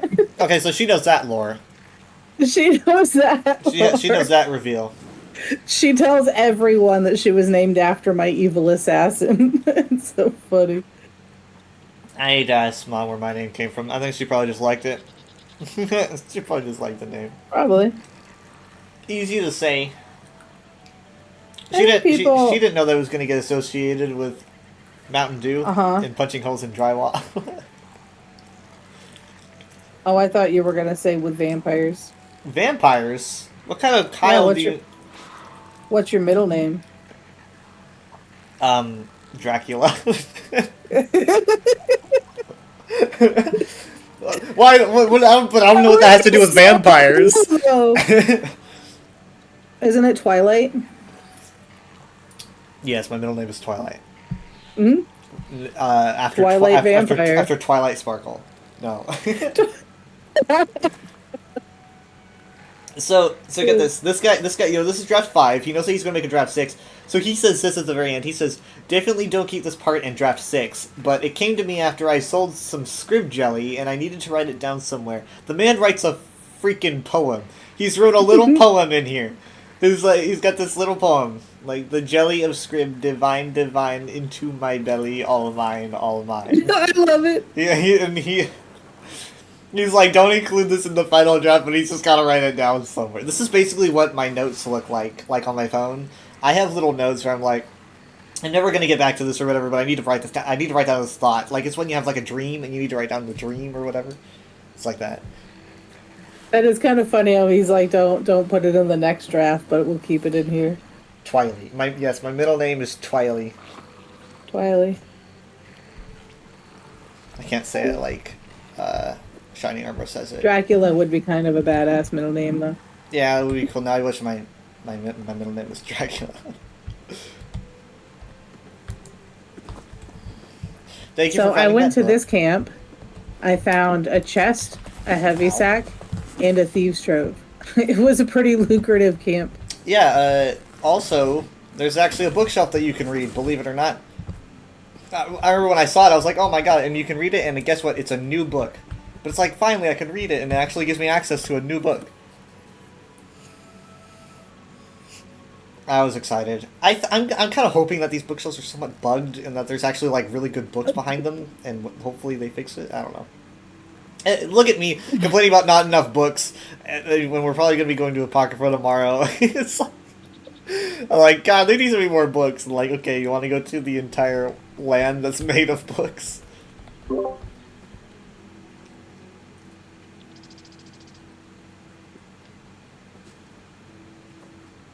Wait, was I muted? Yes, Oh. I guess so. I assumed you were just talking to chat. Do you have me unmuted in chat? I mean, I have the stream unmuted because then I hear myself talk. Yeah, and it's I very know. distracting. I just thought, like, I just thought that you might want to get filled in as to what I was saying. Dang it. So here's the thing about my new keyboard. I love it. A lot. But I'm still trying to get used to, like, when the numlock is on, because my mute is numpad 5. It's just what I'm used to. And so, like, I need to know, make sure, like, that's why I have streamer mode off. Is because if I have streamer mode on Discord, it mutes every sound effect, and I can't know when I'm muted and when I'm not. And I totally just slipped up just then and accidentally left myself on mute because I guess I'm just not. Maybe it's something to do with this keyboard. It has a light that notifies me when numlock is on, and I'm not sure. Can I mute when numlock is off? I can't. Okay, I'll keep that in mind, I guess. This keyboard though, is really nice. So I bought it a week ago, because last week my stream was awful. The internet was breaking, and I had to end after like an hour in or something. And so I spent like 6 hours or something talking with Jared, and we were just going over, you know, how to I was like, I need a new keyboard because guess what? The W key on my laptop just died. My E key resurrected itself. W key died. Dude, your E key keeps deciding to be here and not. Yeah. Like, it just doesn't know. I think it's still here. Let me check. It's still here, plain as day, not making a single mistake at all. It's just here. I don't W was understand it. kind of important, though. Yeah, exactly. That's why I was like, God, no. I can deal with the E being gone, but not the W, because that's what WASD. Like, what am I gonna do? Yeah. And I was like, you know what? I'm gonna be upgrading soon anyway. I've got my new desk. You know, I've gotten my new camera. I like my mouse, but I'm probably gonna be getting a new mouse pad, and I'm gonna be moving into getting a desktop. You know, something that can play games better and I can stream better and get rid of the stupid encoding issue so you can see my face, and just fix all that stuff. So I decided, you know what, I'm just gonna go ahead and get my new keyboard. I might as well do it now. So I searched for a keyboard that I thought was nice, and I had a lot of things that I wanted to check off. I wanted a numpad because all of my emotes are tied to my numpad, and I love using my emotes. I just also like bigger keyboards. I like having more keys. So that was one thing that I wanted. Did you know that a lot of gaming keyboards don't have numpads? They're all like really small. So many of them. Yeah, mine has it. I have macro buttons on the side, too. Yeah. And so I was like, I don't want it to be like $80 either, but like I was gonna pay 80 if I had to, but I did not mine's want like to. 80, yeah. So I was like, I just kept searching, and Jared does a lot more shopping online than I do. So he was telling me, like, you know, make a list about things that you find that you like, and then go through the list and choose from those what you think is better, right? Because it just feels better when you put together a pile of things to choose from instead of just having the entire website at your fingertips. So I did that, and came up with a few options and really compared them, and I decided that the best keyboard for me was actually the one that once again thematically fits me just by complete coincidence. It is the Red Dragon Shiva keyboard. It is actually pretty dang sweet. It does have macro keys, just like your keyboard. It's got 6 of them on Macros the are left. good. Yeah, so I mean, like, this thing was like $35-40, right? Like, that's good. It is sturdy. It's got a wrist rest that is pretty strongly magnetically attached, but I can just kind of take it off if I want. It comes in white and black, and I got it in white, and it's got multimedia buttons. Like, I can adjust the volume from it.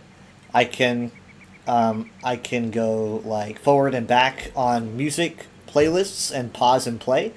I can the keys feel really nice and elevated because I'm so used to a really shallow keyboard of a laptop. And they also, another thing that I really wanted to make sure is that it didn't make sound because I'm a streamer. Oh my god, this keyboard is so loud, and I wish I knew that, but I couldn't have because I ordered it online. Yeah, so what I did for this one was I watched reviews, and I found this guy that did a review of it that I really liked, and he went over how it sounds and stuff, and it does make a sound, but it's not like noticeable. I don't know if you've even really been able to notice that I have a new keyboard. No, not really. So I mean that's just perfect because like there are keyboards that get really click clacky, And yeah, so, this keyboard can be loud, but I guess a lot of people say that they don't really hear my clicks, even though Discord looks like it's lighting up when I. Yeah, it might just be like really subtle. Yeah. What is this person doing? Fearless Goblin. Oh, they're looking at that person, not me. Okay, I see how it is. So yeah, I really wanted to. I have a question for you. Okay. What are these 3 symbols? These 3 symbols. Yeah, these aren't really the factions I'm used to seeing. Oh, the teams. Sure. These are the battleground. These are the battlegrounds teams.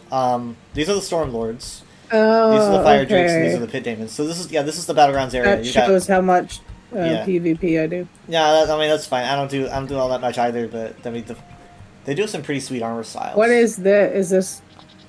This Fire Drakes. I like their armor. Seriously, look at this. Look at their armor. It's insane. What kind of? I'm confused by the symbol. Yeah, I don't know either. It almost looks like a. Is this supposed to be a dragon that looks like Sid the Sloth, or what's going on? It looks like a dragon from Star Wars. He's got like his eyes on like stalks, like a snail or something. Like what is going on? It was designed with confidence. I can tell.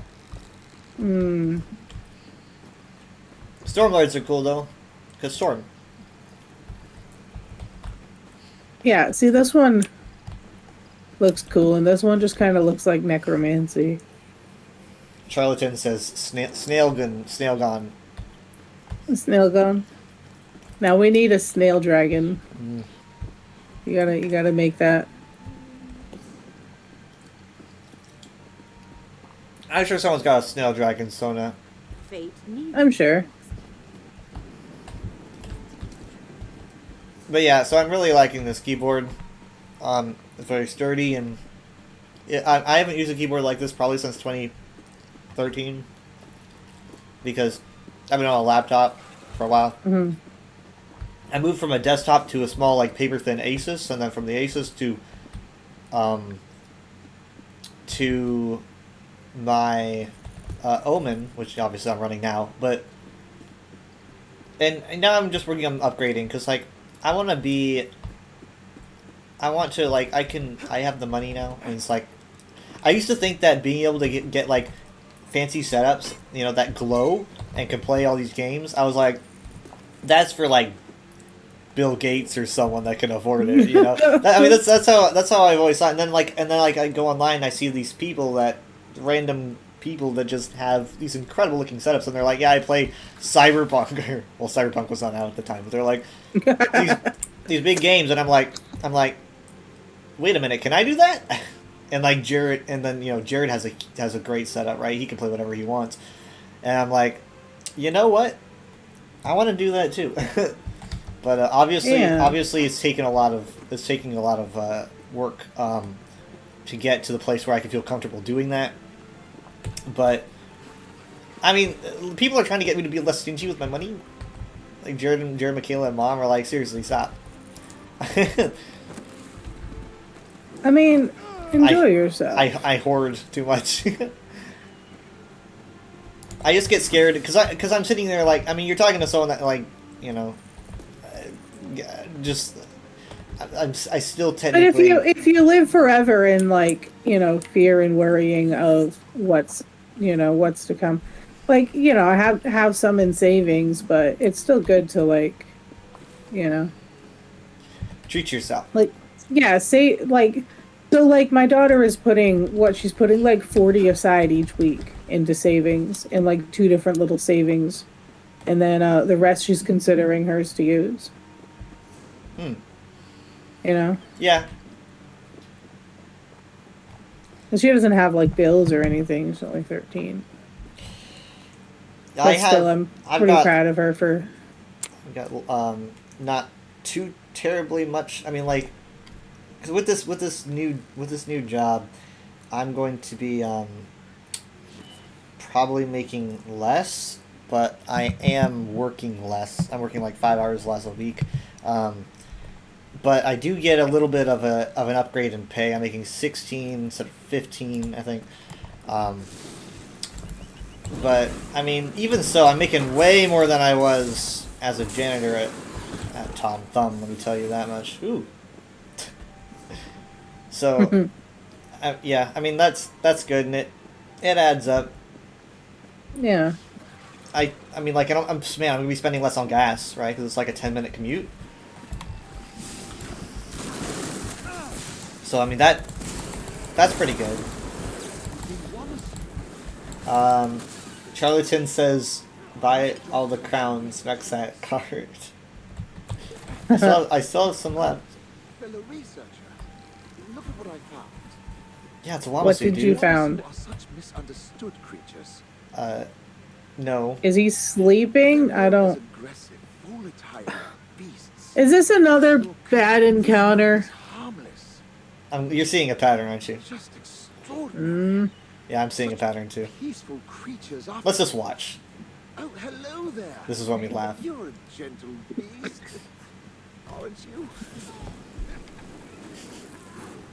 Why? Why are? I guess someone on the nature's team. gonna weed out the stupid. I guess. Someone on the team. But like back in the day, it used to be.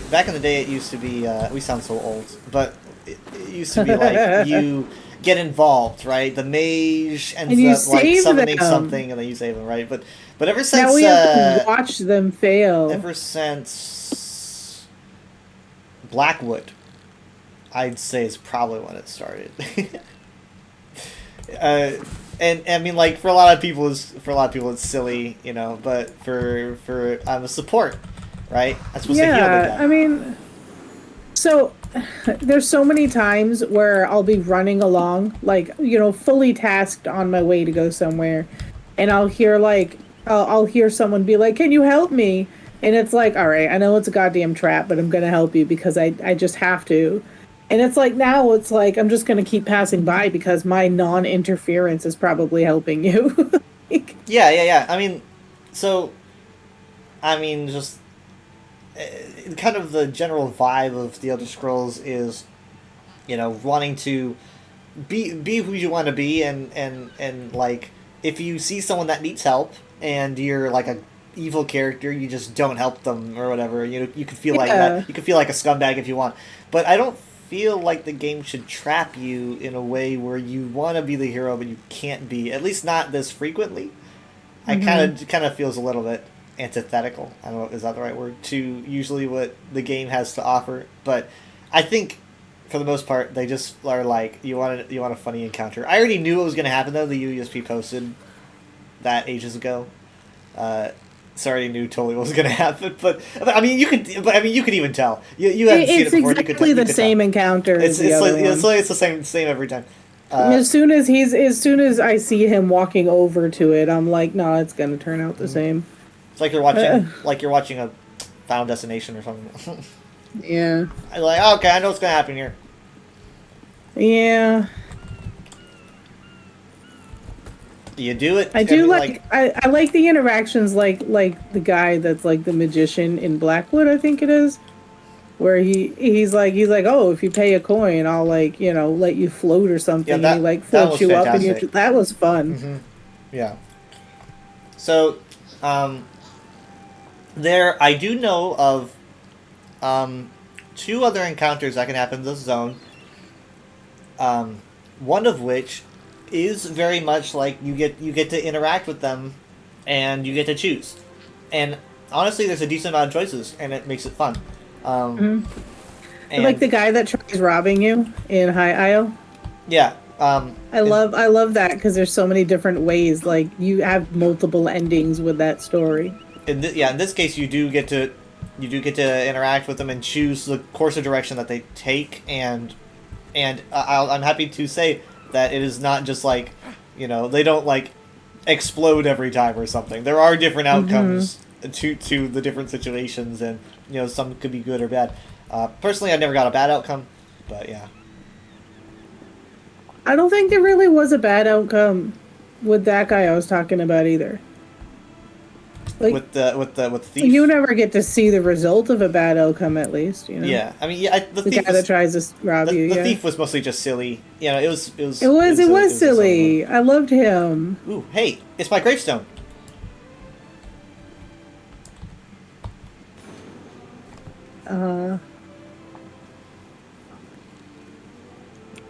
Are House you of trying to Rabbit. go for that heavy sack? No, I'm reading the gravestone. Do you not see a gravestone? Oh yeah, but there's also a heavy sack. Ah, bah. I'm reading. There is a body in this urn. Dude, what happened here? A massacre of archcannons? Exiled from the hollowed vaults for the crime of House Rello. The massacre of the archcannons. They should have not gotten Ross Bob to make his urn. It's a Sean Bean of ESO walking spoiler, or is it Sean Bond? Or is it Sheen Bean? I know everyone says that, but my brain keeps saying it as well. Oh my god, wait. Oh, That's what I was talking about. huh. Huh? Oh my god, wait, he's like restrained.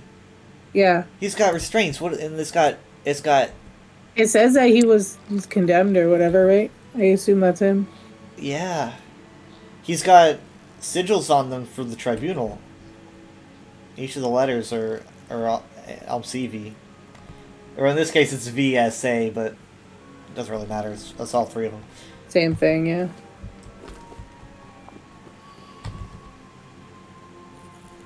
Is he a Daedra? Like, what's going on? He was a member. It looks like of a house called House Rello. There's the great houses and then there's other houses. Smaller houses that are part of bigger houses. And so his house, I guess, is House Rello, and apparently, the crime of House Rello, the massacre of the Archcannons. No idea what happened there, but it sounds pretty bad. Whatever he did, the massacre of the Archcannons. I mean, like, it's I just like. I can mentally fill in the gaps. What could have happened there? I really like shooting my triangles like a shuriken. Have you activated or have you gotten Fate Carver yet? I don't know. You should check. I don't remember what it's under. Probably What? DPS. So it's probably the first one. Herald of the Tome. Oh yeah, there's one.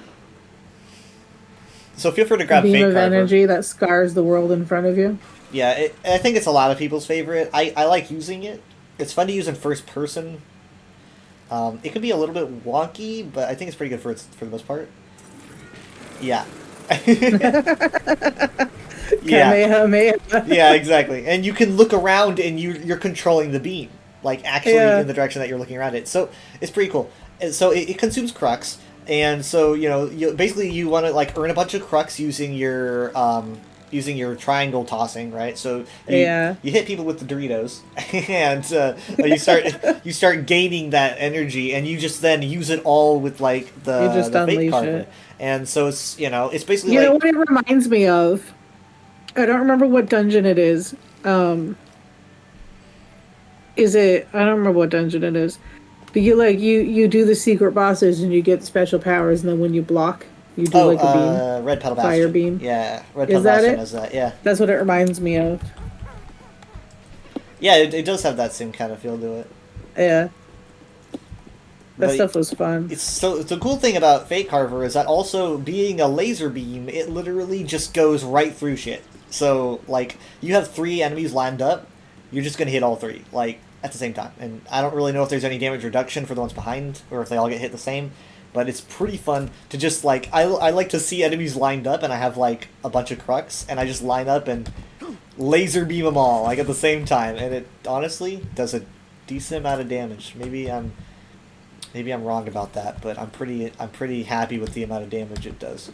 Yeah, So yeah, that's I probably mean my it's favorite one. to fun, use and so that's far. what matters. Yeah, it's fun. There's some pretty fun skills to use. I can't wait to unlock more. Let's see. This is Tel Hlorag Ven. You can make the Telvanni efficiency set here. I don't know what Hlorag Ven means, but I'm pretty happy with what they're doing with the zone, because this is what I wanted them to do. Was I wanted them to not get so so there's something really easy to lose yourself to when you're making a game like where you're trying to like appeal to all players, and that is You like got this lore book over here. I think so. I've been here before, but maybe not. Oh wait, I see a glow. Ah yeah, new book. Okay, This is the first. As soon as we got here, I was like, "There's got to be a lore book. There's Nice. usually a lore book I here." should be looking around a lot more. But so like it's really easy to just kind of make areas have names that are easy to remember and like sacrifice the like classicness of having a cool name just so that people can not forget the name of a delve. So like call Yeah. it, the I don't know, the Lost Dungeon or something instead of calling Yeah, it I remember. something I remember you lore-wise. talking about that like before, which is kind of. I was thinking about that when you were saying that one of the towns here translated to such a basic name, and I'm sitting like that's the first thing I thought of was you talking about that. Yeah, it's there's a delve here that is called it's called Kimona Drun, which when I hear Kimona, obviously I think of the Kimona Tong, which is like a slavers guild, and the Kimona Tong hang out in Kimona Drun. So I'm assuming it's Drun. We know that Drun means home because Aldrun means old home, and we know that Alds means old. So Yeah. just by that process, you can know that Drun means home. So you put it together and you're like, okay, so this is the home of the Kimona Tong. I don't know what Kimona means. Maybe it means slavers, so it's called Slavers' Home or something. But it's like, that is what it should be. And it's really easy to lose yourself and just make it called something easier to remember. And that always Yeah. kind of upsets me, because it's like, God, you could think of a cool name for this. So this is, I'm pretty happy with what they've done for this zone, because all of these names are very exotic and easy to forget, and it sounds weird to say, but I prefer it that way.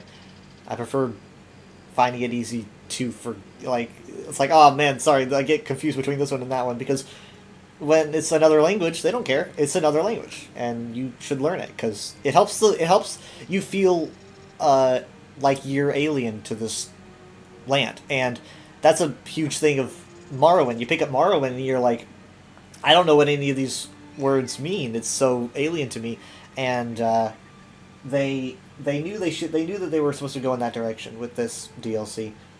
Keep it weird and strange, because they want you to feel that feeling you felt when you picked up Morrowind for the first time. Yeah. See, critters that won't. This guy should have. Whoever wrote this, Tel Verano, he should have given a copy of this to that guy that got roasted by the Wamasu. Critters that probably won't kill you. Even the non-hostile creatures. Probably won't kill you. Critters that probably won't kill you. Even the non-hostile creatures of the Necrom region represent. Just says probably. It's potentially. And then after that, it's creatures that might try to kill Die, you. don't sue. Let's see where we. Even the non-hostile creatures of the Necrom region represent potential threats. Not from a cute little bantam guar, mind you. Those things are proof positive. The three have gentle souls and kindly hearts. But while much of the Telvanni territory looks wild and untamed, that's just what the wizards want you to think. Over hundreds of years, the Magisters and their lackeys have cultivated the region, raising rocky spires and tilting, towering mushrooms to make them just the way they like them. The landscape as art, you understand. So these creatures scuttling about, the gentle bantam guar working away. I like how it says work. working away. That's such a It's funny like sound. an It's like accent. well, I mean, it's like the little sound that it makes. It's like work. Vardvark scampering in the surf, the net floating gently overhead as you cross that canal bridge. Those aren't for you, my friend. They're for the nobles and masters of House Telvanni, and woe betide any who mess with the wizard's things. And then it says loose coins, what I'm guessing, I think means just additional information. Watch what critters you crush, lest a fireball ruin your day. Pet the Vardvarks, though they're adorable. That's a command. Pet the Vardvarks. They're adorable. They are. So we've got creatures that might try to kill you. I'm going to assume maybe there's a final one called creatures that will definitely try to kill you. Even with all the Magister's power, there are some things too honorary or plain useful to drive off the peninsula. Quama mines riddle. Oh my goodness! Wow, there's a section here called creatures that will definitely try to kill you. I knew it. Yeah.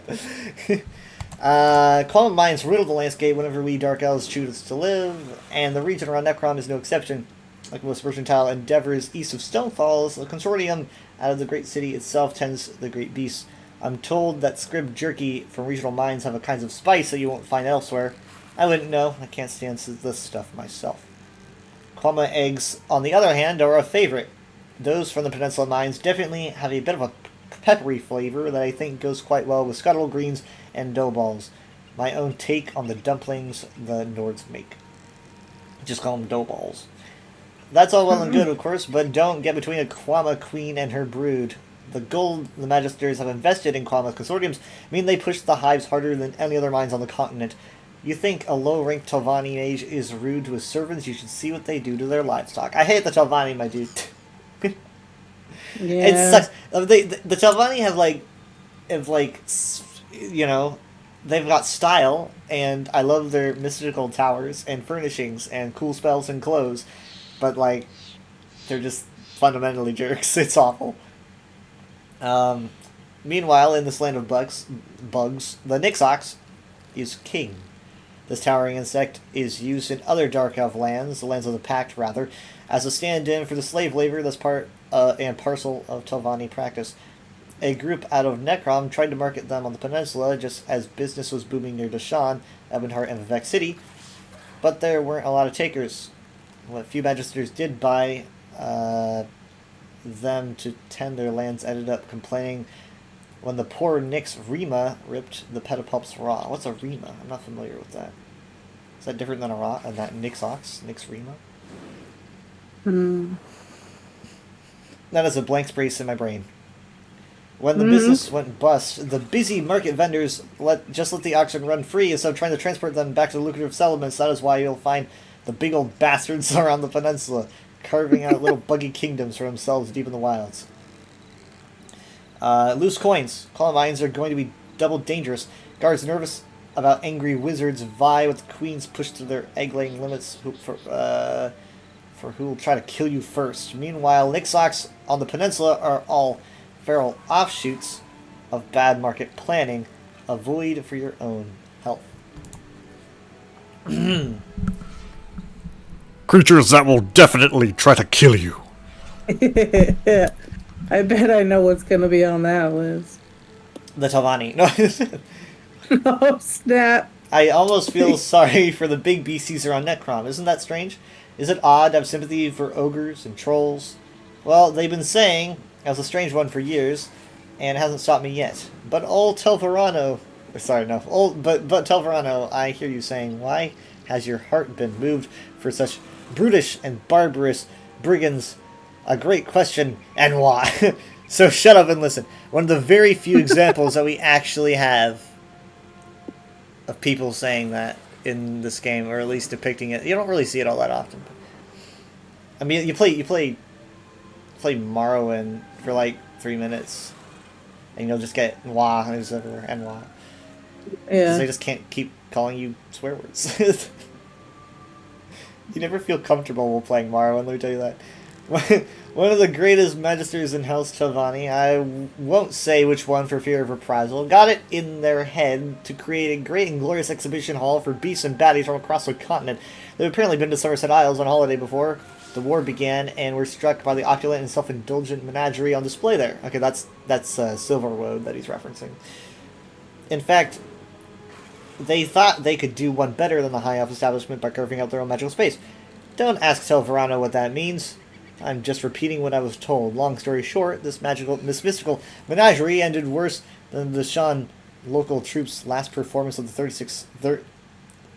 So I'm gonna say this, but it's not. This is actually a thing, and I guess this is a thing in lore now. All right, here I go. Don't ask Telverano what that means. I'm just repeating what I was told. Long story short, this mystical menagerie ended worse than the Deshaun local troops' last performance of the 30 sex sermons of Vivek. Which I guess is a thing. And now tiny tribes of ogres and trolls patrol the highlands of the peninsula, isolated from their kin and forever on the run from the mercenary hunters hired by that magister's mouth, determined to kill them all to avoid embarrassing their master. Loose coins. Even in a walled garden like the Telvanni Peninsula, nature still manages to have its way. Watch yourself when you enter dark valleys and cracky caves, and unless you're keen to see an endless torrent of onstage lovemaking featuring an Almalexia in a terrible wig, make sure you seek better entertainment than the local troupe on your next visit to Deshaun. Let me tell you. I kind of want to see that show. He makes it sound so appealing. It's like that's the last place you expect the book to go. You know, when you're I'm just gonna read this book about creatures aloud. Creatures, yeah, it's a bestiary. It's a bestiary. It certainly won't start talking about. Now we're talking about, yeah, that's funny. It's definitely not the direction I was going in. Why is this a picture of Cyrodiil right here? Hold on, let me get. They actually, I mean, like, there's, like, everywhere, there's always, like, weird maps. Like, there's a, on Galen, like, there's, on the Malmwer camp in Galen, they've got a map of, like, Blackreach. Like, why do you have a map of Blackreach? What's going on there? Yeah. I like how there's birdhouses around the woodworking table. That kind of entertains me. Look! This tiny Silt Strider! It's adorable! It is adorable. It's so cute! I want to make cute carvings like that. I've never seen this before. It's just adorable. I was really worried that they were just kind of not do any Silt Strider things. I thought they were going to like focus on Silt Hoppers and that's it. So to actually see some Silt Strider stuff makes me pretty happy. I've also noticed there's actually a Bantamgar in this chicken hut. Is there? Oh my goodness. Yeah. He's like, mind your own business. What the heck? I love him. I don't know what it's like making a zone like this. Obviously, like, tons of blood, sweat, and tears, but, like... Yeah. How does placing things work? Like, I was gonna say, I would love more than anything to, like, I don't care about being on a dev team, but I would love to be the person to decorate. They just, like, get the whole collection of all items, you know, in your hands. You get to just... you know, place little wood carving like Silt Striders on a table and shit. Like, that sounds so fun. Yeah. I would have so much fun doing that.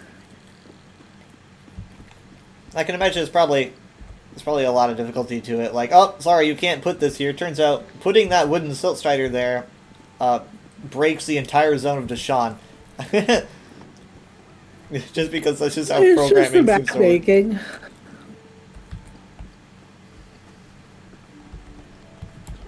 She just threw me out. What am I going to do?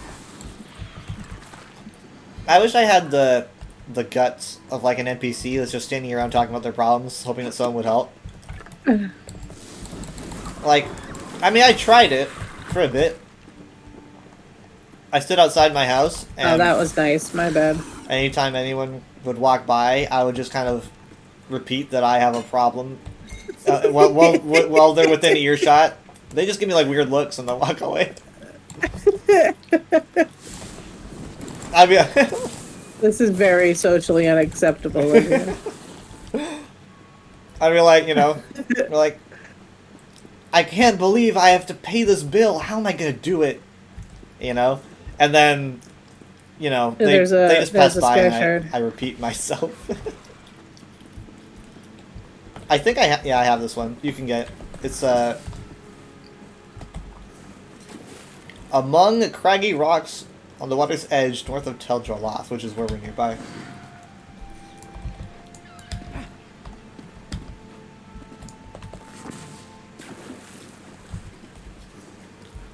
Look at the little Nyx bro. Or the Netch. They're so cute. You say Nyx, bro? I know. I got the Nyx ad following me, and it's distracting. I never use them because they're flapping wings and they do constant giggles, and it's just so much noise. So I never use them. Just have you checked out the I'm looking at his luggage. Have you checked out the new sets? Like the armor sets for the Overland? No. Okay, so what's interesting about them, we got 3 new sets. One set is called Vivek's Duality. The other set, I think, is just called Kimona Tong. And then there's Adamant Lurker. I don't remember the entire stats of all of them, but Duality of Vivek is an interesting set because you get like a bonus for swapping or something every now and then. You like do a swap, you can get a bonus because it's, you know, it's supposed to be like duality. You're using both, you know. And then Adamant Lurker has a buff. I think if you're standing still because you're like lurking, which I find pretty. Do you unique. want this chest? I've opened like all of them so far. Sure.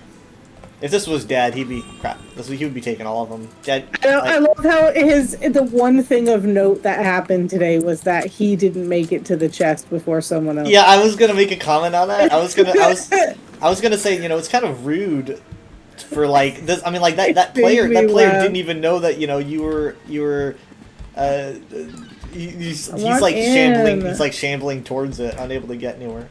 So this player looks like he's doing it right. He used some kind of bucket, I think. I heard a splash sound. He's doing something with it, I think. He's not just staring at it. I don't know what this is.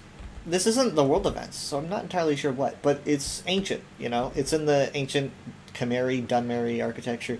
Ozaki the Knowing. Yeah, see, that's why I didn't want to like have such a simple name like that. I wanted to have like I worked my butt off to try to be a creative. Either way, I'm really, really into characters that have the and then something, like, at the end of their name. So, you know, like, just blank the blank always gets me. I'm like, oh, that's awesome. Larimal the Wise, well, something like that. I figured this character, I felt like he was, I don't know, too evolved of having, like, you know, basic Argonian names.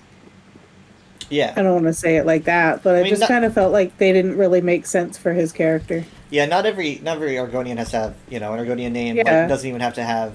I mean, you know, Cassandra from the Murkmire storyline. You know, she's just got a regular name because she's from Cyrodiil. Well, I wanted to just name him Comet, but I asked a couple of my friends, and every single one of them are like, "Oh man, do like more of a lore friendly name." You know what? As I'm the lore guy, I say you could go with Comet. I think that's fine because like it was taken anyway. There are you know, characters that have names based on words. Ember, for example. Ember. Yeah. Ember's, you know, I think she said it was because of the color of her eyes. I think they call her Ember. You know? Yeah. So it's like people can just have names like that. Ember is not a Khajiit name, sure, and you know what? Ember doesn't even have a Khajiit accent because she's like never spent time with her own kind, to my knowledge. She's kind of always in the streets and on her own. So she doesn't really have that much of an accent as much. I like her outfit. Yeah, it's nice and softly glowing. You don't see a lot of like one hyphened Argonian names these days, but. Huh. Like these mushies. These mushies. Oh, dude, wait. There's a book next to her. Oh, what? Oh, yeah, no, I've already got this one, but not on this character. Thank you for pointing it out. So, here's something funny about this Yeah. book. You want to know something funny?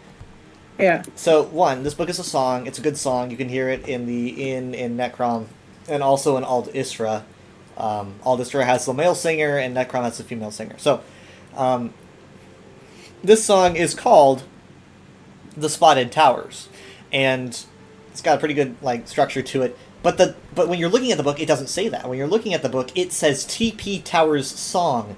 Yeah, that's because what it's. TP Towers. They must have forgotten to name it its actual name and instead kept the placeholder name, which is definitely Telvanni Peninsula Towers Song, and they forgot to like actually add the actual title to it. So I went inside the tower. they need to fix it. Oh, there's a book in there, I believe, on the table. I'm pretty sure. Brief history of House Devon. Wait. I think there's two towers here. This might be a different one than where I went. I'm gonna get in. Oh no, maybe this is the same one. Yes, this is the same one. Penguin?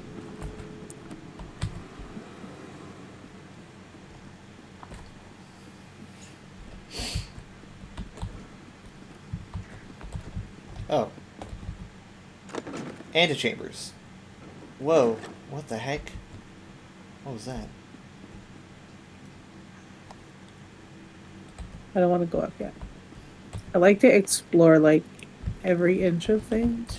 Yeah, but personally, I like to kind of wait until I can, like do the quest because it's like maybe I'll see a paper that might have a spoiler. Look at the staircase, though. That's true. That's true. It's so tempting. I'm not reading it, so I'm okay with it. It's so detailed. I want to head up the staircase. I do. I want to go up a mushroom tower. This is so cool. I want a house like this. What? Dude, look at the... Okay. Look up. That's so cool. Ooh, I want to lick it. It's like a mushroom chandelier. This is a dresser? Is it? How strange. Yeah. It's They're- letting me... It's for not their- stealing. For their tiny Telvanni clothes. Tiny Tiny, body itty bitty tiny Telvanni clothes. jewelry box. Look, it's not stealing. Here's what I like about That's good. ESO. So I like sometimes popping into other MMOs from time to time, and so I revved up World of Warcraft last week to do a little bit of that. You can And- read these book stacks. Oh, Like, sweet. I already have that one. That one. I made that one of my reading of the day books. I've already got both of them. Thank you.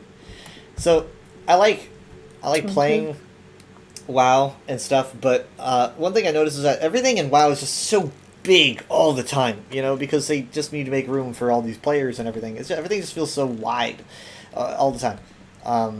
But like, what I like about ESO is that they don't really need that. This room just feels like a room. It just feels yeah. completely proportionate to my size. It's the perfect size for a living quarters, and I just really like that. I like how cozy it feels, and I want a house like this.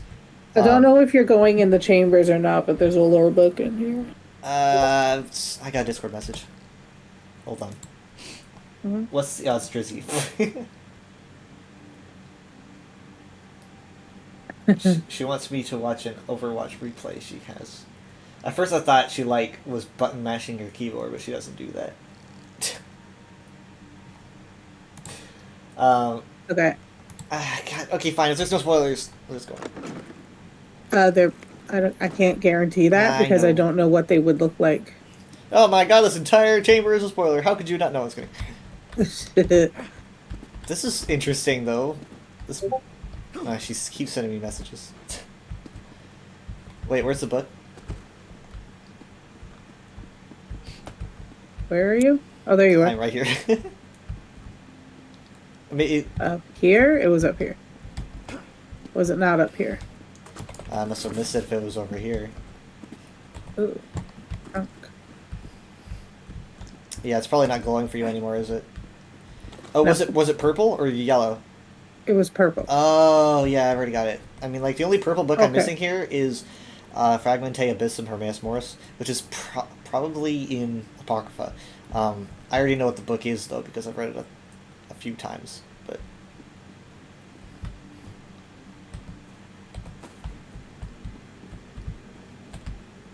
This might be too much. I would love a house like this. What I like about this is that, oh, it goes even higher? Or is that lower? Yeah, It's a that's- cellar, so I don't know. But what I like about this is that that all the rooms and stuff and the staircase and everything really makes these towers feel bigger and more Uh-huh. detailed and more complex and like Yeah, they this place felt is and way set this more bigger than up. I thought it was going to be. Yeah, I like that. It's pretty. I'm cool going to that way. go, but you don't have to follow. Tell me if there's anything interesting. It just looks like another room. Awesome, another room. I'm going in. Yeah. It looks pretty Sweet. uneventful. We to went me. down though, so this is probably in the basement or something. It said cellar, yeah. Yeah.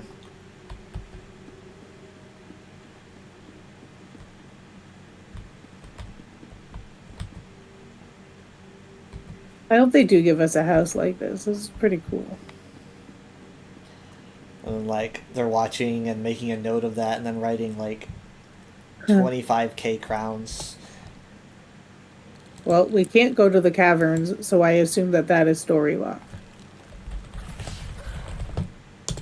I like it when they do story lock because Yeah.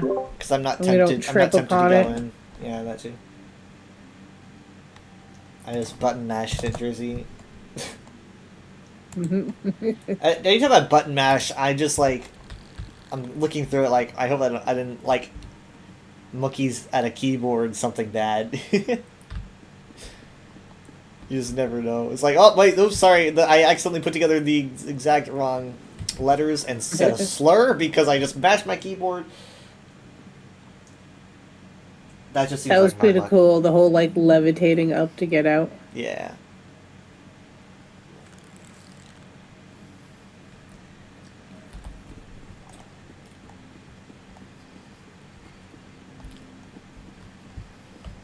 That's the one thing I love. Like the Telvanni, like furniture style is one of my favorite. Like with those jellies and stuff, like the jelly lanterns.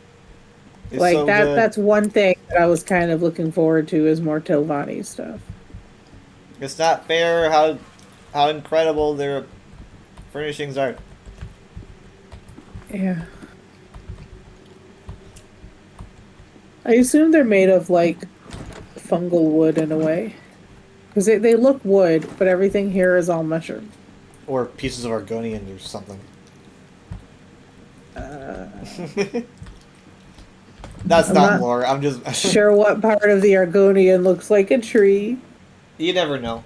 I mean, you know, you can't You see, never know. You can't see past my skills. You know, you ever thought why we're so into the hiss? It's It because we're looks trees on the like inside. that's made of fungal, but I will say some of those shells do kind of look like flesh. Yeah, they're definitely. Okay, so isn't there like two? Yeah, there's another tower. There's like two towers. I don't know if you can get to the other one without being on quest. They managed to add a little volcanic area, which is nice. You know, they checked off the boxes for Morrowind, and were like, we gotta add volcano land, and so they added a little ashy area here. It sounds like it's like let's go to Disney World. yeah, it's we a have to go fragment to of Disney Volcano World. Land. It's like one of the parks there. Volcano land, hooray!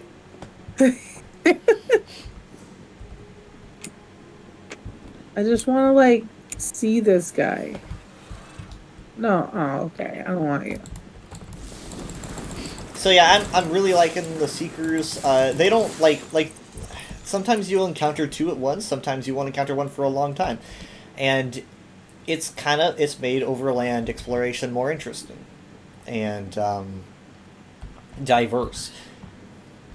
So I'm like if you're an experienced player that's interested in like wanting to fight something powerful, look for a Seeker. Like seek out a Seeker. If you're a noob that's like afraid of Seekers because they'll kick your ass, or me, who's not a noob but they'll still kick my ass, then I'll have to say, wanna avoid most them. noobs don't really know what they're getting themselves into. Like, Oh, half no, the but- time when I'm in Vardenfell and someone's asking for help to fight something, it's because the new players just grabbed a quest, not Yeah. realizing it's a world boss daily. But I mean, like they'll only make that mistake once, and then it's like, okay, wait, hold Maybe. on, I probably can't do this by myself. Like, to be honest, so like I There's a don't way even shrine this way. I don't even know if the seekers are really difficult or if I'm just bad at the game, but they've got a lot of I don't know. attacks. I have to get this way shrine. There's another heavy sack. I do like those. Agree? These are pretty good way shrine designs. So this is a Patomaic crest. I don't entirely know what the Patomaic crest is. It might just be this area of the coast, because the ocean that we see here is the Patomaic Ocean. So it might just be that this area down here that hugs the ocean is called the Patomaic crest. Hmm.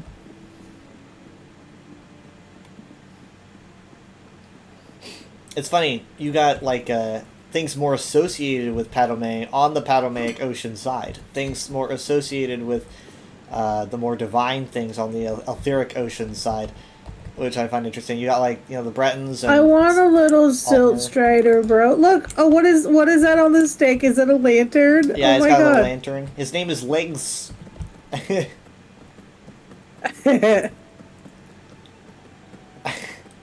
Thump, thump, thump, thump, thump, thump, thump, I love him. They gotta give us a little Silt Strider pet. Make him one of those other pack animals. I can keep up with him. He can keep up with me. I'm just in auto lock right now. I love him.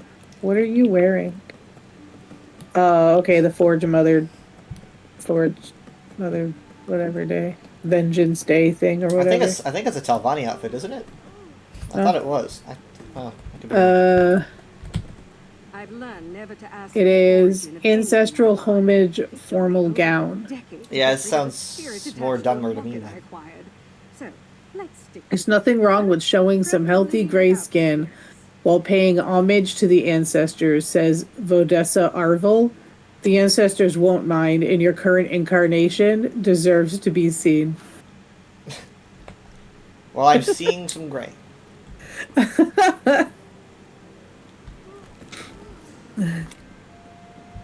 Look, let me show some cleavage without judgment, okay? We were talking about that in the Discord. You probably weren't watching, but No, we were talking I don't about. really look at Discord much. Yeah, I mean, same. The only Discord I look at is mostly my own, or if I get added in the UESP or something, then I'll notice that. Or the at everyone's that I get all the time. Like we're talking about how, like, you know, because Diablo just came out, and Diablo's kind of been going towards a more like their advertising campaign is a little bit more sexy than what like people expected, because they're like, wait, I thought Blizzard was trying to get away from this stuff, you know. So they basically their new campaign. Sorry, I don't know if you wanted that. No, They're I'm new- not You're not dad. harvesting You're really not on like, him. You're not like that. No, I mean, I would harvest it maybe on my other character. Well, This one's gonna harvest the lowest quality anything. Oh, that's Not true. worth it. It's not worth the effort.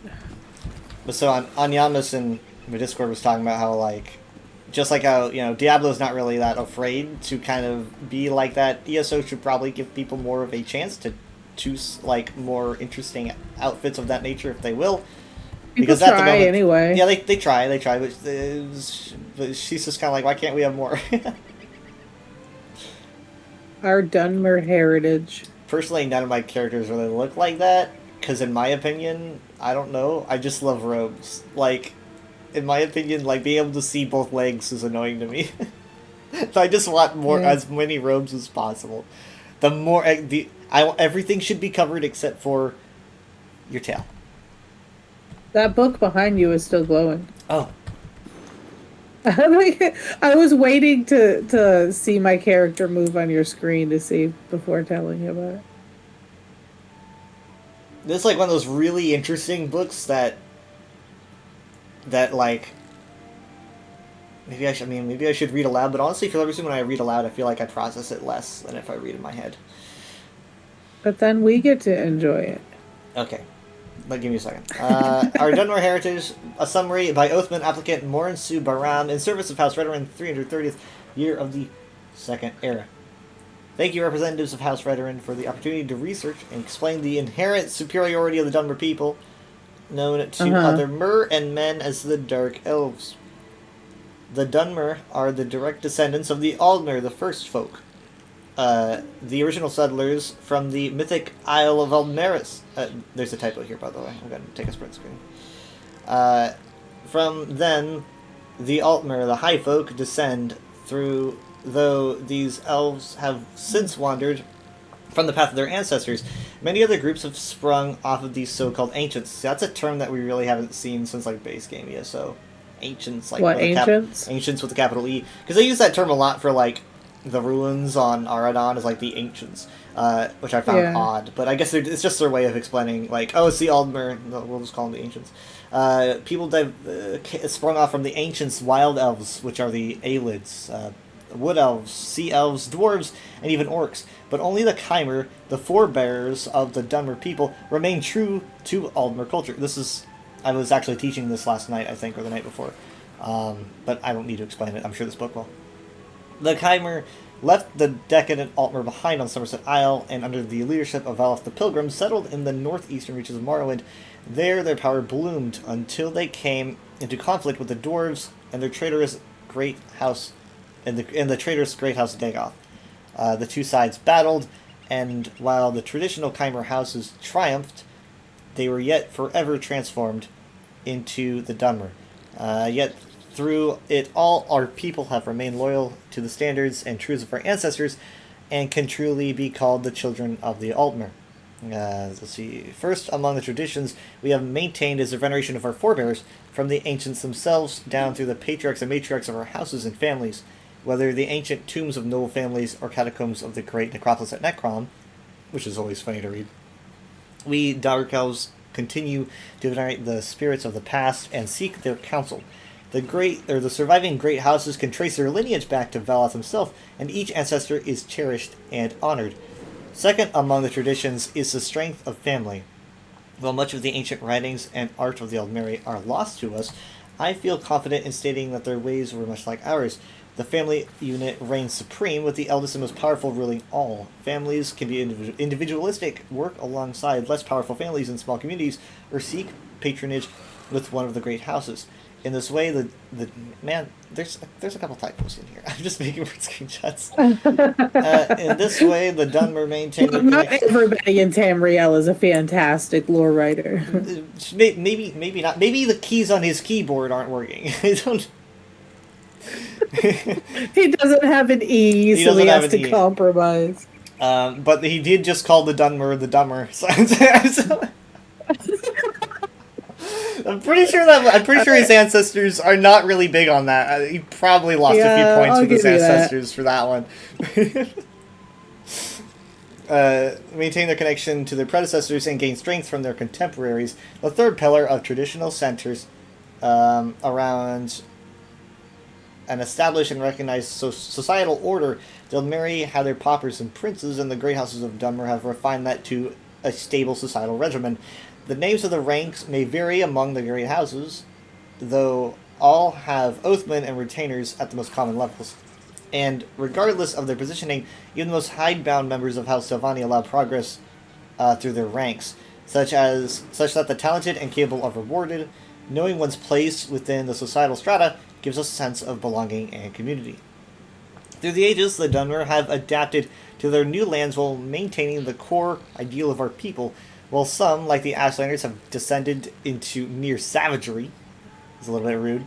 The great houses, in particular House Redoran, have never wavered from their dedication to the spirits of their ancestors. We honor them by heeding their advice and continuing the great traditions. In this fashion, we are the true heirs of Aldmeri culture. I had to look back because I'm like, yeah, this guy's a part of Brethren, isn't he? And he is. It's because he says you know, the great houses, in particular House Redoran, have never wavered, and I'm like, the guy's part of House Redoran, is he? And yeah, his name is Morn Subaram in service of House Redoran. It's a little bit biased there, I think. So yeah, he's got to say that, or he's gonna get his butt kicked.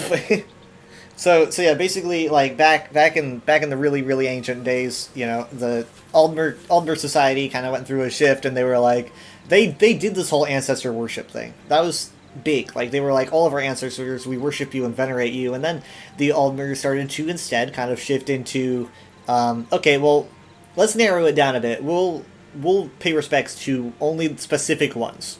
Only specific ancestors kind of get the veneration and all that. And those ancestors are like the gods, Ariel, Mara, divines. So Aldmer, the Aldmer were like, we're just going to focus on these guys, you know, instead of, in general, our ancestors.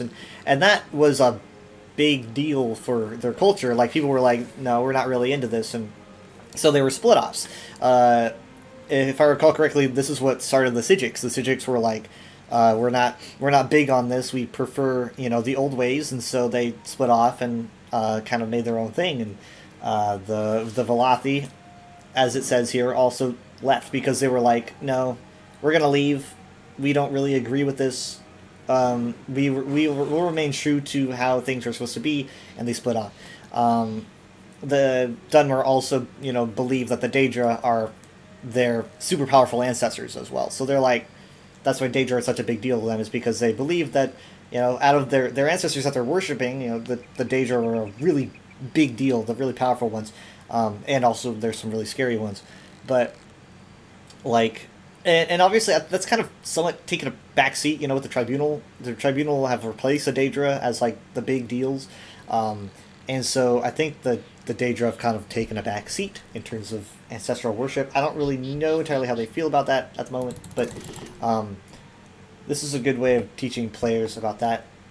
I feel like maybe they're not putting new books in bookshelves as much as they're just leaving them around this year. I don't know. But I could be wrong. The more books, the better. I got curious about the towers, and there's a lore book over here. Yay! I'm finding more tonight than ever. Well, actually, you are. But... I mean, exploring. It's curiosity is leading me to them. Yeah, I've been kind of conservative with my exploring a little bit because I'm trying not to see. I'm kind of like, ooh, what's that? Ooh, what's that? Deal with a Daedric prince. Testament of Rindrel Thurano, healer of Tyr. Okay, so here's a Tyr reference. Tyr is a city that is way to the south. I don't really know if I can point it out. Okay, so can I point it out on the map without? It's okay. So you see Shadowfen on the map, and you see you see the house, the Stay Moist Mansion.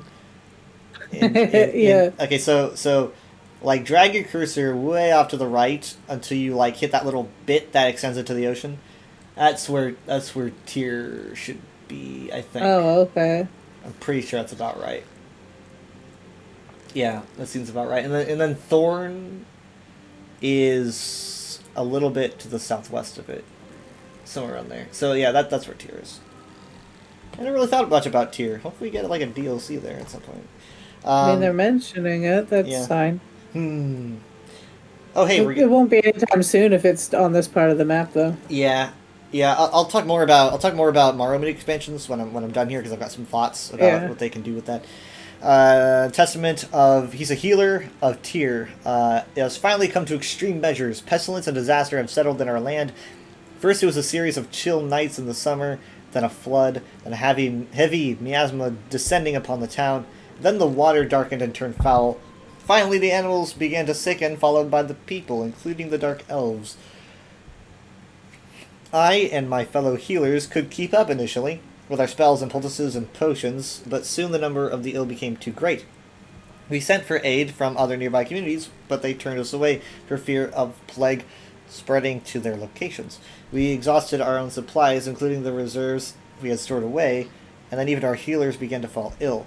I could take no more. I dug through ancient texts and, using the prescribed vampire dust, silver, a death belt, and a ruby, invoked the alien words and called upon the source of our afflictions. In quotes, Periite, I summon you to accounts. In a flash of light and a billow of smoke, a ghost-like skeever emerged from the swirling mist. I thought the summoning had failed until the skeever said, You have called, I have answered. How shall you venerate me? I mean, like, He shows up as a skeever. I yeah. love it. Instead of his cool dragon form, I would have been disappointed. I would have been like, "What?"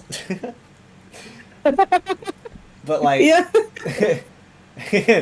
but also like, man, I can't really think of that many occasions. It might where- be symbolic since the rats were the carrier of plague. Yeah, he's often associated with skeevers. Skeevers are Yeah. very common iconography for him, but I don't really hear him talking often that I can think of. Like, a lot of his presence has been very mute. Let's see, he's venerate you, I spat. You have inflicted a plague upon my city, for no reason and with no end. You must stop. Plague? What plague do you speak of? It asked innocently. The grip, I responded sharply. Ague, consumption. Should I give him like a tiny skeever voice? If I No, could, I just love that he's fucking like, what are you talking about? Like, you I say- freaking know. You know. I don't know what you speak. I don't know about that. He's got like all these terms for it. The beastly horrors, fiddler's quinsy, even flying heart ticks. Oh, these are all different things, I see. Each plague worse than the one before. I thought the skeever shrugged, but it said, I have done nothing other than let nature take its rightful course. You decimated my village, I said. You pray for a cessation of your suffering? Asked the skeever. I command you to stop, I shouted. The skeever gave a chittering laugh. You command a Daedric prince? Really? Can you force me, mortal? I have knowledge, I replied. I can gain more. Is he going to try to gain his mimic? I will be relentless in my pursuit of you, and I will spread that knowledge through the land. I will not just deal with your deadly afflictions, but cut them off at the root. Your power will fade, and you will become a lesser thing. There was silence for a moment. Dude, you just threatened him. Dude, like, the absolute nerve of this guy. Like, Yeah, like bro. he's like he's talking to a Daedric prince He's this way. got balls. There was he literally made Periite quiet for a second. It just says there was silence for a moment, and then it Awkward. awkward mortal. It's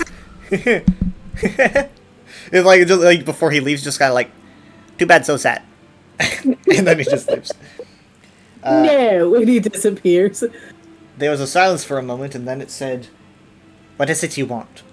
I want my patients to be free of these plagues, I said. I want the people of Tyr to be afflicted no more. Then, after a moment's thought, I added, for a year and a day. And again... Why? I don't... Interesting. He says, for a year, and I want the people to be afflicted no more for a year and a day. I guess maybe to make it, like, more acceptable. And again, then silence, then a chuckle, which sounded very strange coming from a skeever. Very well.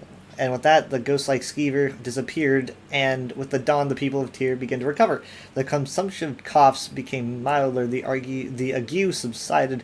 Even those with the worst cases of fiddler's quinsy began to regain their strength. Fiddler's Quincy. Fiddler's quinsy. Yet it was not without costs, for all deals with Daedra always come at a heavy price. I soon felt a weakness set in my limbs, and in the days that followed, my skin grew scaly and lizard-like, spreading across one arm. Boils appeared on the other. Food lost all taste, sleep eluded me, and breathing became difficult. Now my vision is failing. I weaken. Something unpleasant moves inside my chest. I have sealed myself in my quarters, and I've instructed all to avoid me. Through my declining ears, I can hear bells. Tears celebrating its good health with cheers and cries of joy. I am happy for my people, but I curse what has befallen me. I curse Periite, and I curse myself for dealing with a Daedric prince.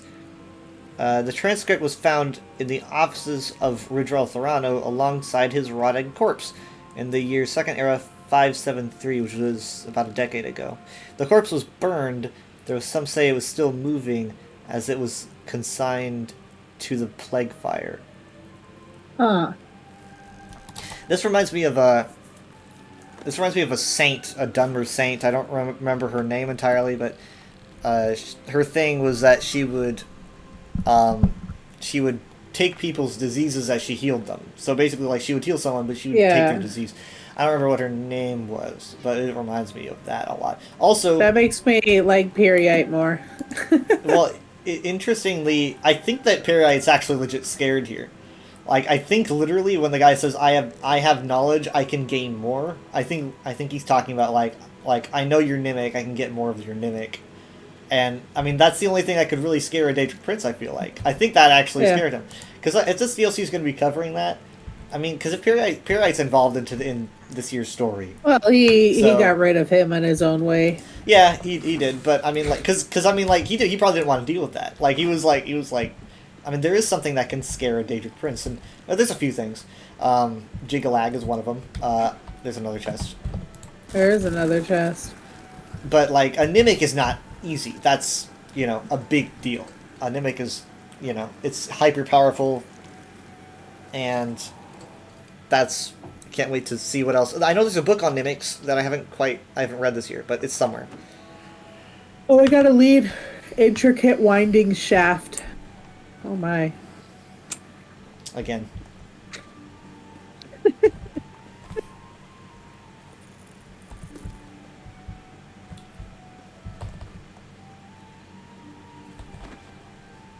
I wanted to see this trapezoid. Now you're getting it. Yeah. Salin Mora. Now, I don't know what Salin means, but I know that Mora means forest. So, maybe Salin means forest of the dead or something? I don't know. Salin means dead. Who knows? But...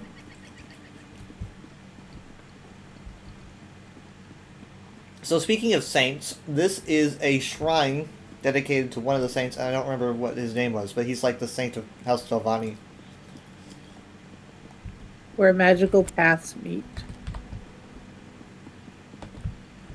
Purple. Oh, dang it. So yeah, there's some really... This furnishing right here is the first thing I ever saw hold on. From Necrom. It was a data mine that I saw Parables of Saint Vorius. Ah, that's him. Following the Middle Dawn, Saint Vorus oversaw expansion of the Exalted Necropolis. His architects came to him complaining of porous rock which invited in the sea. Saint Vorus felt a shift in the earth and did not move. As he did, the bones of Golgamore Jill, curling around the White City and long since turned to brittle stone, rained from the sky and crushed the complainers. This forceful expression of will gives true honor to the ancestors, proclaimed the honored saint. We honor the sacrifice of those who met their end with no delay. The faithful may live to push back the sea and be worthy of being interred in sacred halls of our necropolis. And so it was with that Saint Vorus left Necrom, restless and certain that his end would find him in battle, far from the lands that he called home. With his followers, he marched elsewhere, and when the first village he came to offered no resistance to his presence, he ordered it razed. The scorched earth brings forth new life, bearing the sweetest fruit, said the venerated saint to his followers. See yourself warmed by the lives of others, even if you must set them into flame yourself. This guy is not nice. And so it followed. The catfolk were wary of Saint Vorus, and fled the path of fire he cut across Anequida.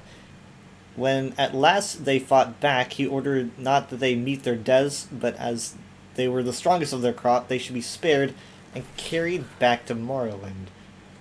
Let us nourish others and set them forth with the seeds in hand, the exalted saint told his followers. That way we may see their backs bent in our fields for days unending. Turn them into like... Okay, I see. Okay, I see.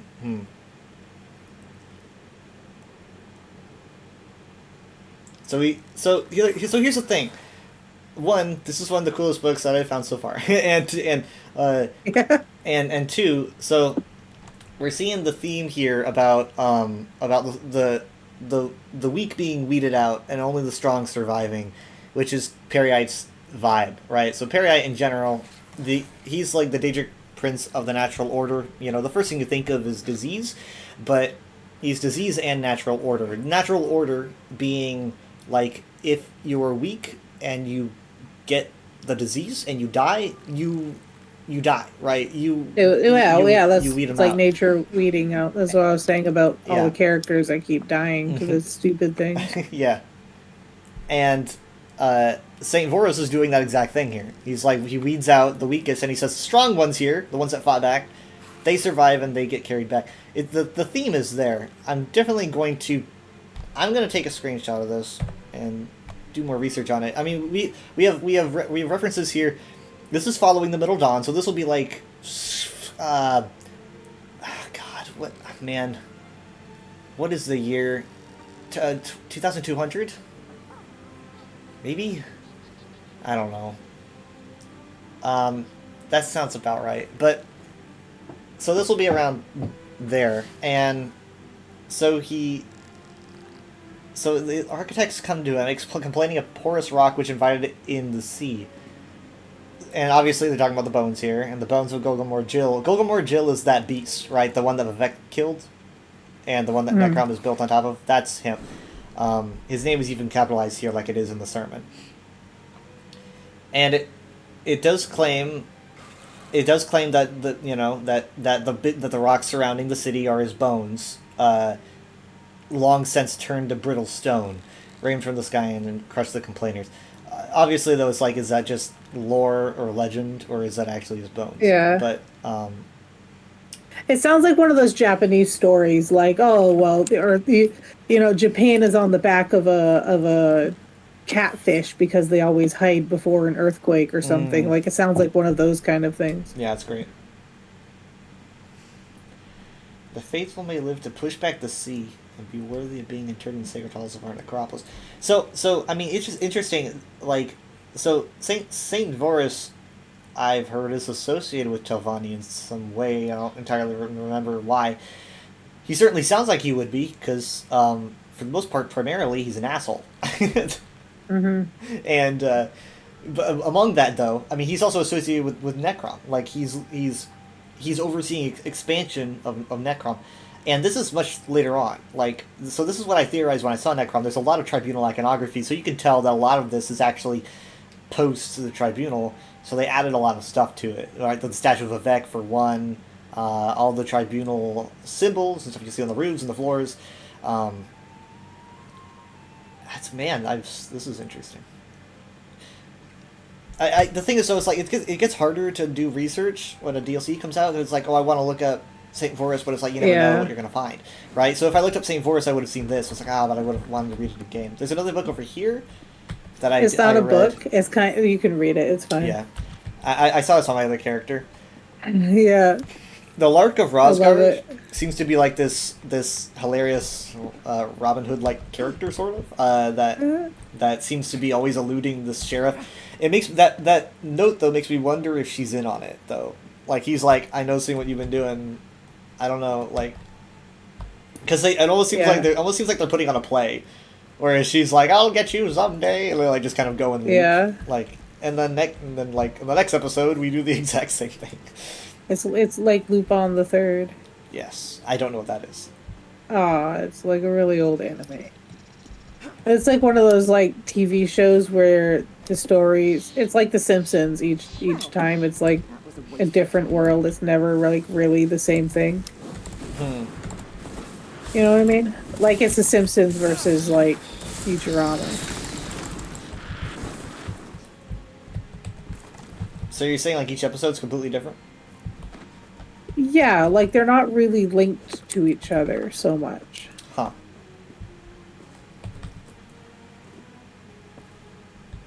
That's how I feel about like Star Wars has made this thing called Star Wars Visions, which is essentially a group of like different episodes that they like get a bunch of animators. Like, for the first season they got a bunch of anime studios that like everyone loves, and they were like make a Star Wars thing, and each of the episodes are completely different from each other and different everything, voice actors, animators, and also they're completely not canon because they're like they don't really take Star Wars canon into account.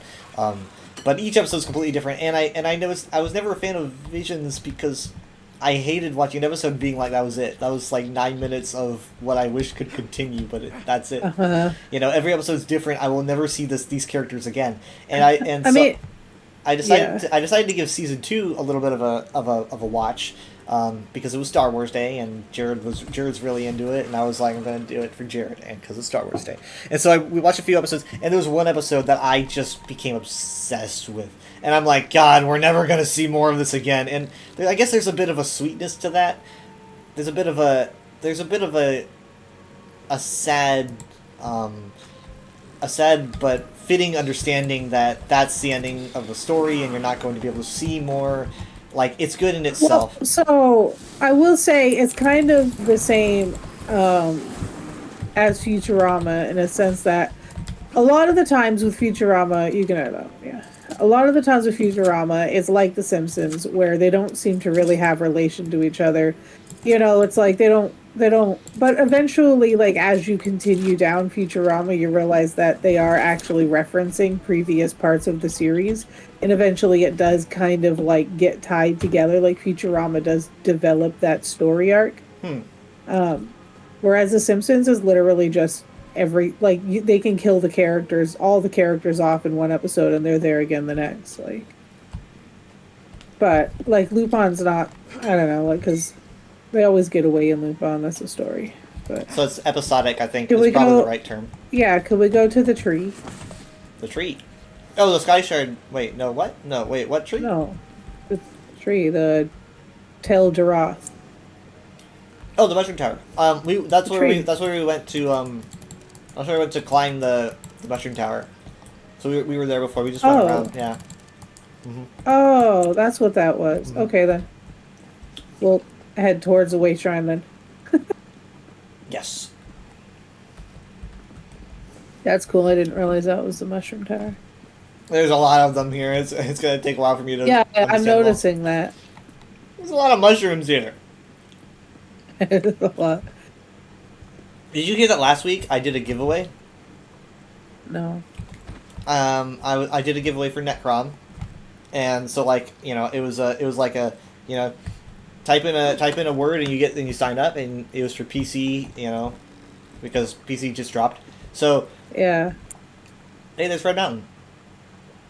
So I was like, it was really fun because I'd never done that before. I tried to do it a week ago on Saturday, and it was not good. Like for one, my internet was breaking and no one was really signing up, and I didn't really Yeah. advertise it very well.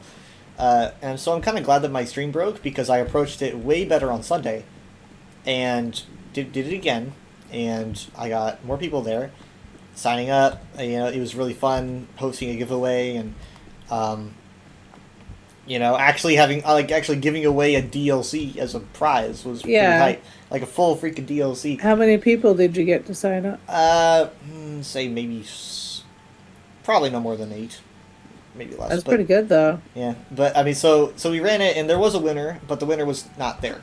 That happens all the time. Yeah. And I waited like 5, almost 10 minutes shouting them out, but Enforcer was like, we should probably just continue on because he's not here. He's not in the viewer listing, and I checked and he wasn't. Yeah. So, one of the Inklings when he was on the stream team, and he was always giving away, because they give the stream team codes to give stuff away, and he would always say verbally, tell me your account name and what console and whatever, because people, like, I don't know, people have bots that just automatically join channels that are doing Ooh, giveaways and stuff to Oh. automatically enter and win.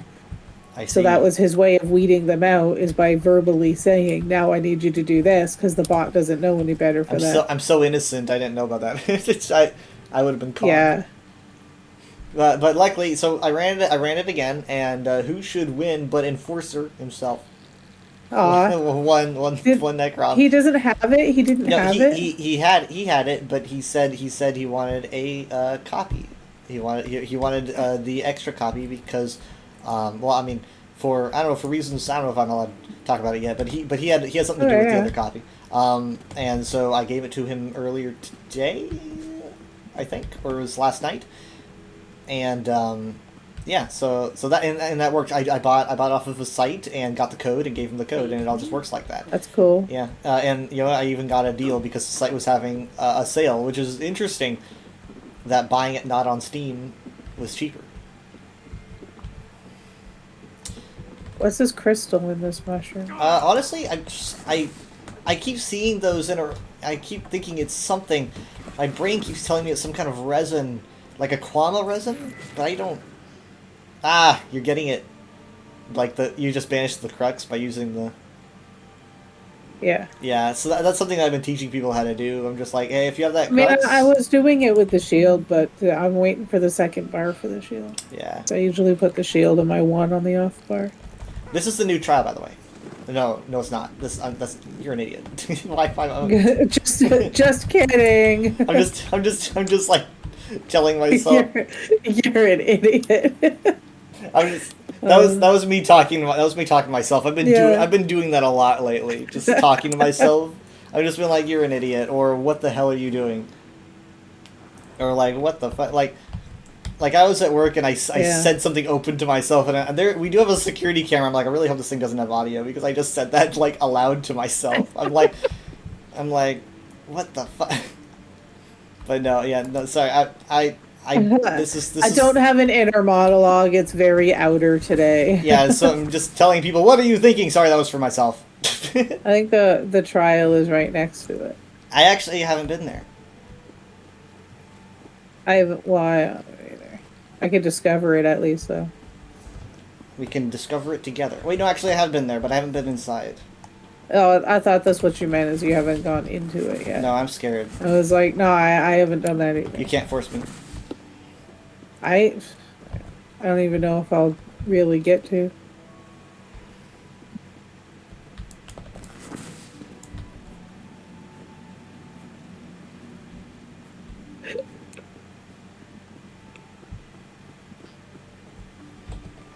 Is it just automatically discovered? Because it didn't tell me I discovered it. Oh yeah, trials are automatically discovered. Well then, Yeah. guess I don't need to discover it.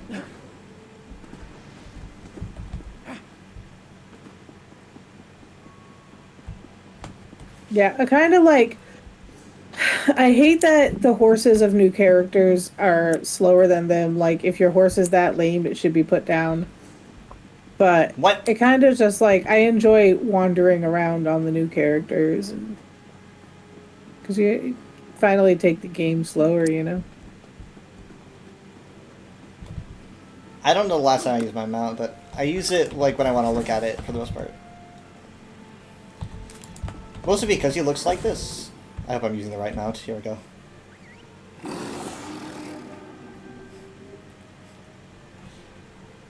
Honestly, though, like, can you imagine, like, being this guy and running through, like, a swamp with all the bugs? Like Pac-Man. he just eats them all up. Nom, nom, nom, nom. Do you think he's a mouth breather? I knew he reminded me of me. Oh no. This place was described as being lovely and stuff, and it's not really that great, to be honest. What was it described as? I was reading a book and described this place as lovely, and they said book a stay here. It looks like It must have been made by the same guy that wanted us to go into danger to approve of a location for tourists. I think it's probably supposed to be this place was great, and we're supposed to be sad that it's not great right now. That was disheveled.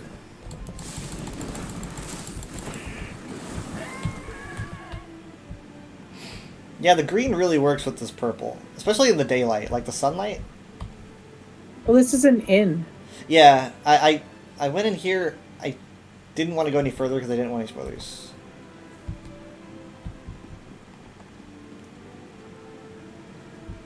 I mean, the fact that it's not on the map does kind of suggest it's there for story. Yeah. Spider Daedra. So I was told the other day on Twitter by like the Elder Scrolls memes himself, like the Elder Scrolls memes, who's famous on Twitter. He's been telling me how good I am at making memes on Twitter. And like I was like, man, that's probably the highest compliment I've received. I also have people telling me like that apparently I've taught them a lot of lore, but I guess they might just be like listening to my streams because I don't recognize the names. Where like you taught me so much, and I'm like, Oops, not didn't mean to recognize do the that. name. Or maybe they just had a name change. Twitter can be like that. It's just like, oh, I don't notice your username. I only notice your name. Speaking of which, Discord did its name change thing, right? Yeah, mine is updated. What'd you get? Did you get your name? Like, Yeah, I mean it's unique enough. you yeah, know, but there's always to that take fear it. though. Like, and sometimes Eh. sometimes it's like there's no way this is taken. No in hell. Like I get that sometimes while playing ESO, I'm like, there's no way this name is taken. Like, but it says that it is. I'm like, come on, man. Pretty sure your name is probably not taken. Yeah, but yeah, I did get my name. I was lucky. But I mean, like, what do you, Yeah. my name on Twitch is Weather Dragon Horde because Weather Dragon is taken. It is a user. But Weather Dragon the user. How old is your account? Your Discord account? Discord? I don't know. But Weather Dragon the Twitch user doesn't even have a profile Uh-huh. pic. Like he probably just never made it and then never really used it. I don't think.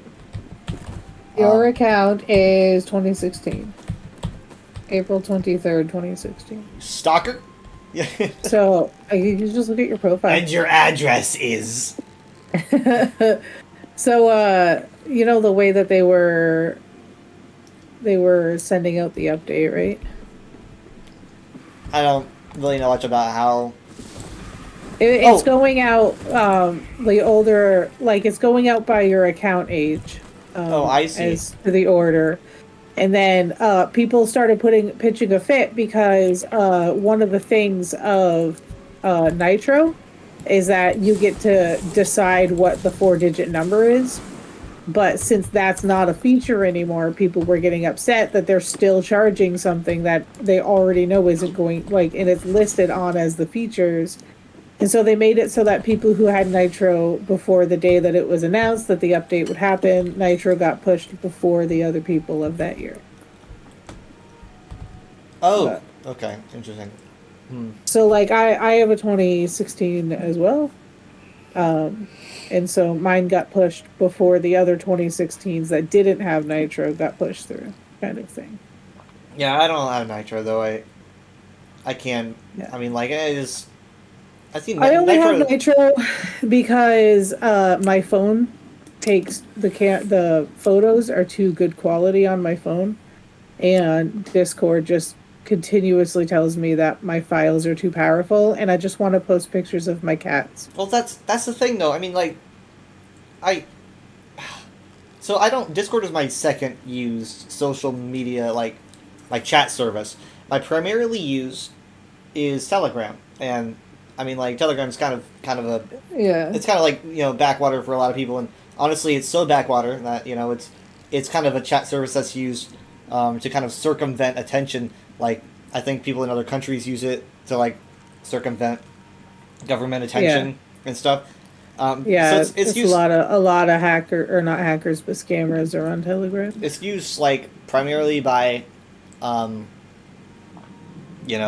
organizations and furries. That's just pretty much the two people that use it. And sometimes there's a Venn diagram that happens there. I'm not going to talk much about it, but there is one.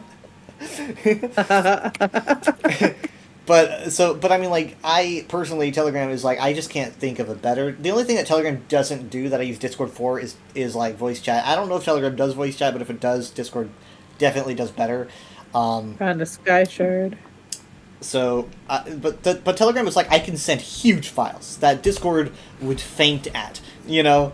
Discord would be like, no way. So, I can't believe Discord's But the limit. reason the reason why Discord, so they were having issues because it was a free program basically. They were struggling to keep their servers going, and people, they weren't getting donations like they were asking for. So then they had to start like finding ways to monetize so that they can keep the servers going. Like Discord itself was like dropping quality like insanely. Like you would be in a call and all of a sudden the call would just start like dropping for everybody, and then or like your server would just go completely offline because they were having issues maintaining the server because they didn't have the money to do it. Do you think So that was when they came out with Nitro to find a way to monetize so that they can try to afford the servers. you think if Telegram was as popular as Discord that it might encounter a similar issue? I mean, you can only keep so much information before it's got to upgrade or be maintained. I suppose Telegram's like backwaterness is probably why it's so good for me. Yeah. Maybe I should just not hope that it gets bigger. Everyone forget what I said about Telegram. It doesn't exist. It's not a thing. You definitely cannot customize your background and send huge files, and honestly, and you definitely cannot make your own stickers. I seriously though, in all seriousness, have probably made like 250 stickers or something, and I don't know, it's like a lot of stickers, and it's just fun. Like I could put a sticker together in like an hour, 2 hours, and that's an actual like, it's like a big emote that I can use like for any situation, and it's just, and then I just kind of put it in there, and I can use it for a lot of stuff as like an emote to react to things. And it's not small like an emote, it's big and, noticeable, and I just find it really fun. I don't know if Discord has anything like that these days, but... I don't know. We fighting it? Maybe. I'm gonna see if I can get... See, here's the thing, I wanted to summon a special new kind of Daedra that just came out, that I'm really interested in. And... it won't be anything like what you've seen before, so... Have you seen it yet? I have seen it because I've been kind of, the Necrom news guy, and so I've been keeping track of... Seeing you use that beam is great. The visual is fantastic, like...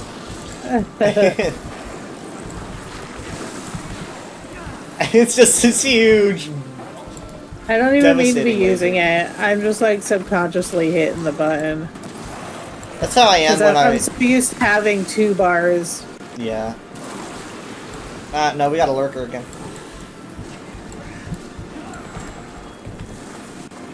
I hate these guys in Skyrim were just a pain in the ass. Like, I hated fighting these guys more than the Seekers, honestly. Seekers in ESO look more interesting, if you ask me. They're obviously more vibrantly colored. They have the same... pretty much everything. They just have cooler clothes and these cool bands on them, so it's just more detail.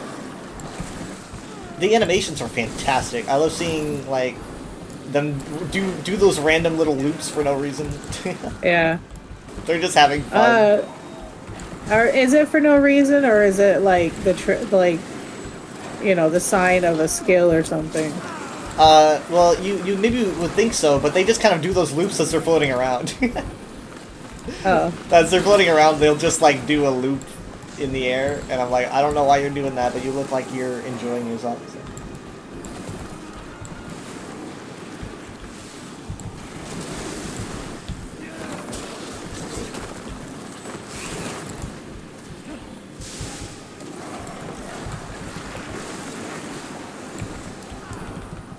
It's funny hearing you you're like, oh crap, man.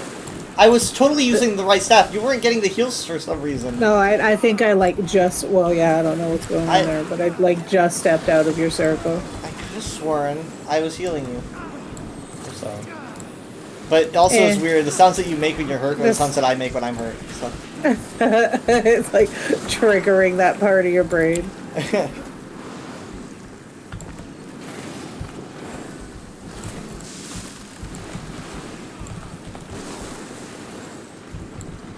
This beam is really weird. Like, it's something I gotta get used to. Yeah. I like I think it might be a new track, but, like, this new like there's a battle music now where it plays like the Elder Scrolls theme as you're fighting. I've never heard it before. I can't say I've ever heard it, but like it's this choir and it's like actually playing like Nerevar Rising, and I feel hyped anytime I hear it. They had it in a Necron commercial, so I'm gonna assume that it's new. Because I was like, dude, I want this to play in game, and now I'm hearing it.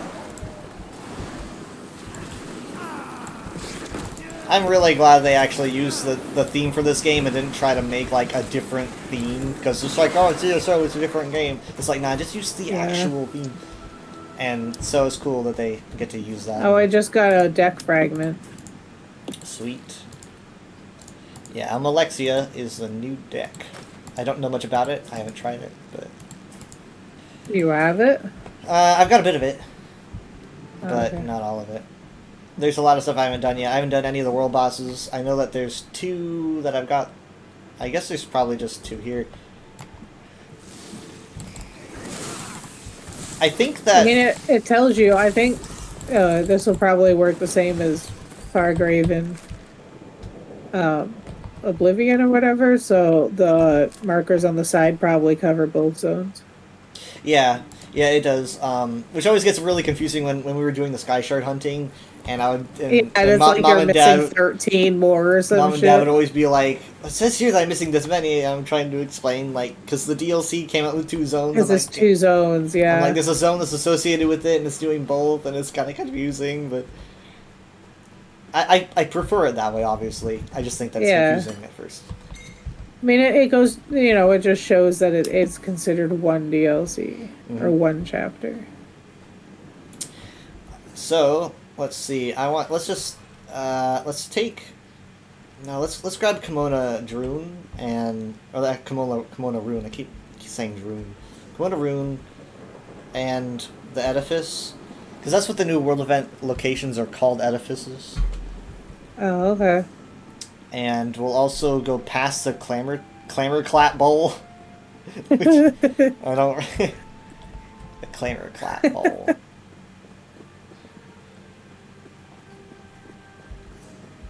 So here's one of the... here's... It says the edifice is right here. Oh, here it is. Couldn't see the green. So yeah, check it. Mountain Dew.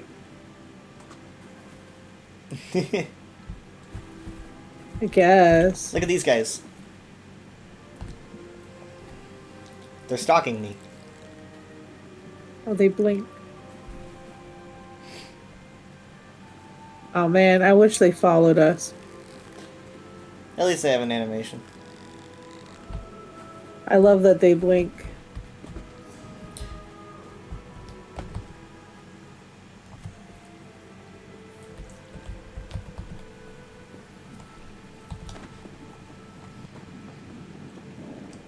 This is pretty much everything that I want in the chapter, kind of all dropping at once. That might be why I'm taking the news of No Quarter 4 so well, but I don't know. Huh. Because, I mean, the lore's pretty deep from what I've got just peeking in so far. You haven't even started it, yeah. Okay, you know what? As a treat, let's try the war boss. I mean, might as well. Oh, hey, I know this person. Or at least I see him around everywhere. That's not fair. I don't want to fight Nergonian Behemoth.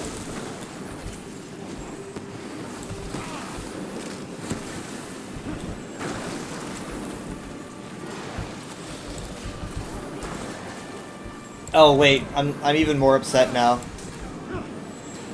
Because this Why? judging by the flags around us, this is a House Drez camp. So that means that this guy was definitely like enslaved and treated horribly, and now we're killing him. Anyways, let's murder all these people like really hard. House Drez. How was I getting aggro? House Drez is like the slaver house. I know Telvanni also got like all their slaves, but Drez has tons of slaves as well. They're both really just awful. I had someone ask me recently, like, what great house would you join if you had to? And personally, I think that Halalu is just the best choice because Telvanni, you know, I don't need to talk about that. Lala Drez. was just traders, weren't they? Yeah, Like but merchants? that's kind of what I like about them. Is that they're not like holy or great, but they're at least not known for. It's not fundamentally horrible. That was cathartic. I liked that. I got a gold. Yeah. And like House Induril is a little bit too, I think, religious for me. And But so like which house is this? this is Drez. I mean, you can there's their freaking symbol is a goddamn like handcuffs. I mean, seriously, like how do you, Oh, okay. I like, how see do it you then. like why would you even do that? But that's just how it is. You know? And so yeah, they suck. Telvanni suck. Dagoth, we're gonna talk about Dagoth, but Induril is just too religious. Redoran is okay, but like a little bit too like stingent and honorable and warrior-like for me. Hlalu is a bunch of traders, which means that they do a lot of outside communication, and I think that is just healthier to interact with other people. And they're not really pro stealing or anything either, because they're like, you know, they're like. How is there no lore here? Is there no lore here? I feel like there should be a lore book. Yeah. Again, the books I found are pretty good, but I feel like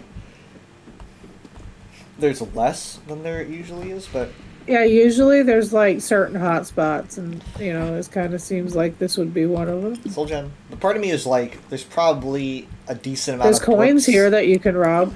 It's probably a decent mean, I amount of robbed books to them. read in Apocrypha. But like, can you imagine? Oh yeah, there are coins. Nice. Can you imagine like, not like what if there were no books to read in Apocrypha? Like the entire zone is like nothing to read. Isn't it supposed to be like all of his knowledge? And the place is just it's just an entire realm like of knowledge and books, and it's like can you imagine if you couldn't read anything? Like the walls are made of books, you know. It's just like you can't read shit.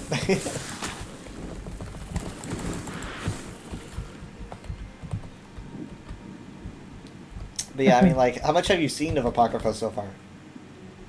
Nothing. Oh boy. I'm thinking, I don't know, like, should we start the main story tomorrow? Just depends if we could even play. Or should we just go to Apocrypha? I'm kind of thinking of just going to Apocrypha, so I can do that all week. Because it's going to be a hard week for me. And I'm going to need... Yeah. I'm going to need something to come back home to, so...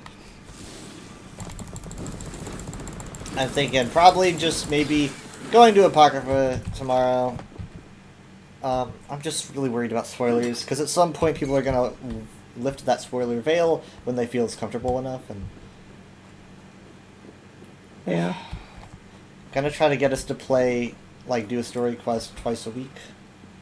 Friday and Sunday. How long are they gone? They're gonna be back probably Wednesday or Thursday. So they'll be back by next weekend.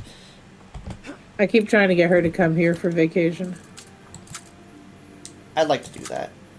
Yeah.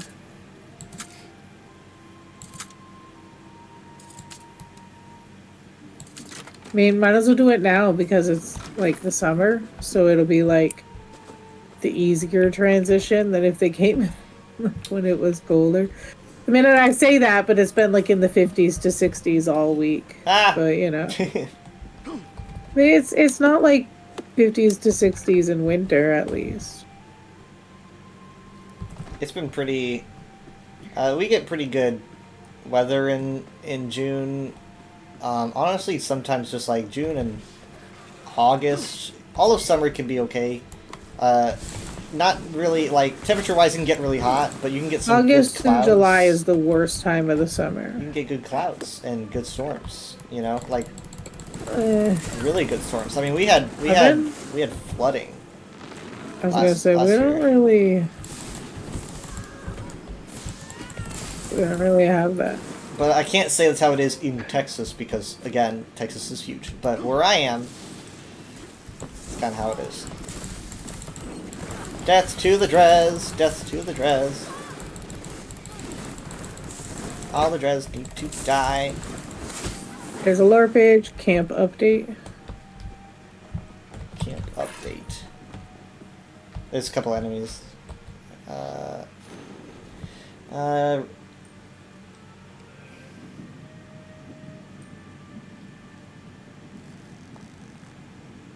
Dude, there's actual like drinks in these cups.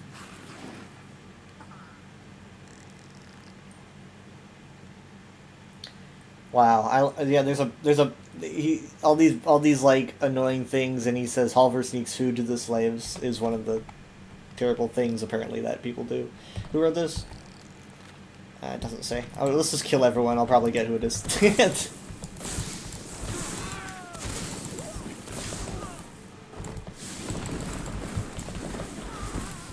Hopefully, it's not one of the guys sharing the food. I mean, like, look, like, I mean, they're literally like, I mean, it says conscripts, but it's definitely slaves. Are they just enslaving? Whoa. Page over here when you're done. Whoa. I'm sorry, I lagged really bad. Oh. I lagged really, really bad, just so I'm sorry. House Dress orders. To all brothers and sisters of House Dress, we are on the verge of a great victory over our hated rivals, House Giovanni. Why do you hate House Giovanni? You're just so much like them. Yes, we have mutual business relationships that keep profits flowing, but our current operation at Al Isra reap benefits for our house for generations. Unfortunately, word has reached us that an agent of the Morag Tong has been dispatched to Tel Hulan. She carries documents that could back our efforts by weeks. Or set back our efforts by weeks, if not ruin our operation completely. Make sure she doesn't deliver her package to her contact. They're trying to stop freaking Morag Tong agents. Definitely Naryu. So I mean, like they're trying to stop Naryu. That's not gonna work. I love her. Everybody loves her. They know that. Yeah, they had to include her because like she hasn't been around since forever. Since Vardenfell. She did show up during the Zenithar quest. Very momentarily. Yeah. Like you can't really count that. And the fact that she came in on like in Vardenfell, it just kind of makes sense. Like she was in the tutorial, like she's the one that guided you in Vardenfell. She's probably the first person I ever met in this game. Probably. Yeah, I'd say she was the first soul I ever saw.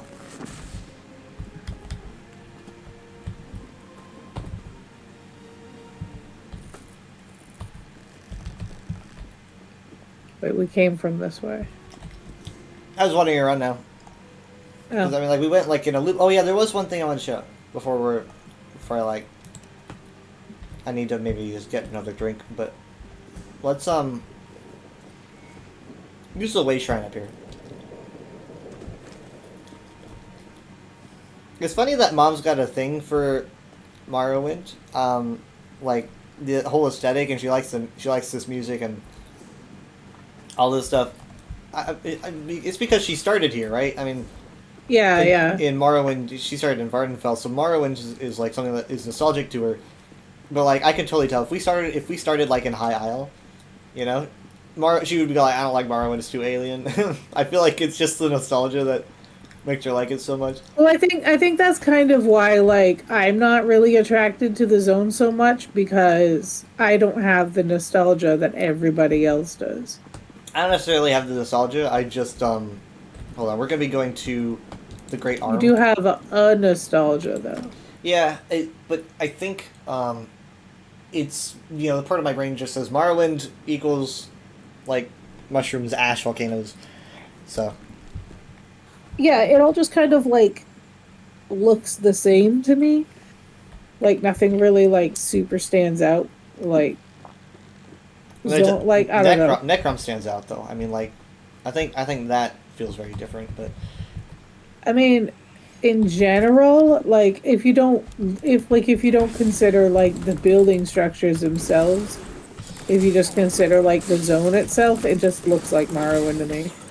well, hopefully Apocrypha is alien enough. Yeah. I mean, I don't care about the whole alien. I just want something different. I like variety.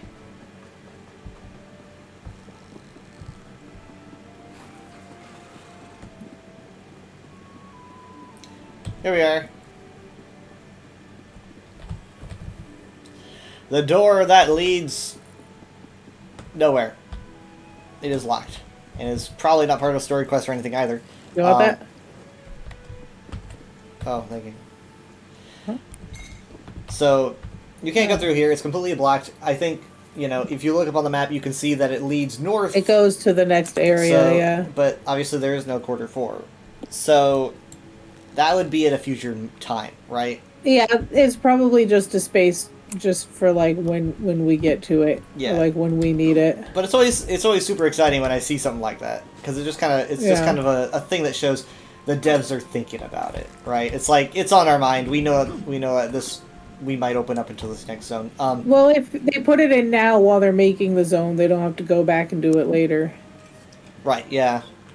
If we want future Morrowind DLCs, this is what we can expect in the future. Probably not in the near future, because last time we went to Morrowind was 2017. So we had some space, but the northern Telvanni Peninsula. I don't know what they would call it. Potentially Telvanni Isles, or I think someone said Telvanni Coast or something. I don't know. But unless something is different during this time. Actually, no. I'm like 100% sure Telvanni still owns those lands. There are a couple of main cities there. One being Port Telvanus, which is an island palace on one of those islands, probably the biggest one. And then the other place is Firewatch, which I think is more on the western side. I think towards the top. Uh-huh. So that's a place also that you should look out for. Then additionally, we also have this side of Morrowind, which hopefully when they fix the map in the future, because they've got to, it's annoying me. This will open up a little bit more, and so there hopefully will be more space. I know it's kind of thin to make a DLC that's like this, but I don't want them to shy away from it.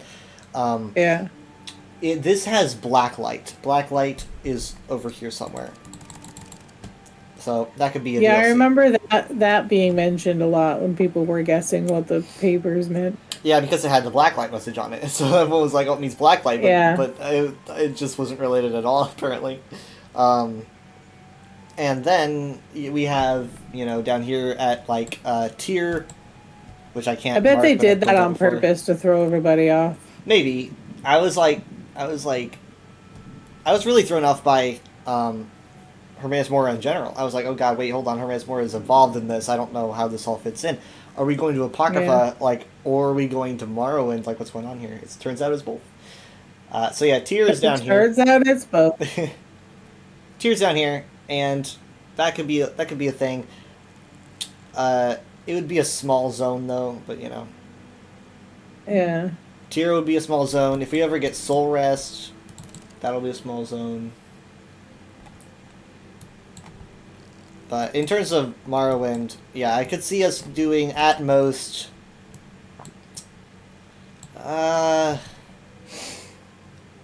maybe I don't know if they could make Northern Peninsula a chapter in itself.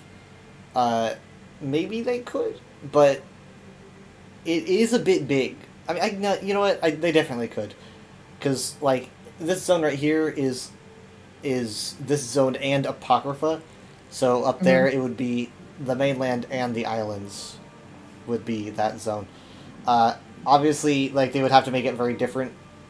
It would probably be a relatively different environment to make it different, and so that I guess you could fit a chapter up there in the future at some point, which would make They are very creative. I'm sure they will figure it out. Yeah. It would be 3 chapters right next to each other, though. Vardenfell, Telvanni Peninsula, and whatever the heck it would be. Yeah. And then Blacklight would probably be a small zone DLC.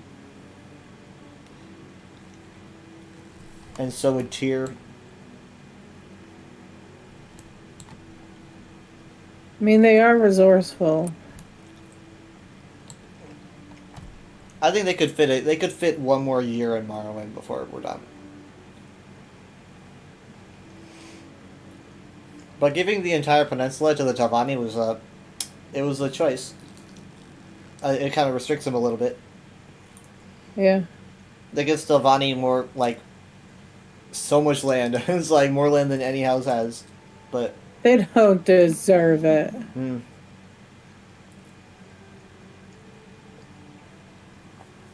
I mean, they're not even part of the pact, and they're getting so much land. Like, they're just doing well for themselves right now. They're like, we don't have to worry about the war. You know, we just do what we want. Yeah. We get the biggest room in the house. They're just doing well for themselves. People complain about that, but I don't really see a problem with it. I mean, like, you're like, it's unfair. You know, it's like, okay, well, you know, research some damn history. Not everything's fair. It's just a story, guys, in the end. We're all here for this story that they're taking us on. It's like, let them write it. People got so testy with the Telvanni. Oh man, my god, I'm having flashbacks right now to when they announced this at the end of January, and they showed the map, and they said, you know, it takes place in the Telvanni Peninsula, and they chose the southern portion instead of the northern portion.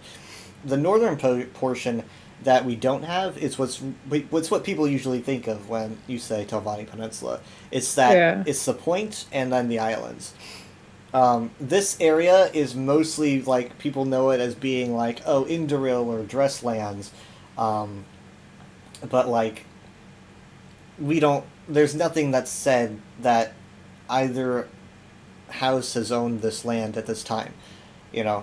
It's like maybe the maps that you were reading is from later or whenever, you know. It's like these houses hate each other. Yeah. They take land, they give land.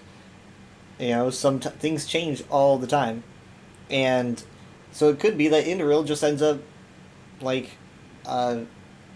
maybe taking this over at some point, like after the chapter is done. I don't know. But things move in and out. But apparently the Telvanni have been here for a really long time. But the thing is, though, this lore has been around for over 20 years. And so people have been reading maps that say Indoril or Dress have owned this land for a really, really long time. And but it's like, it's a map. It's like, what date is the map on? Like, is this third era? Is this the middle of the third era, the end? Is this the second era 582?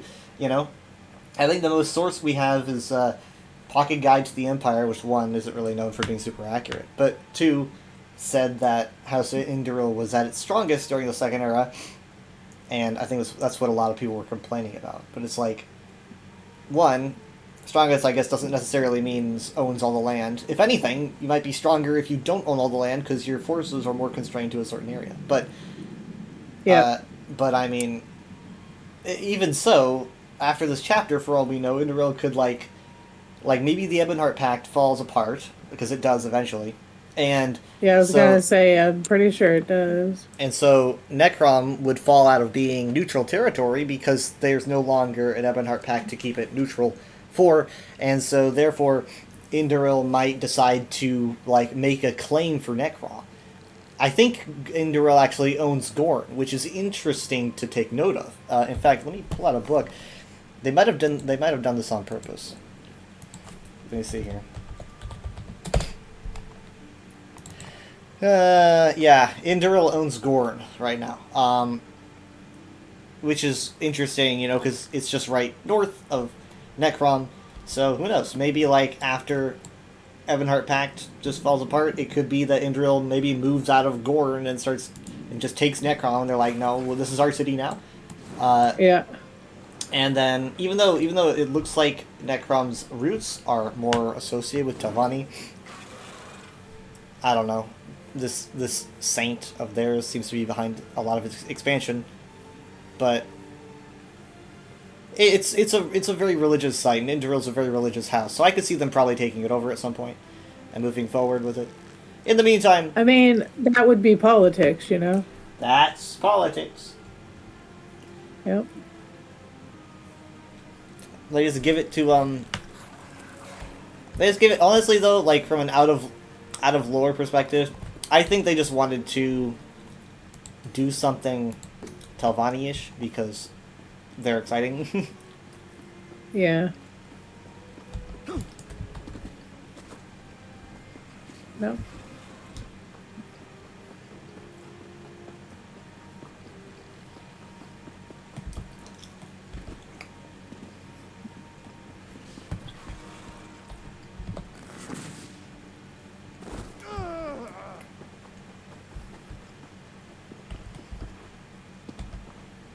Now, I don't really recall I don't really recall the Telvanni's fascination with, like, their ancestors in lore before. I could be wrong.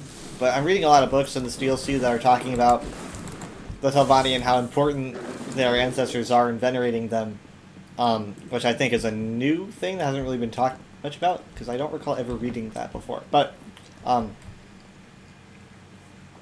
I think that it can make thematic sense, because the Telvanni are really all about it. Basically, like, you know, if you're going to elevate in House Telvanni, you need to be strong, and you need to be greater than everyone else. Greater is kind of how it works with the Telvanni. If you're better, then you're at the top. Yeah, they do kind of seem like they care about that a lot. So that is also reflected in how ancestor worship kind of works. They feel like, you know, the Daedra are their better, stronger, deserving ancestors.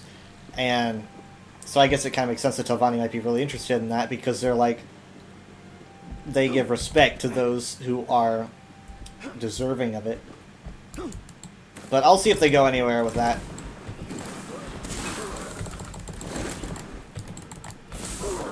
I think I'm having some lag here.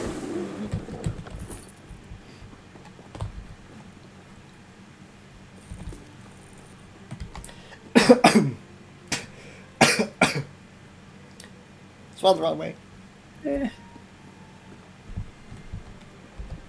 So I mean, like, according to what my... man. I was just about to say, according to my research, that's the most nerdy thing I've ever said in my life. But I'm gonna say it. I'm gonna say it. I'm gonna own it. According to my research, according to my research, the old ways of the Aldmer were very focused on understanding that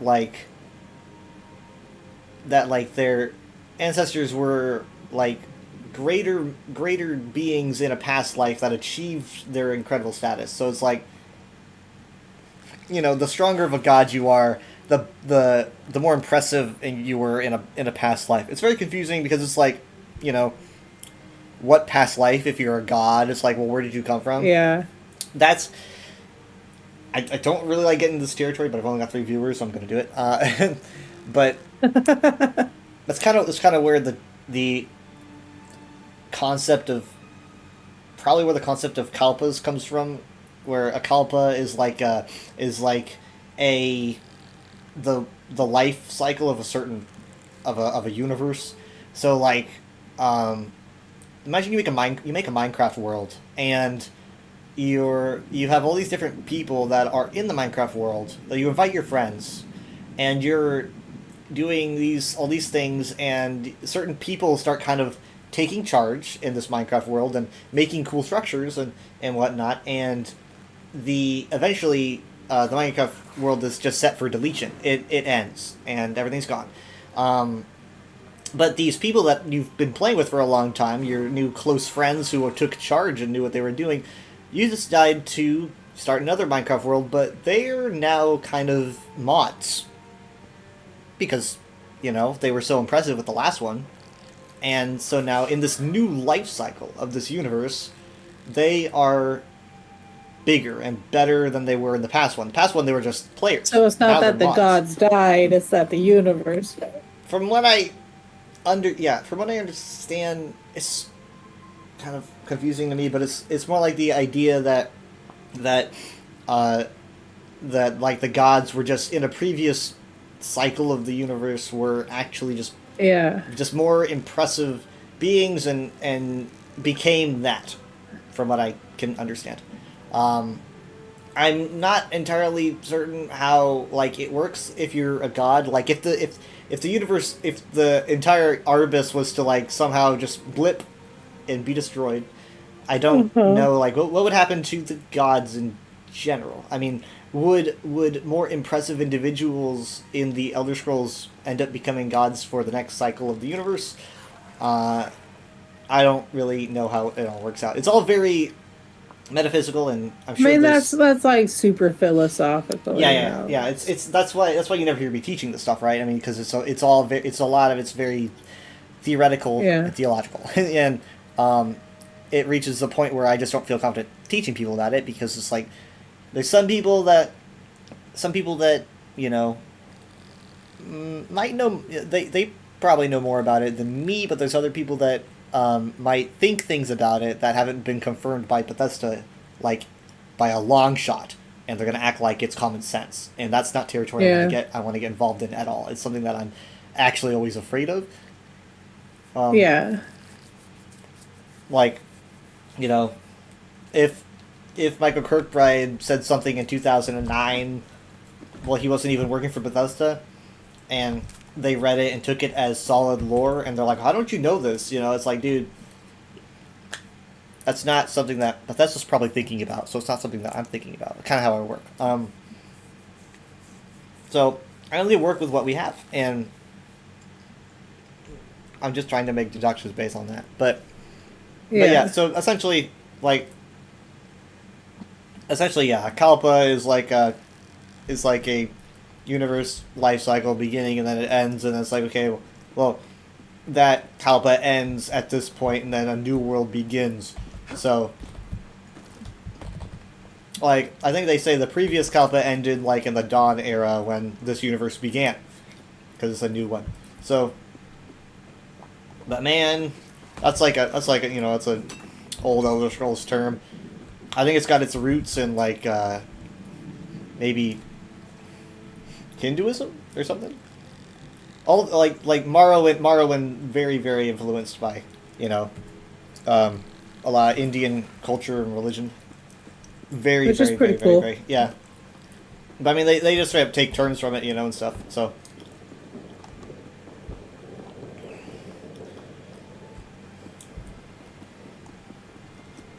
But it is something that they seem to be leaning into when it comes to ancestors. It's like the greater you are, the more you're. Well, they don't. The Dunmer are just known for not really elevating anyone above others. They're like all ancestors are great, but like they do see like Telvanni would definitely see like some ancestors better than others. I could see them going, you know, our ancestors are much cooler than yours, but I have to play to see. Can kick your dad's butt. Basically, my ghost dad could kick your ghost dad's ghost butt. That's how it would go. I mean, it makes sense that they're all about their ancestors. If this, you know, this is basically the land of the dead. Yeah, and it seems like their saint had something to do with this expansion. What was his name again? Voriz? He wasn't made for this chapter. He's been a thing in lore forever. I'm gonna type in his name really quick. Okay, here we are. We have mottos of the Dunmeri Great Houses. Yeah, Saint Voris the Immolent is the patron saint of House Telvanni. Okay, actually, hold on. We do have. Wait, is this an old or new book? House Telvanni song. No, this is an old book. I remember reading this years and years ago. Okay, so apparently this whole ancestors thing with the Telvanni is old lore. They're not making it up. I just thought that it was a newer thing that they were trying to add, but it seems like Telvanni's desire to give honor to ancestors is indeed in their old lore, which is super cool because it's all just working together. I thought that they were kind of trying to shoehorn it in there.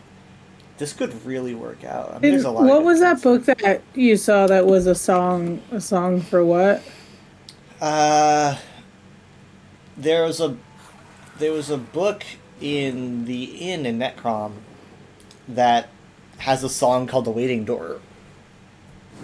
There were some other. Is that the one that was like TP whatever? Oh, no, that song is called The Spotted Towers. Oh, okay. Are you- Because I found one that's House Tilvani's song. Oh, wait, hold on. I don't think I have that one. Where are you? At a tree. Oh my goodness. Oh yeah, I'm gonna have to head over there. Hold on. Yeah, I do know that song. In fact, you know what? I'm actually really curious about that song because I thought I heard something in it, and I stood around waiting for her to sing the song again, but she never did. So I need to get back to reading that. I was like, up in her face, like where do I, how do I get this jukebox to work? Wait. By the way, do you like the? I like the loading screen. It makes me think of like classic ESO. The way it's kind of, the way that it's painted kind of makes me think of like classic ESO loading screens. It's not just Yeah, like the a old style. it's not just like a render or something. It's like an actual drawing, and I appreciate that a lot. Even though when I started playing ESO, that wasn't like my favorite style, but now I'm just like, I just want to see drawings. I just want to see like concept art that you put as a loading screen, please. Yeah. So that makes me happy. Everything's exploding. It is just a dude over there pitching a fit. It's next. It's behind me. Guy needs to get a grip. Okay.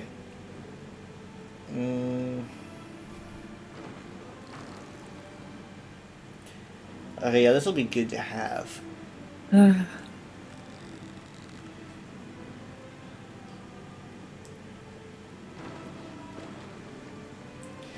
I need to. I don't see any issues in this book, but I need to remember to report some of those typos before they kind of just Get leave forgotten. them. I don't really. I mean, like, surely I'm not the only one to notice.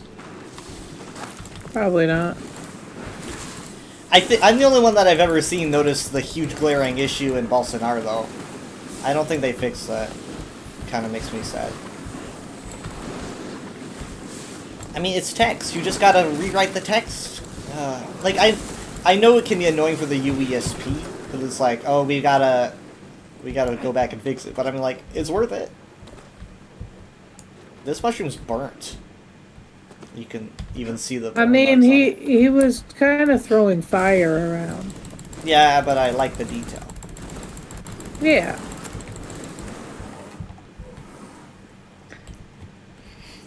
I've always wondered how it must have felt to go from playing Daggerfall, which is very strictly kind of a knights and fantasy sort of a environment, and then go straight to something as weird and alien as Morrowind, and they duplicated it because we went from High Isle to this.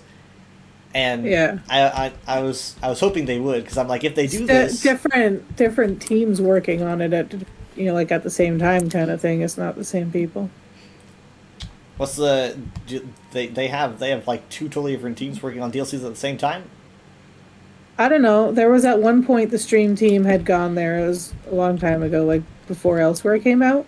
They had the stream team go there, and they had explained to them that they're currently working on DLC or like on chapters that are like 2 years ahead. So That's insane.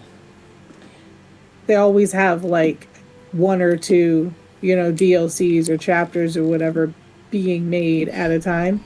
So that's how they're able to pump them out so efficiently, because they're still taking 2 years to work on, but they've got them layered so perfectly that They deal with a lot of stress because of the crunch. I mean, like, as annoyed as I was that they decided to take, like, they're not going to be doing a quarter four.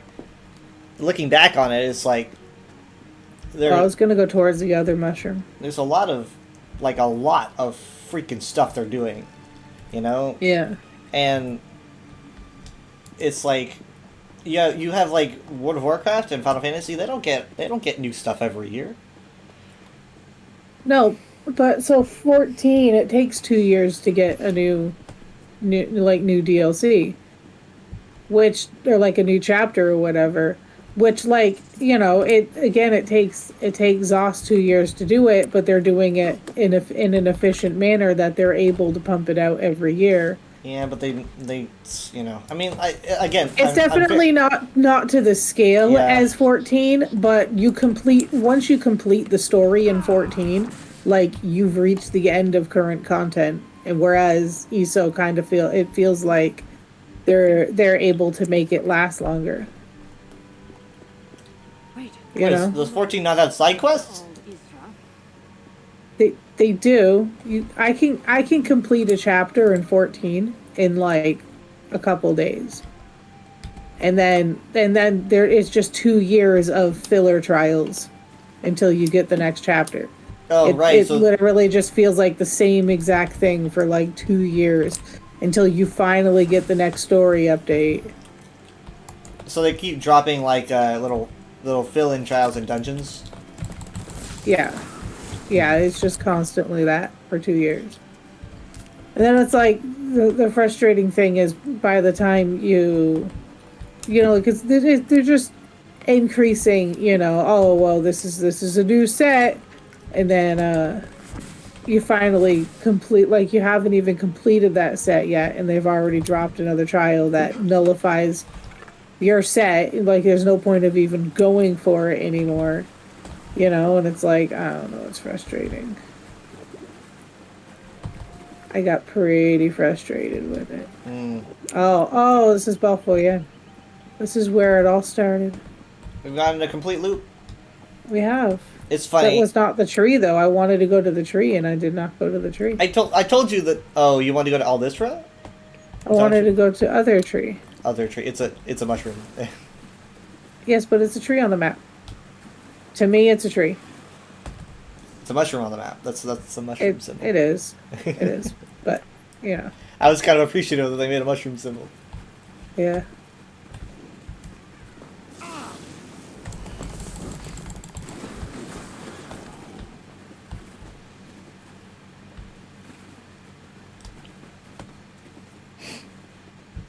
I've already got like theories for next year. They say that this year is like supposed to be the beginning of a new thing, right? There are so many of these over here. Oh yeah.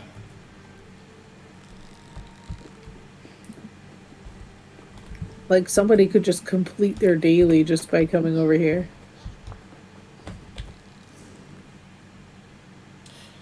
Yeah, they said this was like gonna be like a new thing that could take, you know, at least another year. You there.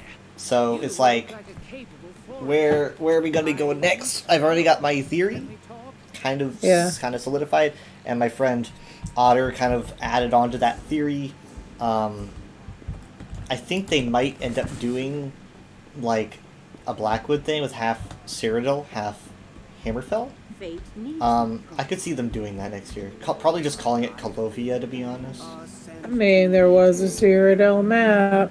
Yeah, here's my reasoning. My reasoning is they need to add something for Hammerfell. People are starting to get a little bit like, you know, this makes me this gonna be else. But here's the thing: if they do half half Cyrodiil, half Hammerfell, they can add some Hammerfell, but like maybe make a deal with like the actual Bethesda devs and go, we'll add a little bit, not too much, you know, so that you can still make Elder Scrolls 6, but enough to kind of satiate people's appetite because they're getting kind of hungry. So they might do that. This is a pretty cool statue. Yeah, I wonder if it's anybody of importance. I don't know. I mean, obviously, like, you know, they would have a statue of it, but sometimes they just use filler statues. And see the sun every once in a while. Why is this The Nord miles so and magic exceptionally and of the overwhelmingly don't hot? When I say that, if you ask me, that What's going on? proves the point.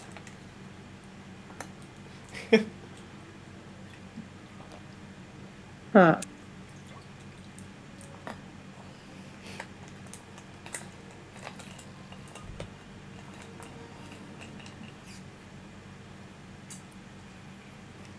The name's, Oh, is that a Hermes symbol?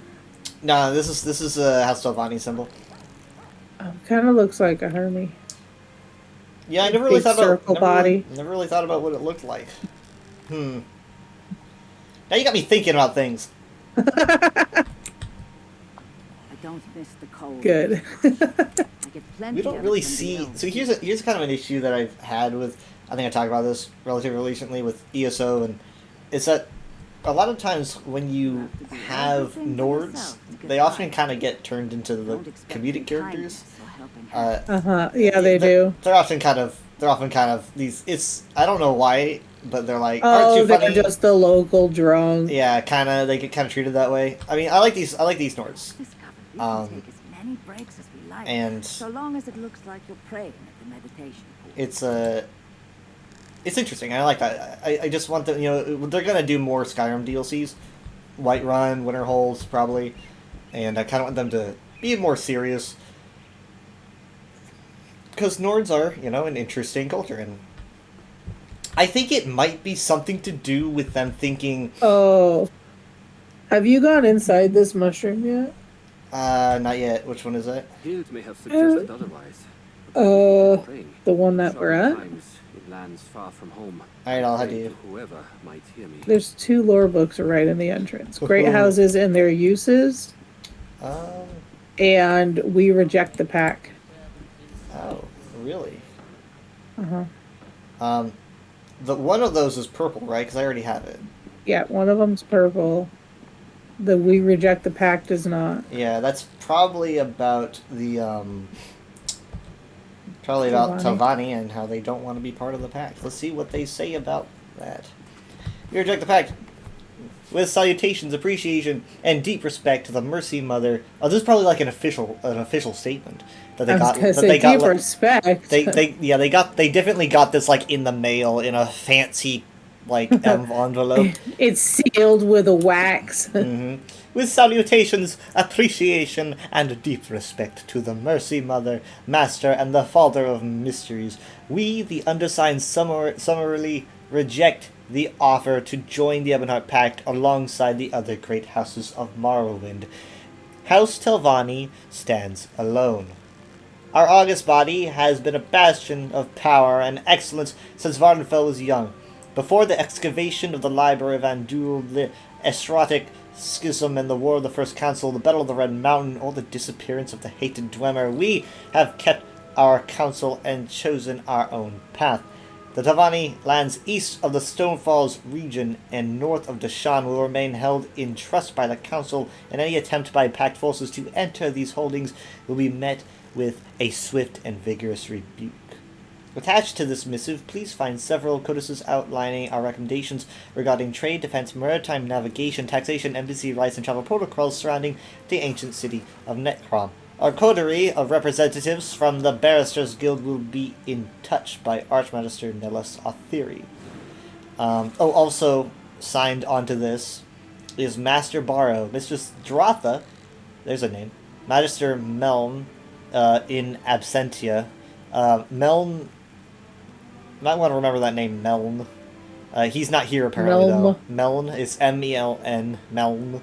You can't hear the N very well. You can't hear the N very well.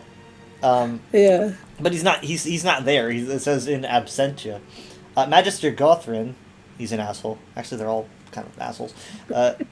Magister Firuth, Magister Thorana, Magister Marina, Mistress Aris, Magister Given, Magister Sildreth, and Devaithfear Consulting. And at the end it says, the forceful expression of will gives true honor to the ancestors. I mean, can you... What, the actual, like, straight up gall of... I mean, like, it's... I don't imagine the Telvanni or the Tribunal being like, oh, you have to do this. They didn't tell all the great houses to do it, but, like, and the great houses got to choose. House Telvanni was even there at the Battle of Avex Antlers when all this shit went down. And, like, it's just... It's not really them saying, like, F you to the Tribunal. They're just saying, like, we're not interested in what you're interested in, you know, respectfully. Though it is interesting how they get kind of aggressive here. They're like, any pact stuff that wants to happen in our lands, like, we're gonna fight back. It's like, well, okay, well, what if like Vivek says something about, yeah, we're gonna send some pact people through your lands. What the fuck are you gonna do about that? Like, yeah, what are you gonna do? Like, we're just gonna be like, yeah, no, Sathasil himself is gonna show up and he's like, yeah, sorry, he just wants to move some forces through your land, you know? Are you gonna say no? Would they say no? Probably. Telvanni's pretty fucking high on themselves. And then Sathasil is like, man, I don't even want to say, like, I'm not even impressed, like that guy that talked to Perrier. I'm not impressed with that thought. I'm just like annoyed by it, because that's just like a level of arrogance right there. Just because they're assholes. They're not even doing it for like the good of anyone. They're just not interested in the war and all that. But I like that story because Perrier is like, I don't know, he's kind of funny. I like him. Yeah, we're gonna be getting more Perrier stuff this year, and Good. what I like about how ESO has a chance to slow down and approach topics in a very patient and well-constructed manner that they might not have. They've earned that. Yeah, but they might not have that in, like, even a game like Skyrim. It's like, well, it's a huge open world game. It's massive, but you know, you have so much going on at the same time, where it's like you've got these quests that send you to places and all that, but you can't really focus on Molag Bal, like, of his essence in a quest, because it's not going to go that deep. ESO is able to take these little ideas and spend an entire year, you know, or a whole DLC, spending its time and hyper focusing on these things. In this case, it's like, Yeah. we're gonna give Perriite like a part of the spotlight. You know, instead of getting a little bit of a side quest in Skyrim, you're gonna be delving more into Perriite's like nature and, you know, stuff about him that you might not have known before, that the other games couldn't really spend that time focusing on because it had so many quests to divide their attention upon. So they're doing a good job with really delving into the different Nidric princes, and it's Perriite's turn, and also I don't really I mean, obviously it's not a spoiler to say because her motifs are everywhere, but it's also Vermina's turn, you know. So, like, I found a book, Ranks and Titles of House Telvanni. ooh, what the fuck you getting all these books? It's, I don't know, you can kind of guess where they're gonna be. It's I don't know how you're hotspots. doing that. I'll step outside so you can fight me. I'm in this tower. I'm just like, I spent so long going, I can't find any books, and you're just finding all the books. I'm like just filling your library. I mean, I was kind of disappointed with the lack of books, but now I mean, I'm feeling more comfortable with this now. Okay. Look, when I explore, okay? Telvara. Damn, these are It's here. I think there was also a blue book in here. Purple page book, I don't know. I think the only one I'm missing is probably going to be an Apocrypha, because just its nature. Yeah. Well, I know with the purple ones, they have like 3 locations that they could be. Yeah, but they're also So in you base games. Chance so. on them more. Yeah. A report created by this is the same person that created the history of House Telvanni. So this is like someone reporting. It's totally non-biased. This is someone reporting to the court of the proxy queen. So you know, this is Alt Mary. I have been tasked by Penowin, mage and advisor to the Aldmeri Dominion, to help explain and summarize the society of our cousins, the Dunmer, also known as the Dark Elves. The Dark Elves are broken into houses, all of whom have their own internal social organization. This report will deal almost exclusively with the Dark Elves of House Telvanni, who are the most socially stratified. Here within are the ranks of House Telvanni. Slaves! That's a rank, I guess. Slaves are not usually listed in the societal ranks, but as they are considered property, while most of the Dark Elf houses have abandoned this audacious practice, joining their, odious practice of joining their Ebonheart Pact, House Telvanni considers slavery a tradition and ownership a sign of status. Hirelings. Hirelings are the lowest of the recognized ranks, consisting of free individuals in direct employment of either a House of Elf or higher station. This rank includes mostly servants, scribes, and mercenaries. Hirelings may be added and dismissed at will, can be of any of the peoples of Tamriel, and are generally treated as disposable pawns by the conniving Telvanni. Families of hirelings are independent and not considered to be. Well, they're not officially even like powerful. hiding it. Yeah, I mean, for one, this report is Aldmeri, so this is like from the Somerset Isles, they're okay with being snarky about Telvanni. Okay. What do I have text? Hold on. I don't want to know how long ago this was.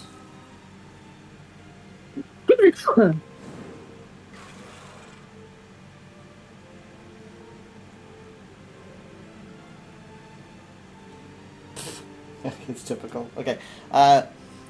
Retainers are hirelings who have earned official acceptance into the household of their employer. They have more permanent assignments and lodgings, and answer directly to Telvanni Oathman. Retainers may marry with the permission of their house and tend to marry within their class. Children of retainers are considered retainers as well. little tiny retainers. a little. Oathman is a term applied to all genders. Oathmen make up the bulk of any Telvanni household. Other houses also utilize the ranks of hirelings, retainers, and oathmen. But the Telvanni tend to stress the status more than others. Oathmen are allowed more freedom in their activities and expected to take individual action in support of the house. Children of oathmen are considered oathmen. little tiny oathmen. Lawmen. Lawmen, Spellwright, and Mouth are all specialized forms of Oathman. All three groups consider themselves superior to ordinary Oathman. Lawmen are guards, wardens, or other official representative of complicated Telvanni justice system. Spellwrights are middling-powered mages, often apprentices assigned to their first great responsibilities. The Telvanni Mouth holds greater responsibilities as well as an elevated status. They serve more powerful mages, either wizards, masters, magisters, or the archmagister, and act as their public voice, representing them in most areas. They're called Mouth because they speak with their master's voice and keep the wheels of bureaucracy turning. As such, Very simple. Very simple. As such, Very simple. each wields great power on their master's behalf. I believe, like, if you're doing the Sedge's Mora quest, you actually encounter a mouth that, like, literally casts his master's, like, projection and his like, mouth glows or something like that. It was weird. I don't know if that's, like, the only way it happens, or if that's just one way it happens, where they, like, actually speak with their voice. Wizard signifies the first rank of true power in the house. Any Telvanni mage that achieves this level of status can set their eyes on greater prizes, including Master and Magister. The wizard should be the top of the fuck. Master consists of noble mages of great power. Masters can sit on one or more of the ruling house committees, including Assembly of Masters, or the prestigious Telvanni Council.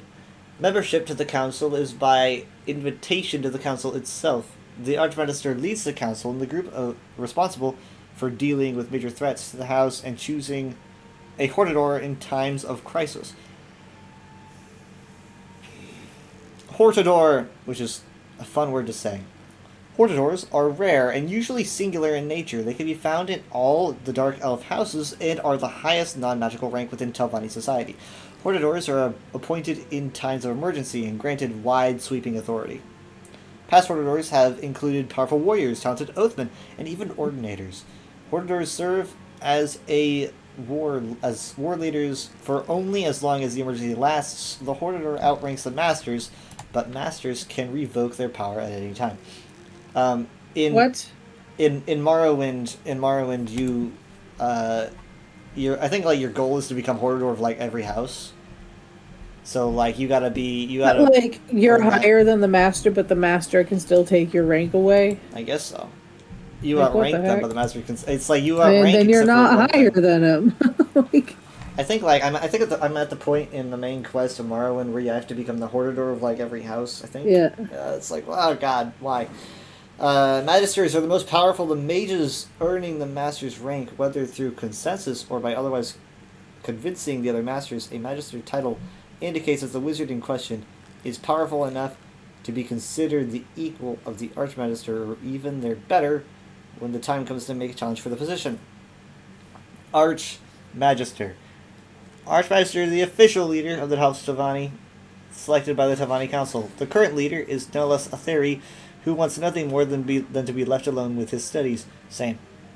Most of the rest of the council shares this viewpoint, and as such, his rule has not been challenged. As long as the dangers to House Tavani are dealt with quickly, quietly, and by someone else, Aetheri's rule will remain secure.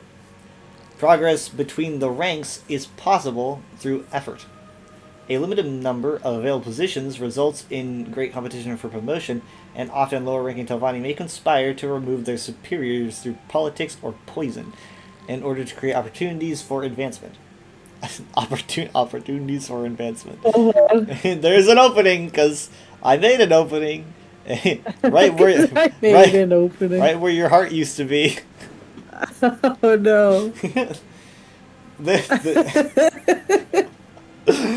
This last feature creates the opportunity for outside forces to use lower-ranked members of the House to cause disruptions and replace problematic leaders with someone more acceptable. Enterprising individuals could easily create situations where House Tavani could be weakened. I suggest further study in this area is warranted, because obviously this is, if you're the Somerset Isles, you want to know everyone's weaknesses, Yeah. so you can deal with them. They're not part of the pact, but I mean, even still, you don't want to just not know much about the Tavani.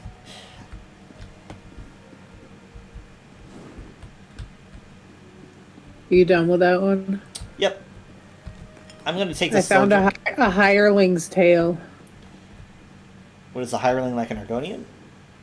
I don't know. It's a book. It was a joke.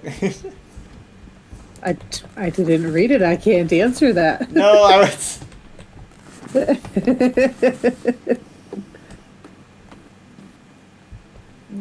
look like a Yeah. capable forager. She's coming up to butter me because we haven't gone to bed yet. A servant's tale. Do you want me to read this one aloud? Yeah. I waited for you. They're nothing but weak, indolent fools who play at being mages. That Ulf Hallgrad, a hireling who should be all by... sorry. You know what? I need a drink of water. Give me a second. I'm making you read everything today.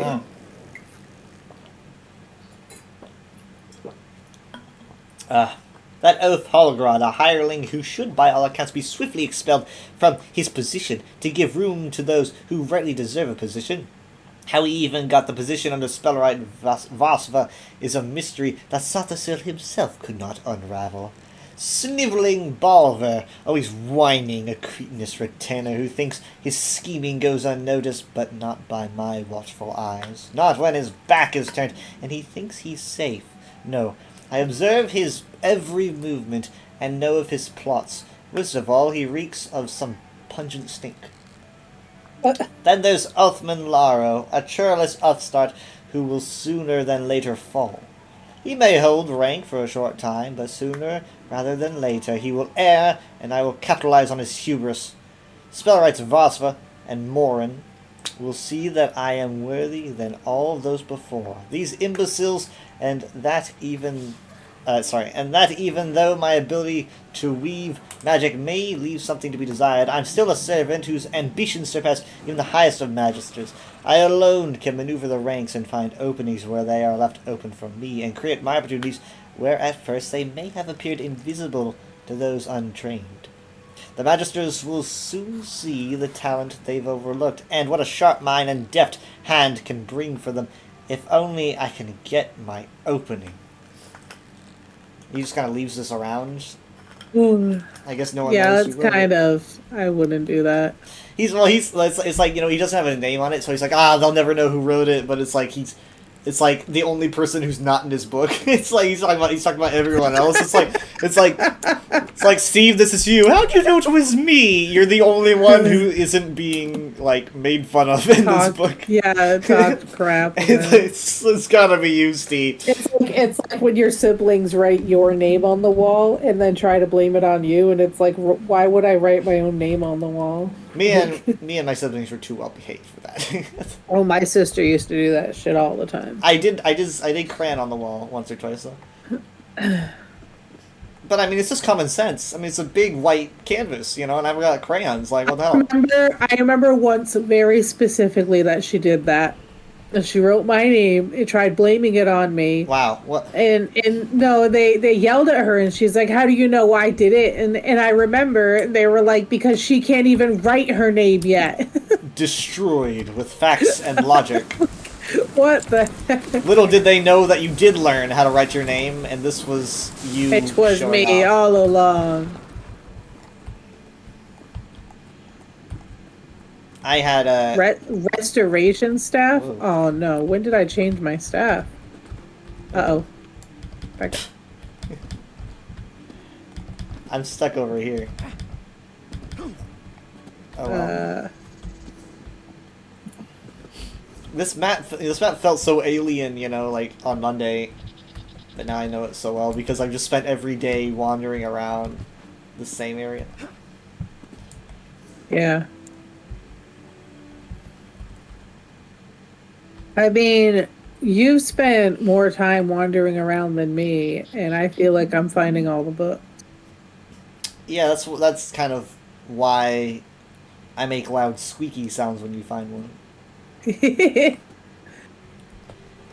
Feel like I'm running out of places to look though. Do your without, like your fate carver, like.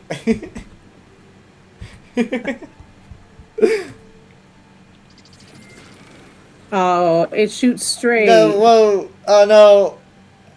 Uh oh, he's too low. Yeah. You need to be like on a similar level. Maybe you should be standing where I am. But you already ate up your crux. Yeah. I bet you could hit him from here though, if you tried. Or fall. Or fall. I just want to get a He's- good picture. Do it, He's do it. super cool. Do it. No, I was expecting a laser beam. I was gonna get a picture. Oh, well, I'm gonna make it worth the effort.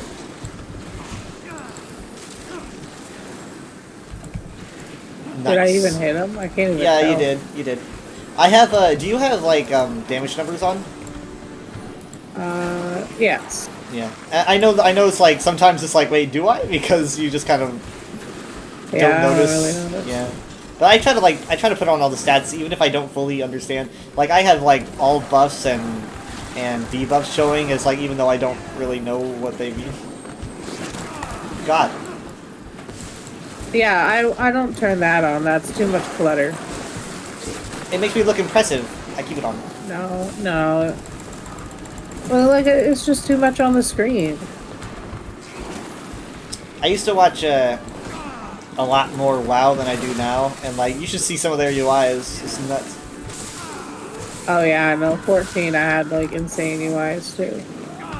But, like, when you have, like, all the skills and buffs and stuff, like, it goes by so fast, like, I don't even understand how someone could keep track of it anyway.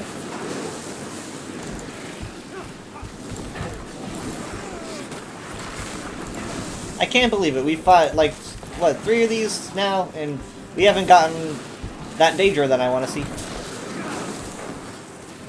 Yeah. I got it once, yesterday, I think. Or the day before.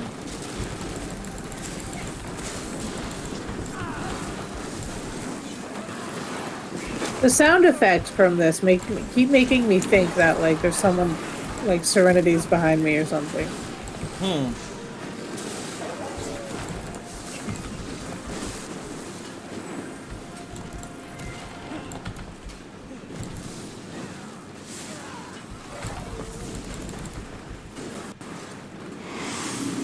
There it is!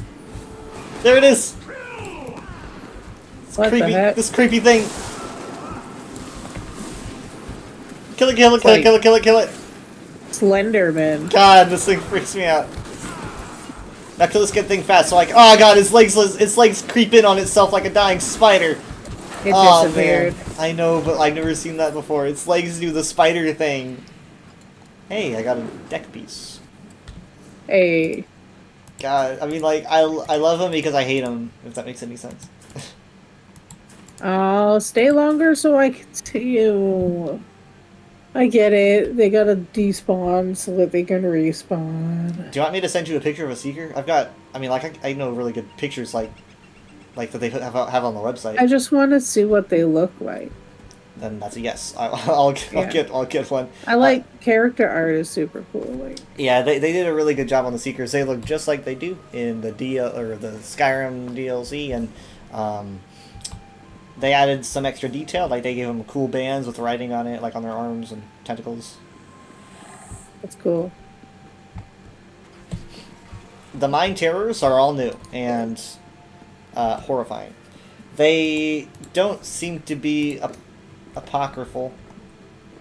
They seem to be something different.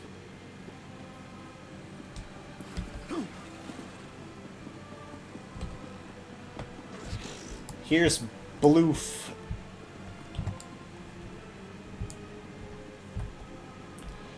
Bloof. What a cute name.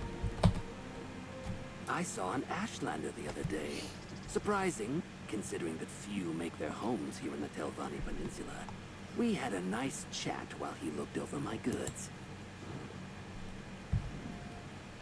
This guy talks about seeing an Ashlander and talking. You know, Well, there's not a... You know, there's no Ashlander camps in here. Which I guess makes sense. I could see the Telvanni, like, incinerating all of them as soon as they find them, so...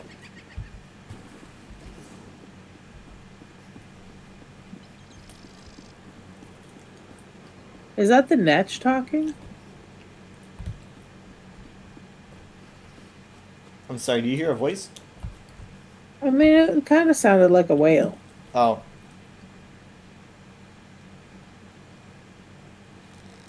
They do make some noises. Yeah.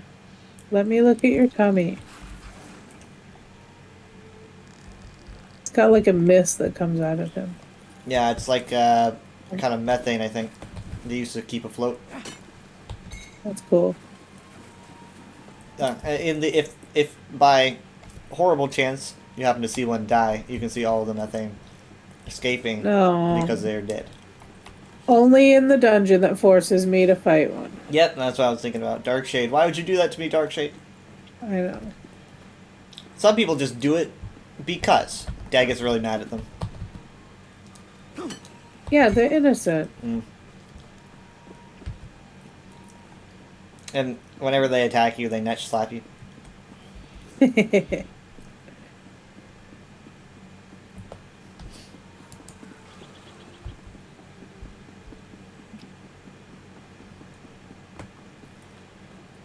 Man, I brought back a damn pain in my back. I haven't had it for so long, but I definitely hurt myself while laying in my bed. I'm gonna get a new bed, right? I'm gonna, like, my bed is I like, need a new bed so bad. my bed is like for 15-year-olds basically, and I've had this kind of bed Oh yeah, my entire mine's- life. Yeah. So, Yeah. I'm looking to getting like a big one, like a way bigger one, and it'll take up the majority of my room probably. But hey, I need a bed that I can stretch in. You know? I have a full-size bed, so it's not quite as big as a queen, but it's larger than a twin. Yeah, I could use that. I could use that. I mean, like I right now I moved my bed so it's up against the, you know, it's like, you know, where you usually see it behind me on my stream. I have pushed it. I've pushed it up against the wall, or against the closet. So I just took it and pushed it further away from the screen basically until it hit the wall. And so that's where I sleep right now. And so my left side is facing the closet. My right side is facing the rest of the room. I have turned my new desk. I have flipped it around, so right now I am facing my closet. So I am facing the 2 shirts that I have behind me. Uh-huh. And all this good stuff is on my left side because it's an L-shaped desk, so I've got all this other stuff here. In fact, let's just get back to Necrom, and then I'll probably swap games and I was also, gonna say yeah. it's like almost 4:30 in the morning. I will do a quick. My camera is on. I will do a quick. Well, it's not showing right now, but it is on, and I will show you stuff, even though my desk is a mess. And I still have cold pizza rolls, but you can't have any. You didn't finish them? I had so many, man. Yeah. I probably had You like cooked the whole bag at once. not the whole bag, but a lot of them. Don't tell mom. Don't know why they I don't. mean, put them as long as you reheat them and eat them. It's fine. Yeah, I'll probably end up putting them in the microwave. I've got like Leftovers are fantastic. cold pizza rolls aren't too bad. It's like cold I don't pizza. like cold pizza, Yeah, I don't prefer it. but I reheat my pizza in the toaster oven and it makes it Oh nice yeah, and crispy. toaster ovens are And, real good. yeah, it's just as if it was fresh. The shapes that we like are walking on here. They look a lot more Dwemer than Dunmer. I think that's probably like the really old Dwemer influence on like the ancient Chimer people. I also think that the trapezoid shape is probably an example of that cultural Yeah. influence, because a lot of Dwemer stuff is very Art Deco with the sharp angles, and so I wonder if that's Yeah. an influence. Or maybe it's just an Elven thing. I don't know. Probably not, because no other Elven culture has that. But You know, I like the idea that our 2 scholarly characters spent the whole night just reading books. yeah, and what did the rest of these dorks do, huh? You do dailies. you crafting.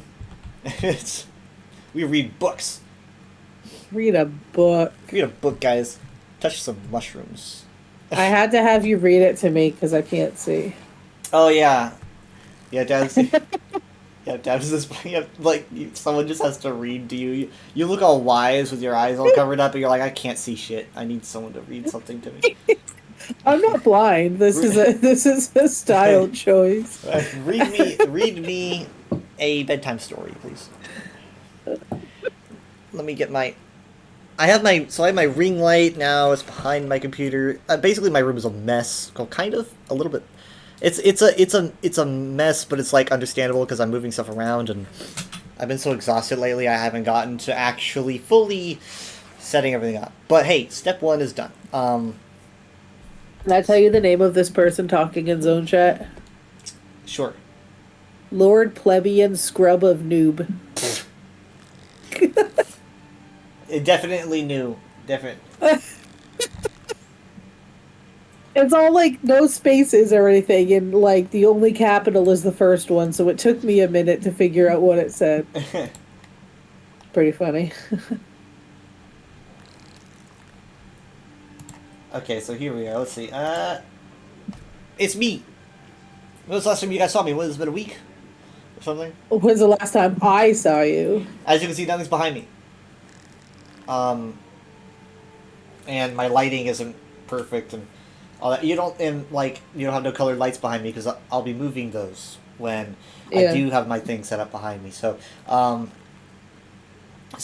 plan is, hold on, I gotta get rid of something here. So my plan is to, well, for one, I can take this because it can move. Here's the desk. All right. You see how big this thing is? Look at this. Is it a corner desk?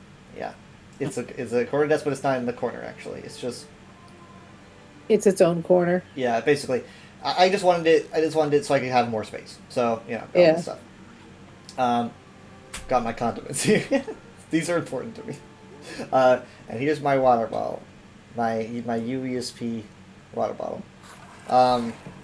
So this is my new keyboard, by the way. You see it changing color? Yeah. It is so cool. It has so many different lighting settings. I really appreciate it. I love a keyboard that comes with its own wrist pad. Yeah, and it can also just come off easy. Well, not easy. Yeah, it comes off if you mine's want it like to. magneted on. Yeah, that's how this one is. Yeah, So it's essentially, so good. I'm gonna be this bookshelf. I'm gonna be moving there, right? And then I'm gonna be putting stuff on it. That I want to like kind of have the background of my stream, and I might end up moving this desk closer to that wall so it can be closer to me, so you can see it better. And then I will put my colored lights on that bookshelf. How are you gonna fit a bigger bed on there? The bed will just fit on this side. I'm going to be moving the dresser to where that bookshelf is, and that bookshelf to this. So that bookshelf moves here, dresser moves to where that is, and then bed goes right next to dresser, and it takes up probably the majority of the room.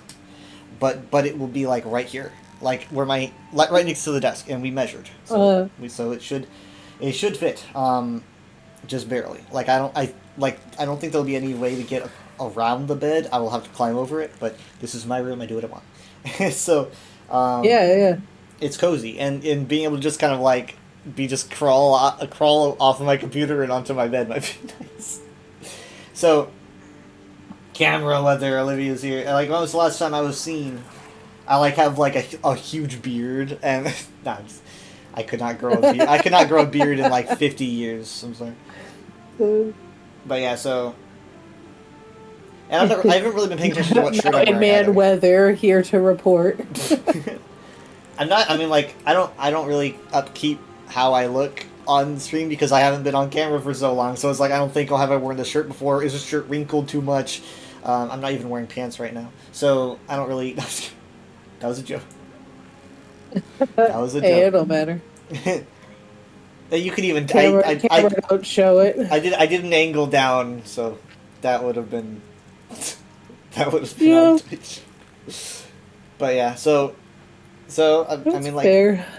I love having all this space. It's just it's great. I know that like right now I just have a bunch of stuff here because I haven't really. Some of the stuff is probably going to go on the bookshelf. I've got tortilla chips for emergencies,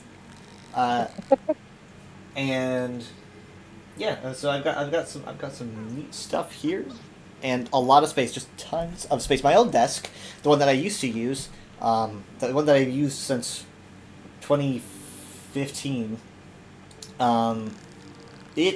We moved it out. We were thinking about taking it out with all the other furniture that we were tossing out to bulk. I had the idea, because I don't like saying goodbye to things, I had the idea to instead maybe have the desk put in the corner where I used to have my computer. So we used to have like this house was like made in like the late 80s, I think. It used to have a really weird counter that wasn't even really part of the kitchen. It was just like near the kitchen, and it would come out of the wall. And I used to have my computer on it. That was like my first computer place, out in the open, right? So like where anyone can see anything. Like any messages I'm sending to people, no secrets. It was all out in the open. Any games I was playing, everyone could pass by and watch. And I don't know, maybe that's what started me streaming. Who knows? But that's how it was. And so then I lost that desktop, and I moved to an Asus or a Dell, not an Asus, and then a desktop, which I completely forgot about. I had a desktop for a while. That's what I started playing ESO on, and then I moved to the Omen. But that desk that came out of the kitchen, we had it completely demolished when we were redoing the kitchen earlier this year. I don't know if Mom's told you a lot about that or showed pictures, but I don't think so. We completely changed our kitchen. Like so a couple, God, I'm gonna get this wrong. I want to say years ago. Maybe it wasn't last year. It was like maybe the ending of 2021. Minty noticed that there was water dripping from the ceiling in the kitchen.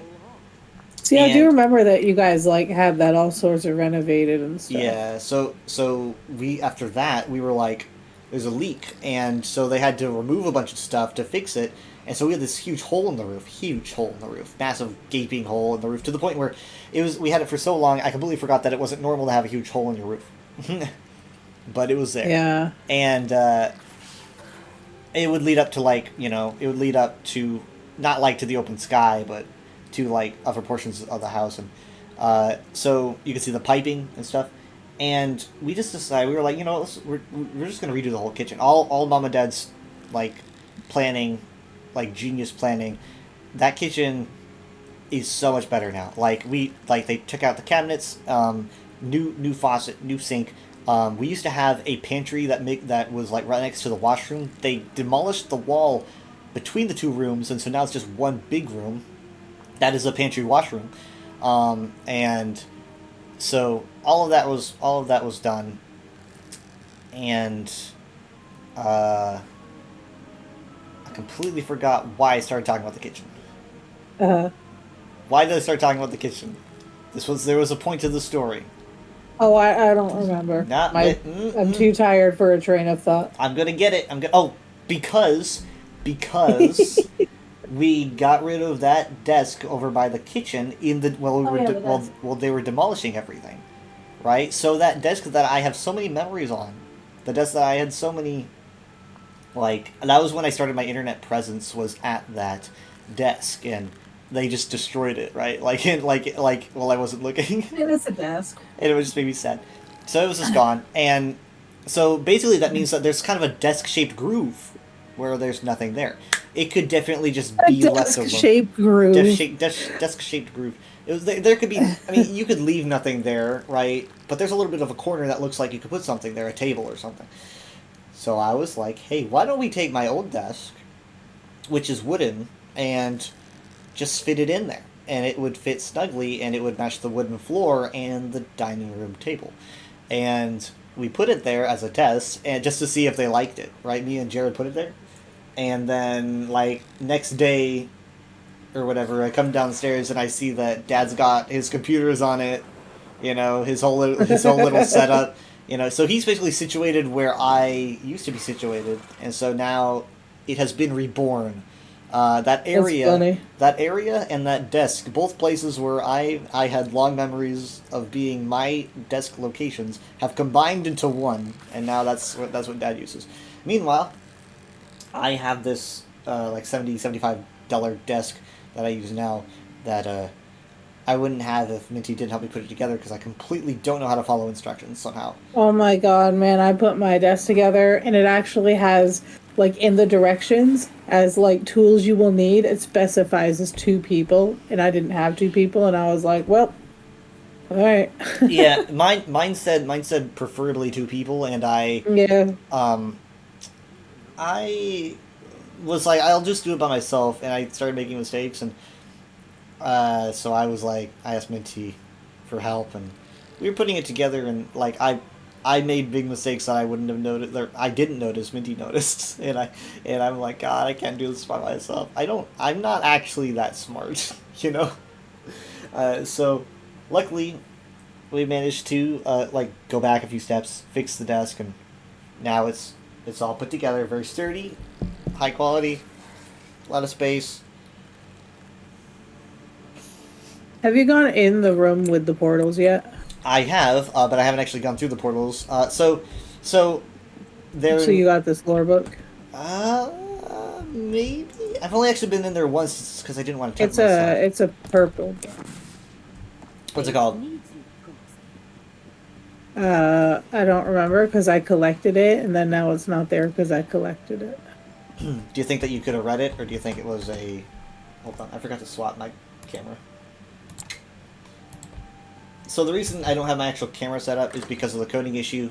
I glitch around and it looks weird. So it's just good. I'm a PNG tuber now, you know?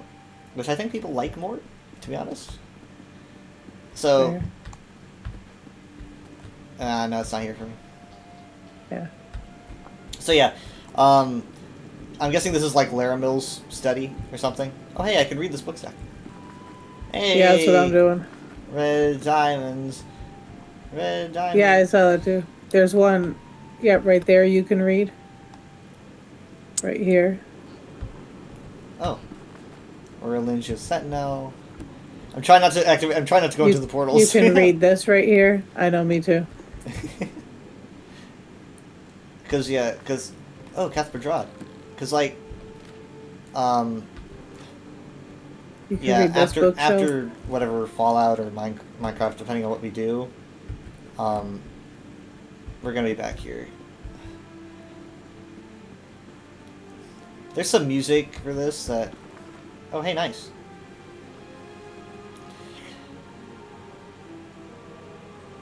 I love the music of Necron. Like, it feels so fitting.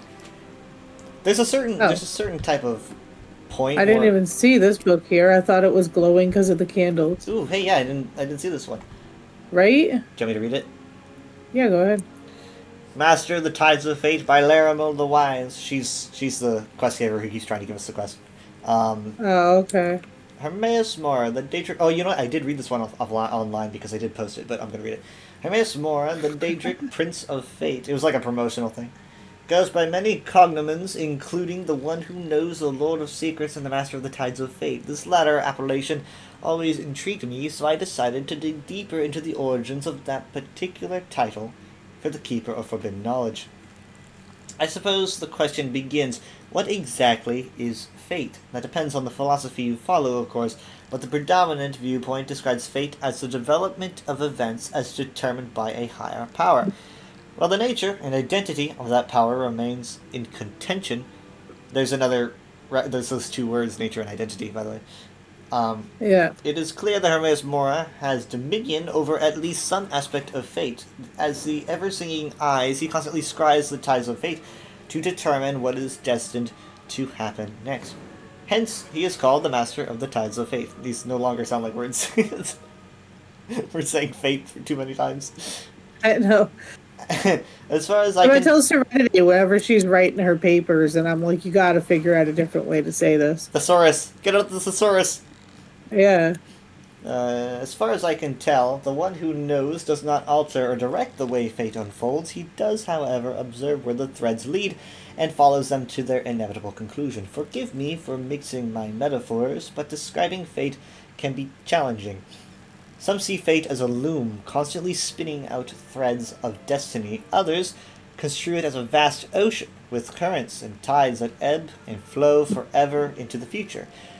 So where does the name Master of the Tides of Fate originate? I believe it comes from those followers of Mora who see knowledge and fate as a vast and fathomless ocean. They imagine Mora as suspended above or within this ocean, constantly peering into the depths to track the currents of fate. He is the Master, not because he controls destiny, but because he knows every possibility and outcome immediately. He's like that guy that like watches a movie trailer and like picks apart every single shot to try to figure out like how the movie's gonna play out. It's like, oh yeah, this scene takes place after this scene. You can totally tell because of the lighting here. It's kind of like this lighting and this other scene here. that's like what he's doing. Indeed, there are regions of Mora's realm of Apocrypha that resemble nothing short of an endless sea, holding secrets and forbidden knowledge beneath its surface. In the end, who can say which actually came first? The idea of Hermaeus Mora as a vast entity cataloging the tides of fate, or the image of the great prince hovering above an ocean, an Apocrypha, and peering into its depths. Perhaps one is just a reflection of the other. Yeah, so this is also another thing where it's like, I don't think we've really delved deep into what being the Master of Fate means. It's a... Because at first it does sound like he knows the future and stuff, which kind of gets boring, you know. I think a character really knowing the future can be less fun because it makes choices seem weird. But in this case, it's kind of like where he's so smart, you know. He's just like way ahead of everybody, you know. He has all this information that he just knows where this is gonna go. It's kind of like me trying to figure out, you know, what the story is gonna be for the next chapter, where I'm just trying to pick apart everything. I'm like I know this and this and this and this, and therefore from that I can deduce this, which is really great. It's a really fantastic way to combine, you know, just destiny and knowledge. It's really the only way I can think of combining the two topics of destiny and knowledge is trying to be aware of where destiny is going to lead you. yeah, I can't wait to get more into this. And Hermes Mora is voiced by Wes Johnson, who's been doing a lot of the advertising and Yeah. and a lot of great interviews and stuff about this. He's a huge, just, he really gets his characters that he plays. You know, like, he really gets into the minds of these characters and incorporates it with how he plays them. Not everyone does it to the extent that he does, and just the passion for the fan base he has is great. I've had So you could read these two bookcases. I think we have them already, but probably, but at least you're finding bookcases I no, can read. turn around. I was right next to you. Your colors are so dark. You need some glowing triangles. I can't see. Okay, so there was Reject the Pact right there. Here's Feasting on the Dead Chapter 1. Dang it! Wait, where's the other chapters? I have 1 and 4, man. Maybe there is no other chapters. I don't know. You can read this book, Kate, or this book pile. Nope. No. Hey, Enigma of the Runestones is an interesting choice. This book pile. The Green Singing. And this one. I guess I was just too excited to look around for book piles or readable books when I was exploring this area. Yeah. Or maybe I just wouldn't find these anyway. I don't know. You seem to be really good at. I don't know. You can read this one too. Report on the Dusk Savers. I get that one. They really want us to learn about these Dusk Savers. So this is probably Laramil's study. You know, this is where Laramil the Wise hangs out, I would assume. Hmm. She's very messy. Oh, there's a page. Smart people are. Ooh, Feast Among the Dead too. Yeah. Thank you. I'll hold on to that. Nice. Okay, so that pretty much confirms that it looks like there actually is gonna be up to 4. Because now you're of just these. missing one. Nice. At least 4. Your luck, you're gonna find a 5 before 3. Yeah, that's gonna be infuriating but exciting at the same time. It's like, oh boy, there's 5, and also, oh god, no, there's 5. Let me see if I can. Yep. Oh boy, I'm okay. You thought so. I thought That mushroom blocked you. there wasn't much room on the ledge.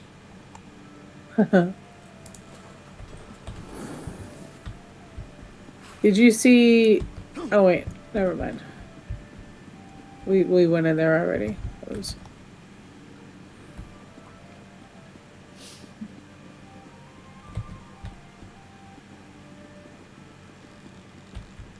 Fate needs you, Proxy.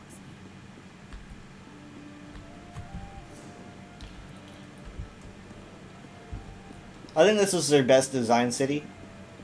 Just period.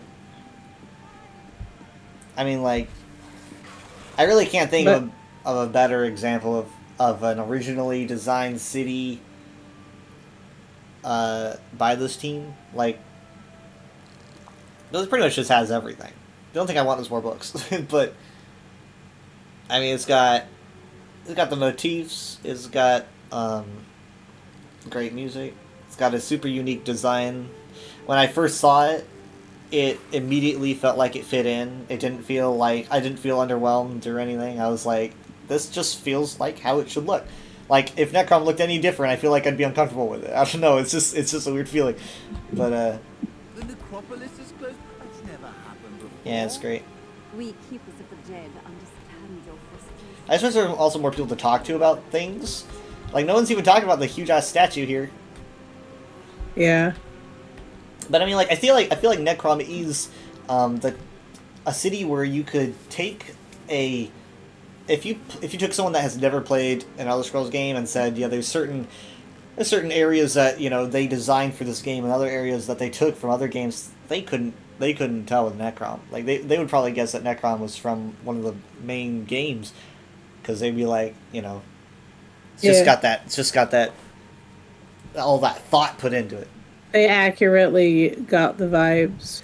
Yeah. I mean, obviously nothing against things like Gonfalon Bay and whatnot, but I'm just saying, like, there's a level of creativity. There's a bar that you've got to hit with the Dunmer culture, and they saw where it was, you know. They didn't just kind of half-ass it. Yeah. Also, like this statue room, like when I saw the footage of it, because I showed it a few times on stream, I just thought it was like, I don't know, I was like, there's no way it looks this good. This has got to be like somewhat doctored gameplay footage. But when you're here, it just looks this good. It's just like the lighting is perfect. Why would they do that? Nah, I mean like it's more like shaders, or people have add-ons that like allow them to add more bloom onto their game and stuff like that. And I'm like, okay, there's got to be something going on here, because it just looks too good.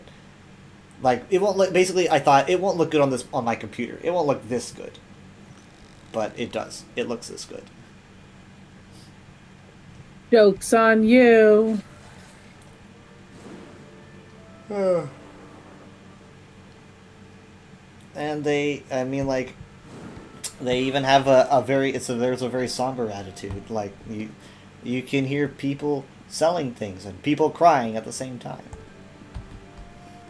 Because it's a city, it's a bustling city that's also one of mourning. Yeah. I mean, obviously there's an element of like, respect and importance. Dude, it looks so dead. good at night with all these candles. Yeah, the candles are great. And apparently they use like the wax from Kwama to make them last longer or something. Wait, where'd you just go? Oh, the Fighters Guild. Fighters Guild, yeah.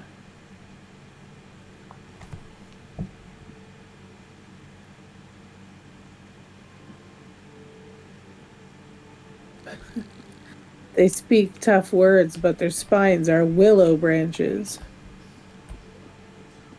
Dude, could use a steamy hot bath. Oh my god. Oh yeah, I got in here with my bathing towel. Fantastic. How come they get steaming hot bath? What keeps it warm? Magic.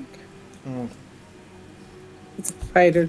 It's not even Mage's Guild. Oh, here's a book. Brave Little Scrib in the River Troll. Oh yeah, I read that one before. That's funny. And that's about the level of reading that the Fighters Guild does. Okay. Not like the Mages Guild. The Mages Guild is reading stuff like, Fragmente Abyssum, whatever they call it. Fragmente Abyssum Hermaeus Morris. That's what the Mages Guild reads. The Mages Guild, brain. you level it by reading. Mm-hmm. The Fighters Guild, you level it by doing what? Reading what? Dr. Seuss. Reading. Don't diss Dr. Seuss like that. By you hit stuff. Ridding the world of Daedric gum. Yeah, bonking it on the head. Yeah. This leads to the trial. I don't think on my character I didn't see anyone here, so I'm guessing that you have to be a certain level to see a character here. Because this is the quest for the trial. Yeah, I don't see anyone there.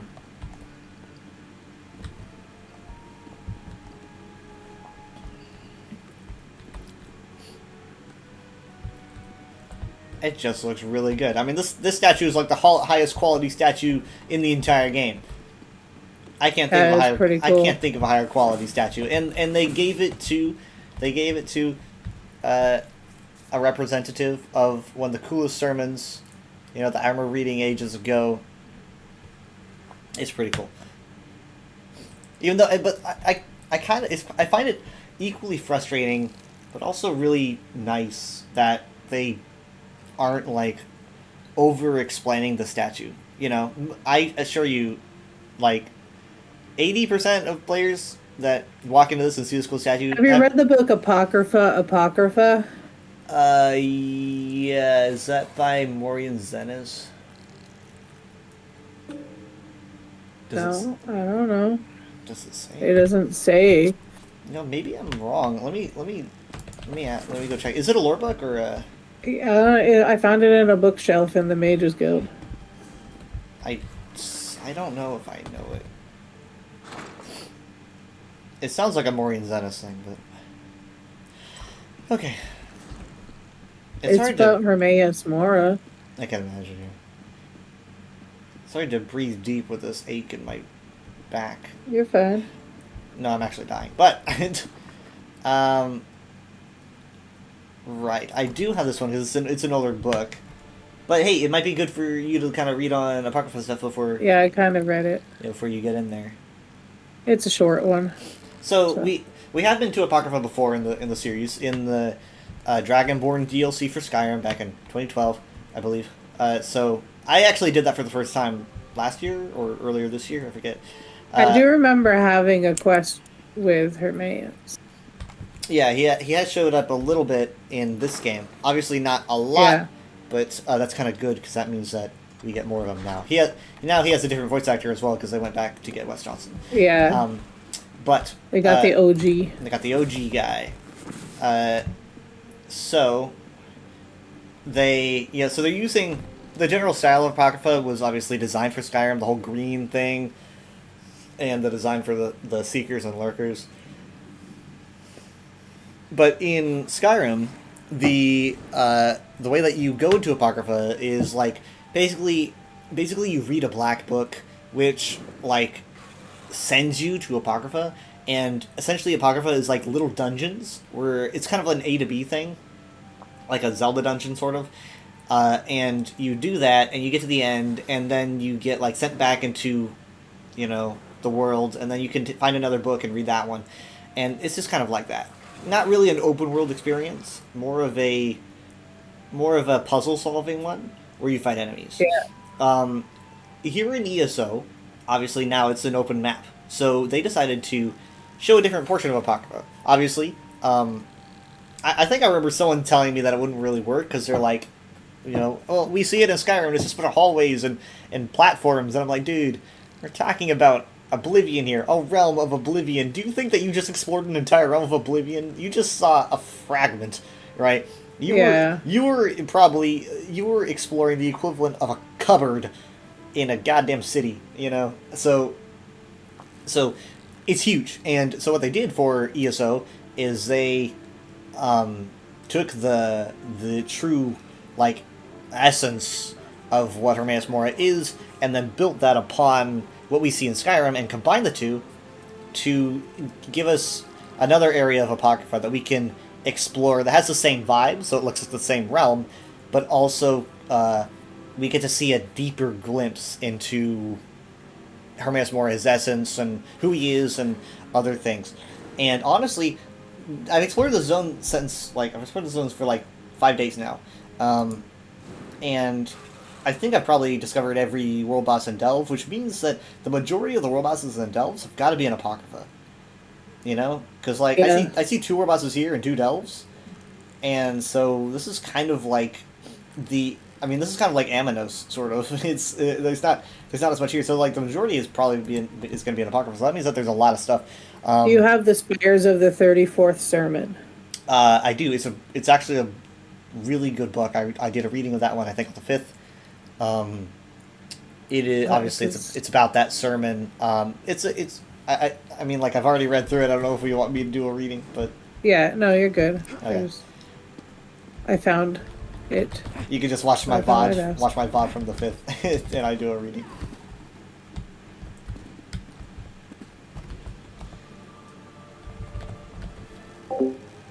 Zelda dungeons are more interesting than Skyrim Apocrypha? Probably, yeah. I mean, yeah, because obviously there's more of a progression element with Zelda dungeons. Getting those items and building upon them.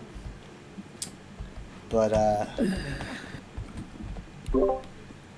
they do have a Hall of the Tribunal where you can essentially find, attribute resetting. They have a Shrine to Mara.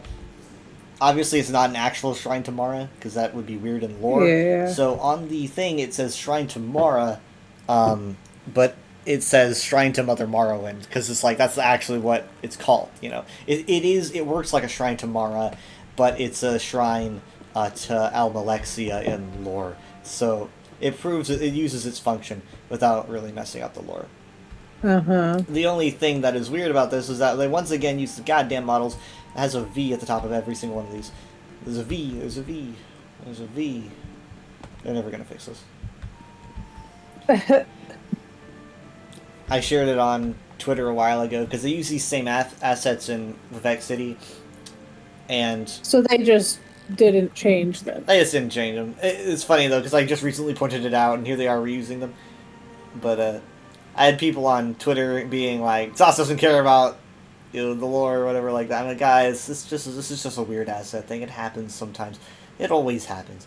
Don't get so serious. Yeah, it's funny. People putting the assets in aren't the ones telling them this asset's broken. Yeah, they're it's just an putting in oversight. what they're told to put in. It's not even that big. I mean, it's like you didn't even freaking notice until I pointed it out, Steve. Calm down. Yeah.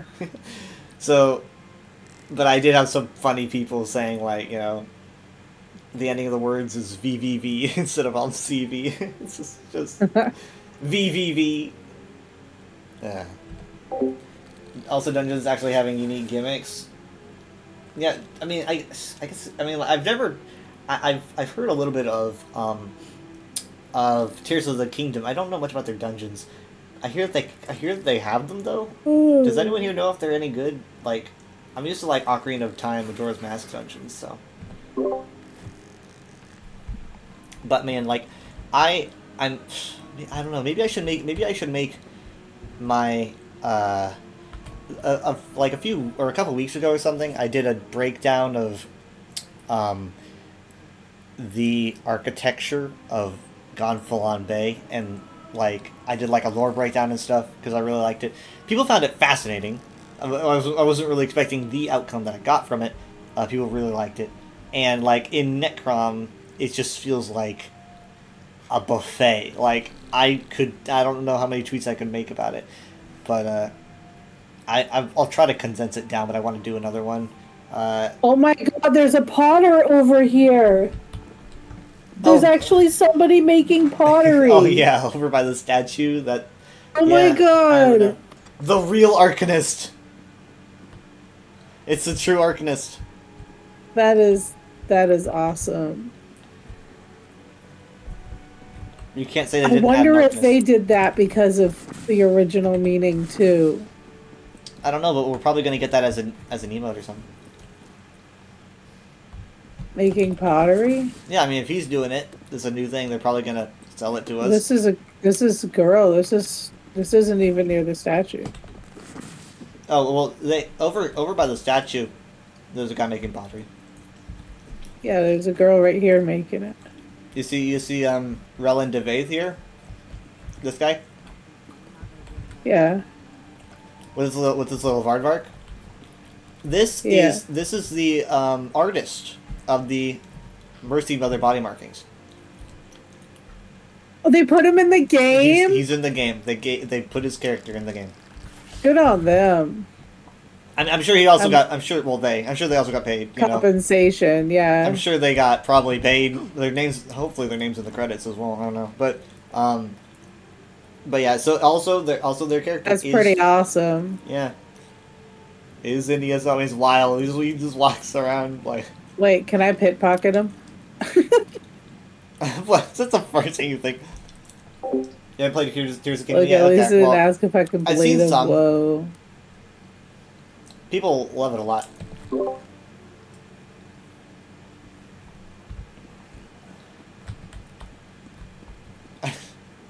Pickpocketing always looks weird. Like whenever I'm pickpocketing, like I always just look like I'm getting really up in their business. It's just grinding up on him. It's weird. It's like, no, sorry, man, you got it all wrong. I was just trying to steal your goods. I'm just trying to rob I was you, just trying that's to. all. It's not what you think. I was just trying to rob you.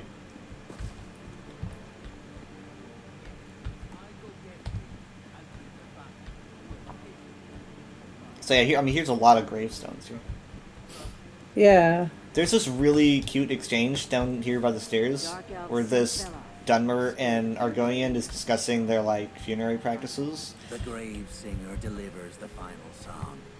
See here? Tales of Ditatal's bountiful spirit are carved into the wood. My people hope to guide our dead back to the ash. We all seek to return to the Hist. In staking our dead, we ensure they never return as a bog blight. Yeah, That's very it's nice definitely important for them to stake their dead. Yeah, I mean, I've been attacked by them so many times. it's a really fun fact that not a lot of people know about, and it's so cool to hear him just say it out loud. So a lot of people just will overhear that walking around, and it's like, okay, so that's a lore fact that people are just gonna know because they've heard someone say that 1,000 times. They'll be like, oh yeah, they stake their dead to keep them from rising as zombies, which is one of my favorite Argonian facts. I just think it's really cool. I don't want to go in there yet. You don't want to come in here yet? No. I'm trying to keep a lot of. I mean, that's the underways and the necropolis, which you can't get into by default until like probably the main quest, is something I'm just trying to avoid. It's fine. It doesn't look like there's much here anyway.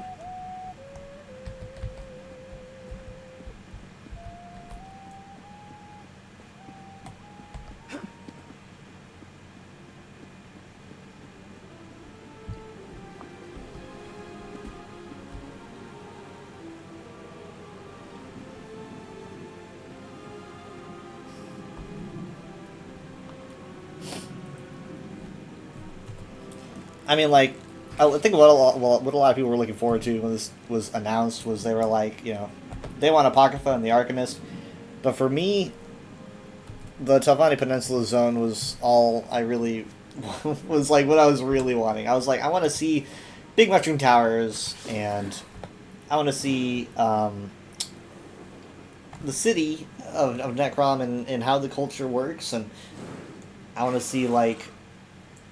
I want to take pictures of the environment, explore Dwemer ruins, is what I wanted. And, like, I'm just really satisfied with the city. So I'm excited to see what they have in Apocrypha, obviously, because it's like, I've got what I wanted. So we'll see what they have there. Yeah, there's definitely nothing really here. And then the one place that I feel like you could go, it's blocked off because you can't go there. Oh, interesting. Okay. It's Story Lock. Story Lock. I think really, you gotta respect the amount of detail that went into, even thinking about the stairs and adding these. Yeah. They're not even really having animations of people walking through the city with coffins. Even though, obviously, in lore it does happen a lot. So they have to take it into consideration, yeah. Yeah, so you can see these ramps all here because and you think for a second you're like, but why? And then you're like, then you realize because they're moving these things all throughout the city. Because there's a lot of fucking stairs. Yeah, there's a lot.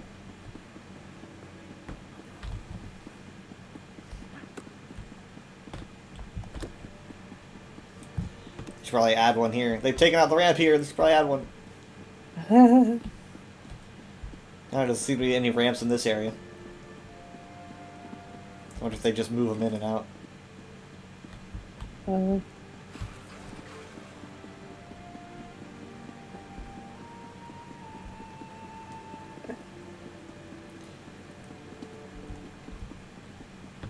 I do want to check out the places that you can rob or that you can break into. Because a lot of the times, some of the best things, some of the best things I've seen, like especially in Fargrave, the places that you break into have to be some of my favorite places. Like there's some funny fucking shit you can find in there.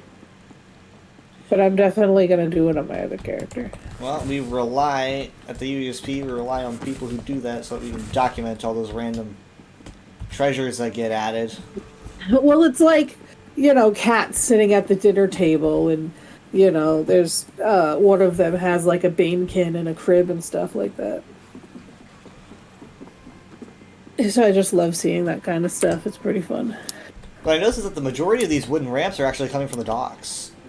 Because people are probably bringing a lot of their dead, via boats. And then they take them up these and keep moving them. So it's probably where a lot of them come from. You can see a lot of these wagons at the base of these.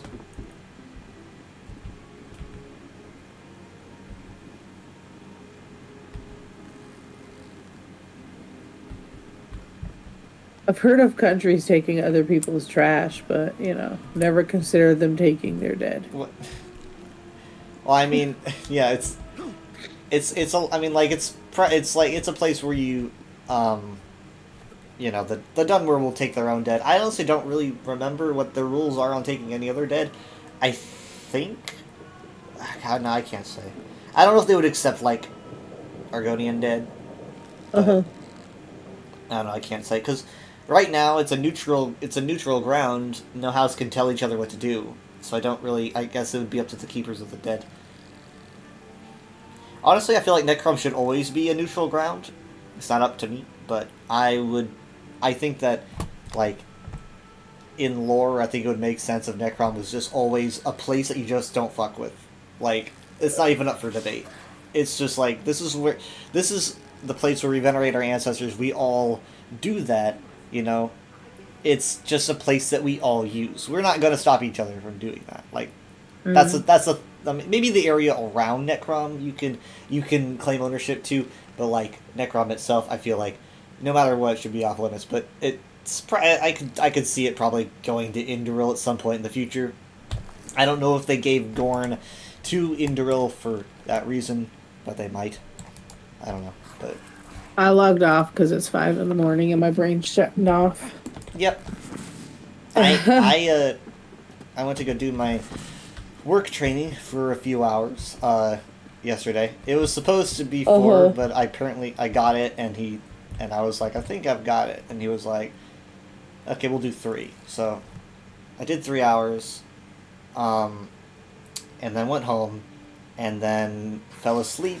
Even though I wasn't tired, it was just one of those, like, I'm just going to sleep I'm just going to sleep because I am chilling in my bed, and that is what happened. And then I fell asleep, and then I woke up. A lot of the times, man, so I went to go play a game that I've been playing with my friend, and when I got up, I went to go play, and the servers were down for maintenance, and so I just went to go lay in my bed to watch YouTube, and the cat cuddled with me, and that was just the end of it. I fucking passed out. It's just too much.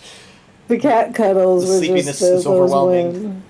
Yeah. So I zonked out, and I woke up, and it's just kind of like I don't like being abruptly woken up. Sucks. I mean, it's just one of those. I'm just like experience it regularly. Like Minty woke me up, but like I was like, oh god, what time is it? Because I realized that I fell asleep, and I was like, it's 9:15. 15 minutes after I should have started the stream. So I started the stream like within the next 10, 15 minutes or something. I started the stream up, and that's why I didn't even have dinner ready. I was like, oh god. And then it was a rocky start. It was a really, really rocky start, and I'm pretty angry because it's been a week that I've not been very happy about. And I really wanted, you know, the relaxation. But this has been nice, especially since you found all the books that I could not find. I found a lot of books. And I'm hoping that their internet works tomorrow, but I'm kind of expecting it to be a weekend thing because who knows? Like their signal might be jammed because I've got so many people on their work on that tower. I don't know, but I'm trying not to get my hopes up. But I would like to be. It all depends on how good their signal is in general, you know. I mean, they've had good internet like all week, you know. While I've been busy. I've been busy. Hey. And so yeah, I was. Don't watch the beginning of the VOD. I was frustrated. Yeah, I was here. Oh, you were here for that? I was in the call listening to you guys. Then I left the call because I didn't want to talk over you guys. It made it harder for you to communicate. Yeah, I didn't know you were there.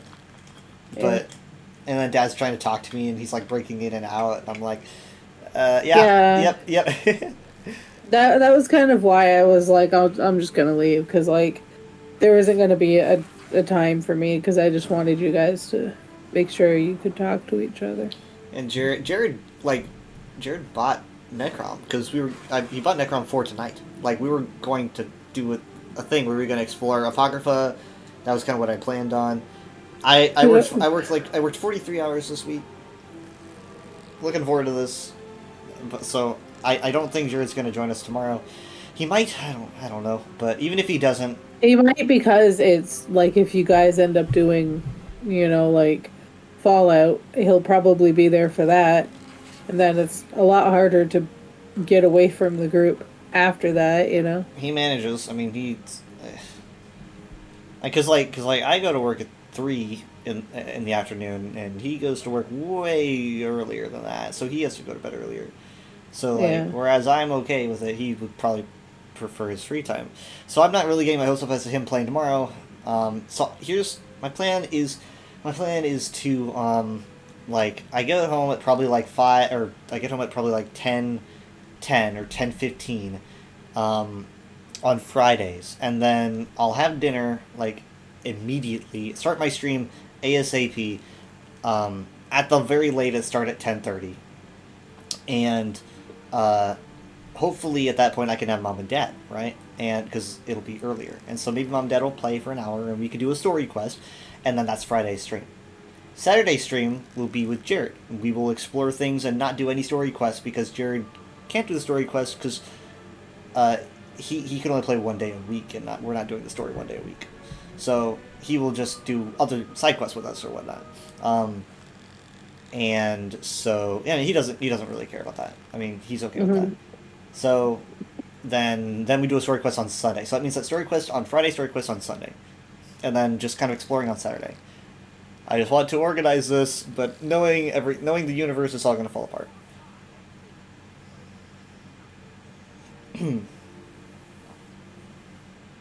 But yeah, I tried selling Jared on Necron. I showed pictures of Necron.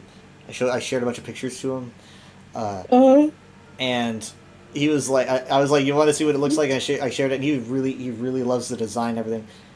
It really looks Star Warsy, if you ask me. It's got a Star Warsy feel to it, and then I showed him pictures of the inside and everything, and he just sends a text back. This is just capital wow, just WOW, just wow. He's pretty impressed with how it looks, and so I think that's kind of why he got it. And we were supposed to play today, but he got distracted by Steven, who apparently wanted help with something, and then he said Steven had held his attention for like a couple hours or whatever.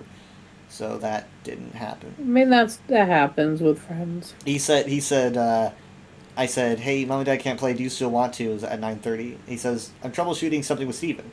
I said, okay, well, let me know when, I guess. And then at 1:45 he says, sorry, Steven's 15-minute task took 4 hours and 45 minutes. Damn. He says couldn't get his thing to work, but then he wanted to show me a game and just talk. So that is how that went. So I don't know. I might see if he can join us Sunday for exploration, just because we didn't. Maybe hopefully he's expecting me to ask so that it softens the blow. But because man, I wanna see more stuff. He does tend to complain about things, but he sometimes complains about things like that we could find an answer for, but he doesn't even look for an answer. He just complains about it. Why is it this way? And I'm like, dude, just look around. We'll try to figure it out. It's like people who you're watching a movie and they're asking questions about something, and it's like if you just watch the movie, it will explain it. Yeah, there was a post for that. I completely forgot what it was, but it was like a guy who was overhearing like this couple in a movie theater, and like one person's like, oh, what is this or something, and then the person just says like, it is a. Why are they doing like, this? And it's like, come on. He said something like, it is a movie. You continue to perceive it, and more information is given to you, or something like that. It's like that is what happens. It will tell you. Unless you're watching like a Marvel movie or Star Wars, in which case you could probably ask, because there's a lot of stuff that there's probably in the comics and not in the movie. I mean, but the thing is, though, Jared's usually like Jared's isn't usually a genuine question. It's usually like an accusatory question, it feels like, and I'm like, well, maybe we'll figure that out. Like, I don't see it as bad writing. I see it as like a mystery. Something that we don't know is not bad writing. It's just something that they want you to make theories on. That's what the Elder Scrolls has always been. Here's some theories. make some theories on this thing, and it's going to be probably a heavy thing this year. You know, it's like a lot of stuff just isn't straight up told to you. And what seems to be the most likely reason Well, that's for what you. a lot of people enjoy the hunt to find the answers. Yeah, and sometimes you'll find little bits and pieces that are like, oh my god, this seems to feed my theory. You know, that's a pretty thrilling journey, and I've gone on it a few times, and like it. I prefer if they would confirm stuff, though. I mean, sometimes I'd like confirmation so I could feel like, I got it right. Doesn't happen all that often, but sometimes. It's still fun. Alright. Escape! I'm gonna leave the call. I'm gonna go bed. Are you Alright. gonna swap to game? Uh, Or just... Is this late? Let's see, what time is this? 4:16. I'll swap. I mean, I've got Sunday off. Okay. I'll probably swap. I'll put you on when I go to bed. Okay. Okay, I'll be here, but on the Chromebook. All right, then I will move. Right. I will move to your Chromebook Yay! myself. It's hard work, but I'll do it for you. Oh Oh my god, I got one more endeavor to do. Oh my god. What's that? I've got another endeavor to do, but luckily I can do it right here where I'm standing. In the crouching area. Done. Perfect. I am a genius. Okay. I'll see ya. Bye. Bye. Wow, that was 7 hours. What the heck? Okay. Oh my goodness gracious, Charlotte's been followed and I didn't say anything. I didn't get it. I didn't hear anything. Did you guys hear anything? Thanks so much, Charlotte and VTuber, for the follow. I'm so sorry if I missed that somehow. Do I not have like my thing connected on this? Minecraft is connected. Where is it? I know my alerts are connected. I just didn't hear it. I'll do it again. Wait, what? Did you guys see it? It like it just flashed for me. It didn't play any music or anything. What in the world? Interesting. Okay. Why is that? Let me try that again. There we go, but I don't hear any music. I mean, like, if it's not playing music, then there's no way I'm gonna know that it happened. I mean, oh my god, there it is. Okay. A little bit late. Don't know what's up with that. It's weird. Thank you so much, Charlotte and VTuber, for the follow. I'm so sorry I didn't get that at first. I feel really bad.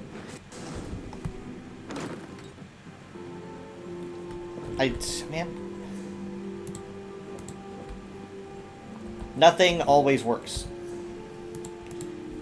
That is one of the... If you're going to be a streamer, that's the thing that you just got to know. Nothing always works.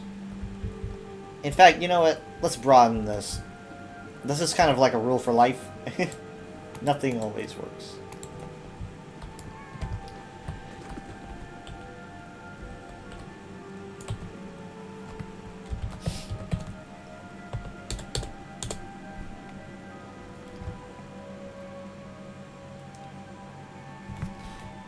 Okay, give me a second. I am going to move to Overwatch, but if you guys want more Elder Scrolls content, I will suggest a streamer for you, and you just have to click on the name, and you'll move immediately over there. I'm not going to raid because that kind of messes things up, where people come to my channel, they see the other stream, and so I'm just going to suggest a name that you can click on, and that name is... Let's do Locke, because I saw Loctavian playing earlier. I saw them in Netcom, I was going to point them out, but they weren't there for very long. So, hold on. What the heck? Oh. I tabbed out. Okay. Shout out. TV? No, it's just lock. That should do it. I will now move to Overwatch. Probably gonna reheat my pizza roll a little bit because I got like 50 of them. I will see you in a bit. Oh, also I've got to get the music ready, so.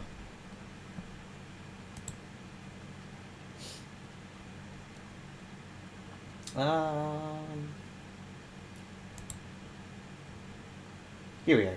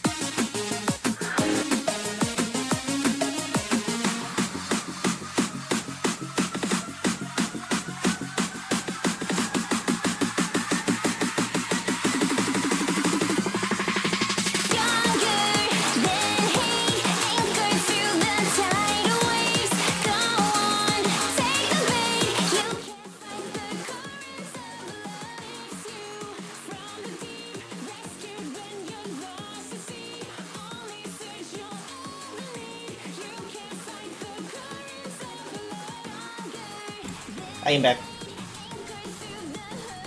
Who here has played No Straight Roads? I haven't, but I like the music. Drizzy got me into it. The music, that is. I'm sure the game's good. I just haven't played it. Speaking of Drizzy, Drizzy has given to me... I need to leave the call. Drizzy has given to me a code for me to watch, saying, watch it as soon as possible. I'll know. So, I guess I'm doing that.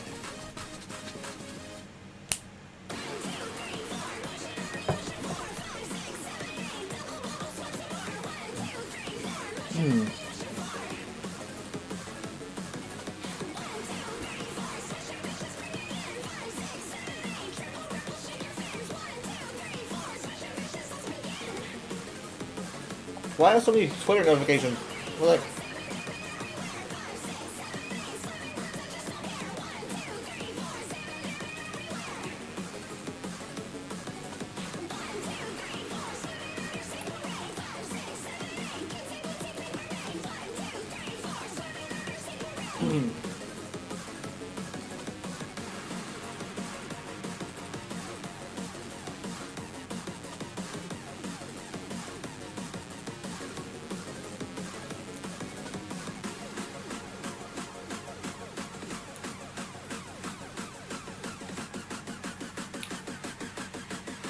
Anyways, I've got Mountain Dew, so I got Mountain Dew and pizza rolls, so I'm definitely, like, a gamer now. Cringe.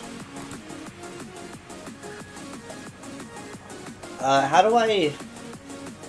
Oh, import. Alright, this might be a little bit rocky at the start, but we'll check it out. Game settings code. I don't understand what that means, but okay.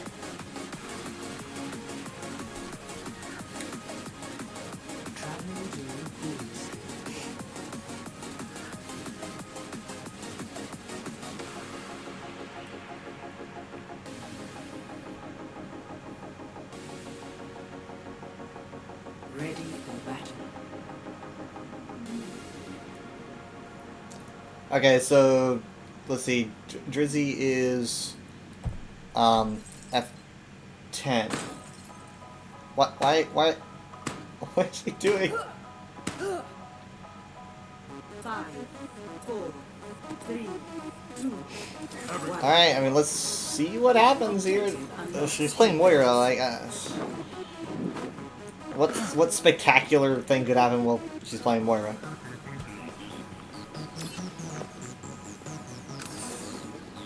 Taste of poison. Bionic healing ready for use.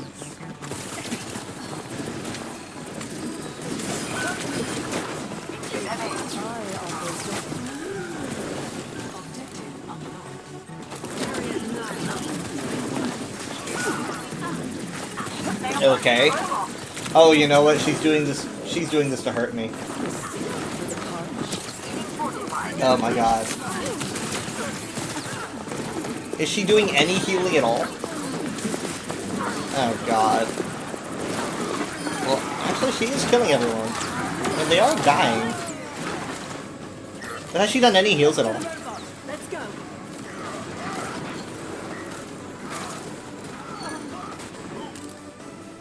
Great minds are always persecuted. Moragwitch. We are making great progress.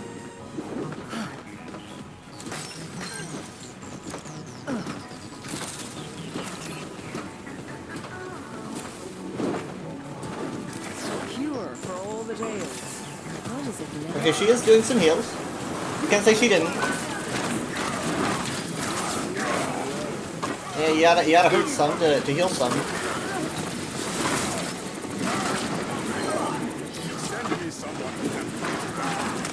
Oof. Shattered. Instantly shattered. Poor Driz. Enemy team has claimed the robot.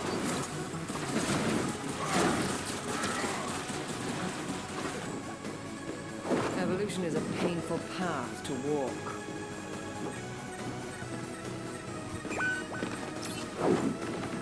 Hello there. Such time to put a stop to their efforts. Hello there. Wait, there's this young milk juice person. Enemy team is catching up. Is it, oh, you know what? That's Chrissy's friend, I think. I know it sounds familiar.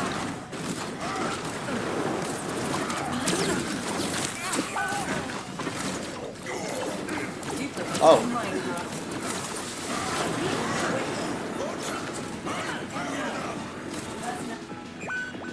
Now, to start anew.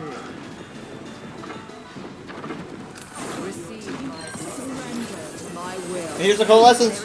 Oh! No res for the Mercy. She faded and then continued the coalescence because she can do that now.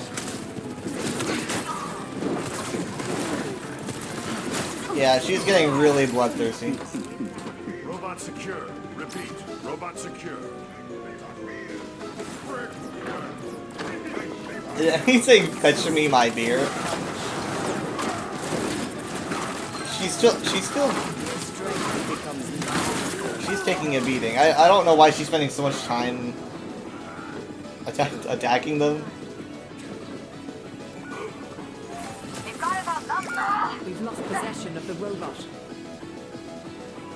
Nanoboost administered.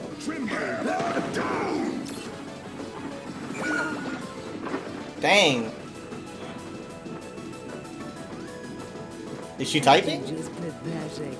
Oh, she's reaching for a voice line? What? Come on.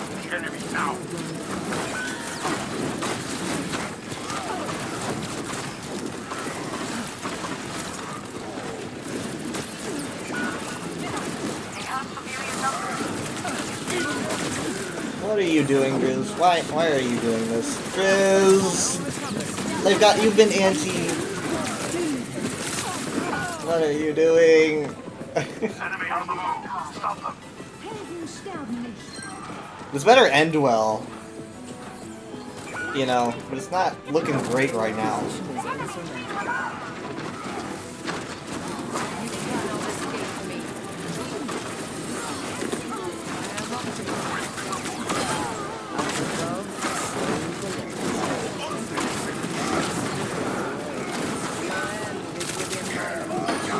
Shatter in. Ryan died immediately upon using Shatter, but it did go through. Taken up by the Overclock. Silver Runner with 2 kills, full supports. They do have the spawn advantage, but it's just not going to be enough. Just try to stop her. To start anew. Cure for all. Honestly, what? Oh my god. Silver Runner with 2 more kills. After what is how are they getting their act together?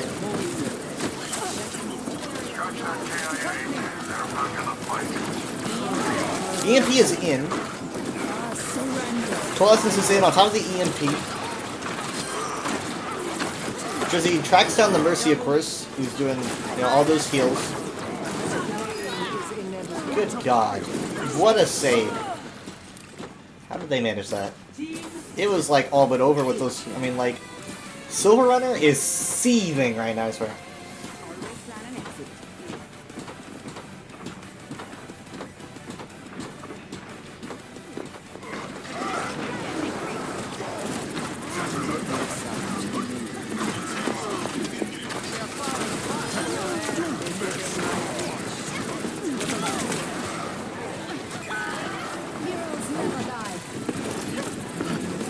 More damage. Just really committing to the damage.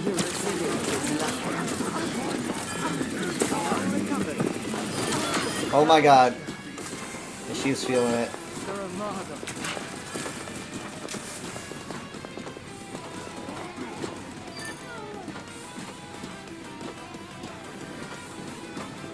Let us proceed. Receive my aid.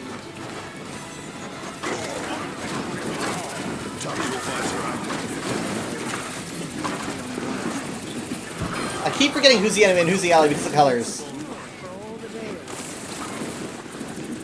They have 3 minutes to make a double their distance.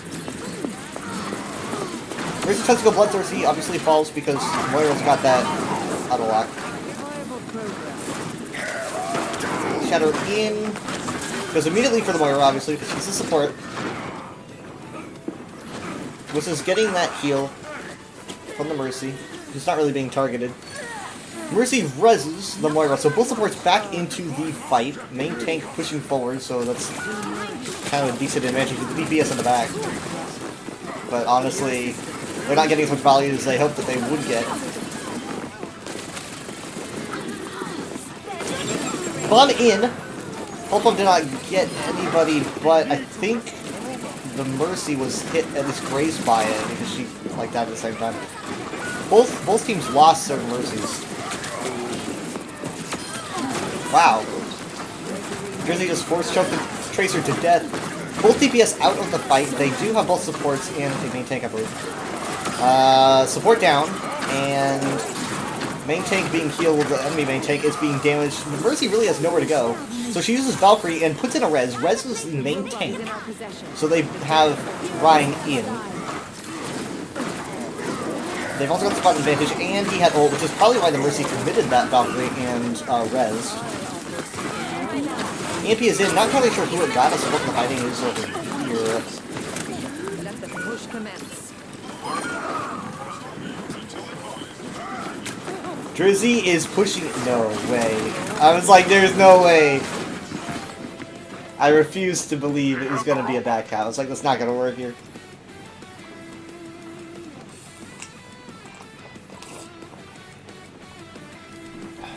Evolution is a painful path. Yeah, she just stood there. She was annoyed.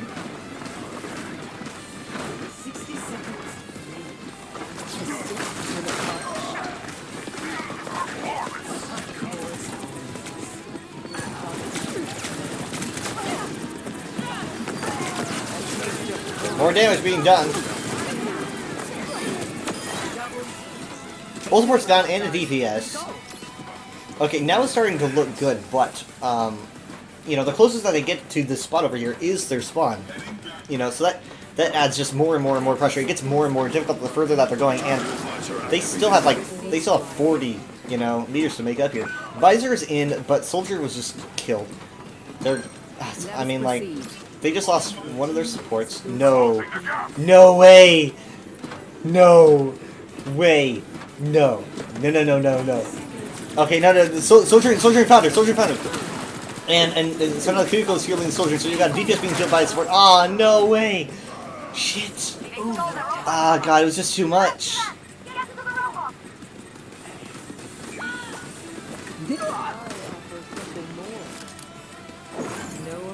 This looks hopeless. Must recapture the robot immediately. So they still have support in. They still have Mercy in there. Mercy has committed Valkyrie, so she's kind of holding the fort. When Drizzy comes back, Drizzy has Coalescence. She initiates Coalescence, is putting it right into the Kitsune Rush. Oh my God, a triple kill. As the EMP is put in, the entire team is just being mowed down. And but is she teabagging?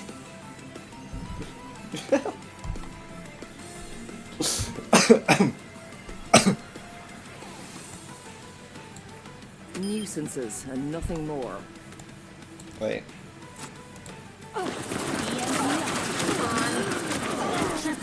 Nuisances and nothing more.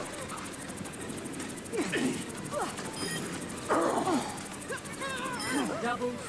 To be the doctor who has to fix that.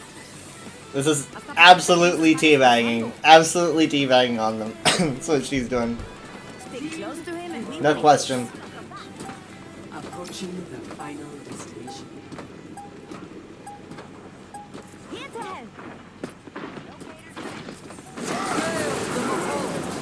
Okay, fight has initiated again. Coalescence is in. They've lost their DPS. Suzu is out. Kiriko being fucked up. No, support down. Both supports are down for Drizzy's team. Not looking good at all. This does not look like it's gonna go anywhere. But it's a good final fight. Ah, man. Ain't that just the way?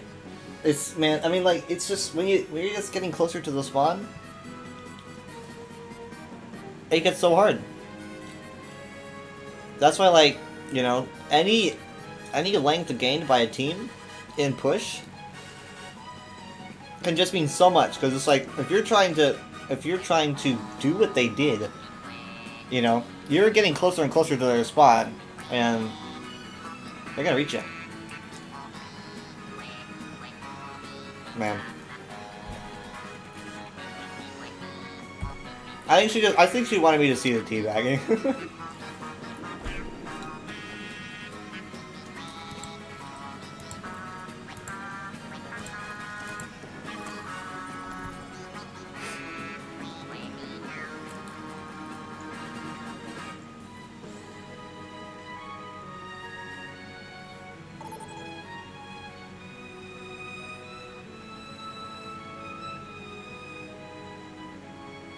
Welcome to reality.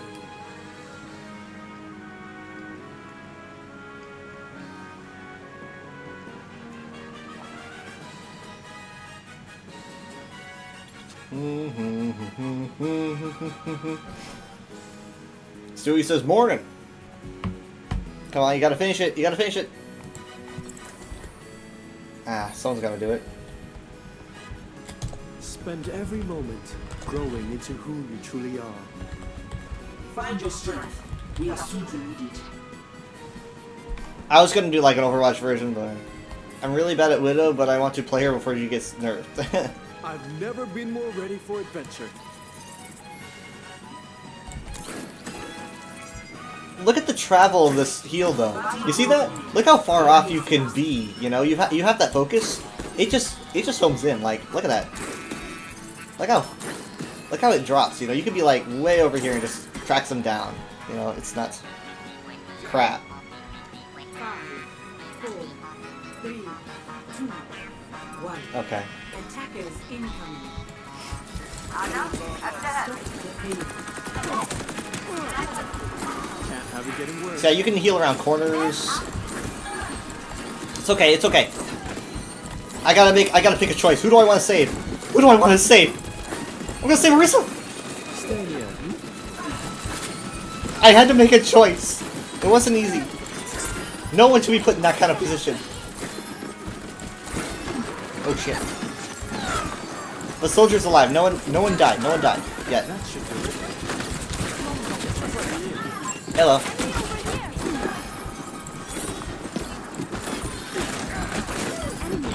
God. I'm sorry, I need you closer to me. I need you closer to me. Shit, what is the Mercy doing? What's with the sassy Lost Mercy? Someone do something about her. What the heck? Is this why they're losing? That was a lot of damage right there.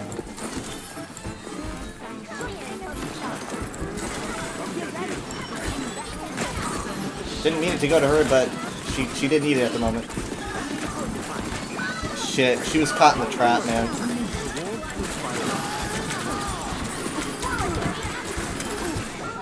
I was literally about to flower it. I was about to flower that tire, and it would have worked too. I just didn't see it.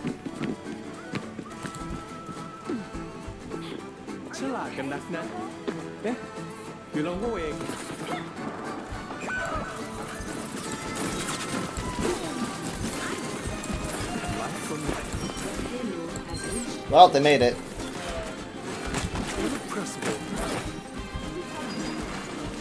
Well, my heal isn't gonna be any good against bomb, you know.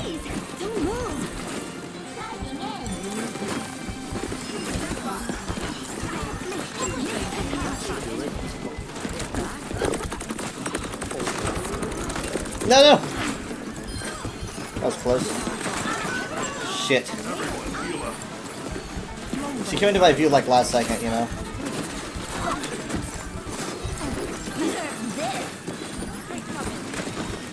We're good. We're good. I may use ice block, I think. Are you kidding me, bro? Anna, use this. Get out of here. Use it. Use it. No? Okay. I guess it's fine. Hey, I'll use it if you don't want.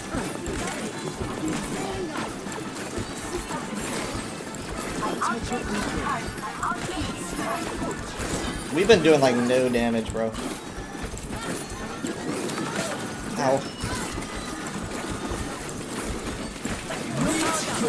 Are you kidding me? Are you insane? Life protects life.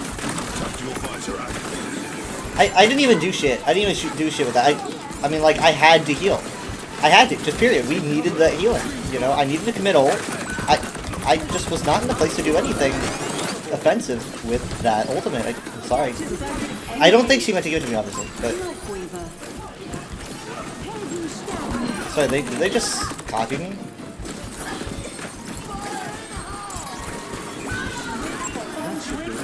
I literally life gripped her, but it was too late. Dude, that sucks.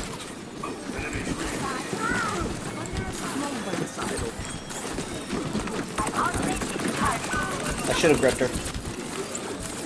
Such regrets, man. Such regrets.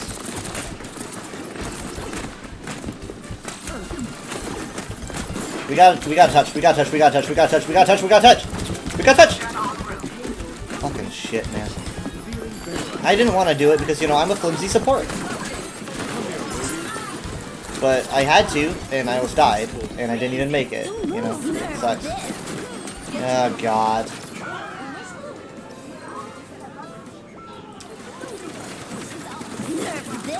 Yeah, we don't need to see it now. We're gonna be seeing it at the end of the game anyway. I walked into that one. Get yourself together. Pretty good. Pretty good. That's a pretty good bomb. One of the better bombs I've seen lately. I think it was well placed. Well timed. Bombs aren't as easy as they look, you know? It looks easy just to drop a fucking nuke on the enemy team, but it's not that easy, you know? There's a lot of prep time to hide. You need to know when to slip it in, and they picked a really good time. Got a little bit too involved there, buddy.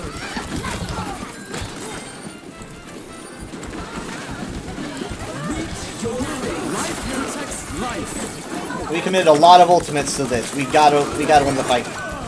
I didn't expect the other one. They know how to tactical retreat. Bounding forth.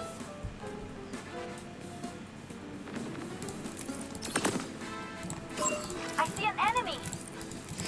You know, when Life Weaver released back in spring, they initially had it so that you had to manually swap between these two functions instead of just like pressing the left and right key. What is happening here?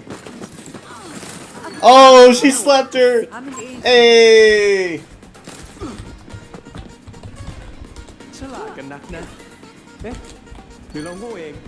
I like this keyboard, but you know, I'm not used to the elevated keys that make typos.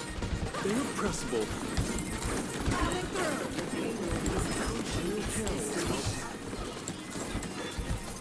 I'm doing a decent amount of heals, I think. Did they buff his healing at all? I don't know. I don't keep track of the patch notes as well as I should. If I was big brain, I would, but I'm small brain. In all things, I'm small brain. See ya.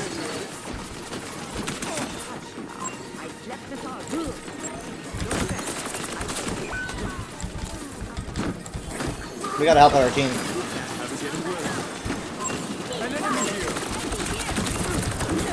Ah, son of a... Made it! Okay, we're without a tank, alright? Let's make sure they're without a tank. I gotta reload, damn it! I had to reload, man. That sucks.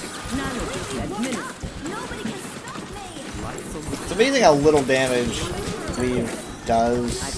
I mean, like, I'm like never over 3 digits, and maybe that's a me problem, I guess. I just feel like I should get more, but I'm just always busy putting out so much heal.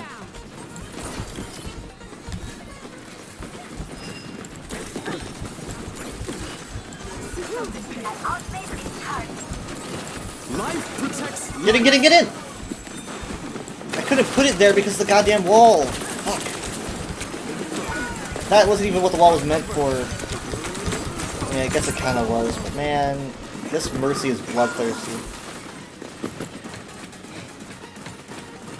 Well, I have the highest stat on the team, so.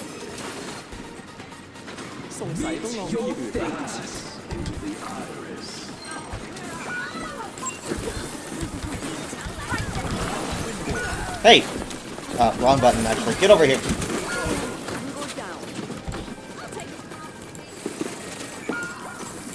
I had to pull her onto the point, because as soon as I dropped off, they would have touched. But, you know, they're going to do it anyway. It's not embarrassing if you're shameless. That was a pretty fun pull, though.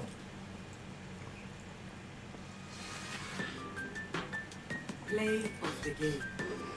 Like, I never really thought of using a pull to try to get like your teammate to touch the point in an emergency. Ah. Yeah, I'm just kidding. It was an incredible bomb roll. He says if I was here at the start. Wait, when did he jump in? When did he jump in? It wasn't. I mean, that was pretty much the start. Dang. Well, let's see what this is. Hopefully it's not support. I want to try to get that, like, all rolls. Endeavor.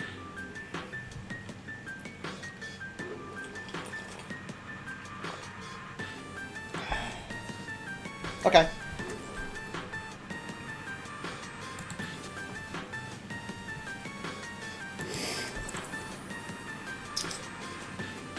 Legion.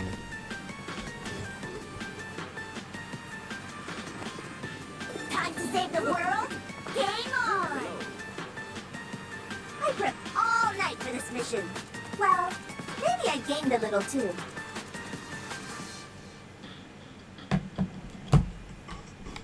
I know she's still in there. If I could just run some tests.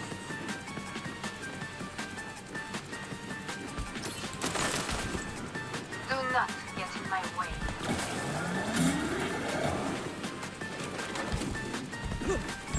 Over there.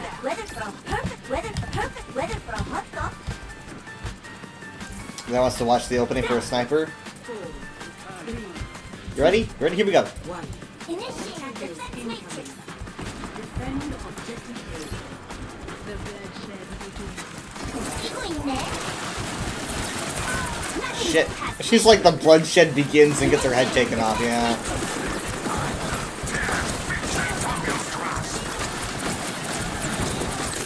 This is not gonna go well.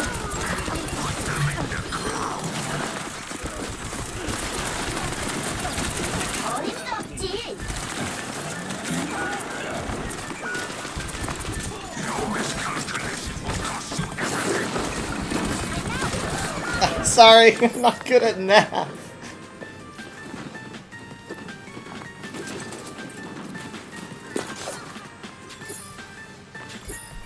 That was only a warm-up. Shit, man. This Widow's nuts. Hi.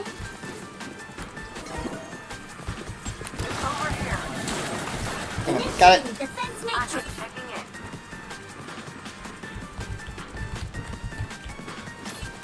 Man.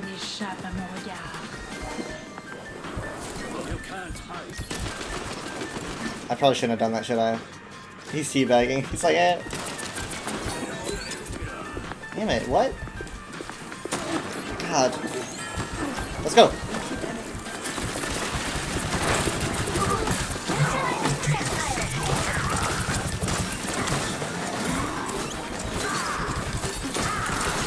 God, he won't stop punching me in the face. Why are you obsessed with punching me in the face? This is not sustainable. I'm sorry. Come on. No. Shit.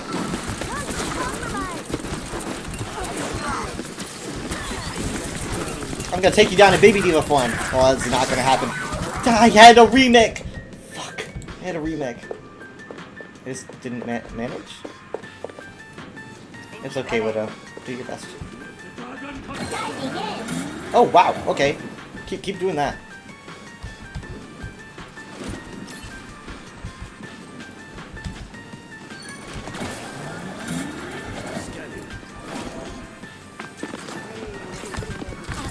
Nice, good anti.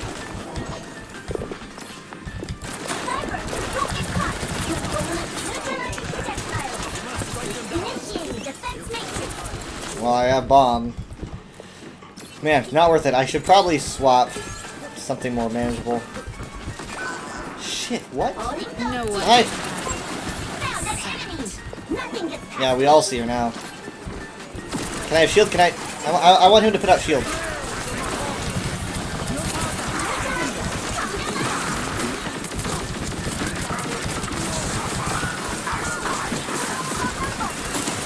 This isn't gonna work. This isn't gonna work. Like, I'm not gonna bomb here. He wouldn't do shit. You know, they would all just hide.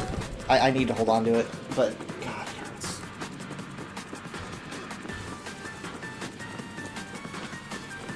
The payload has reached the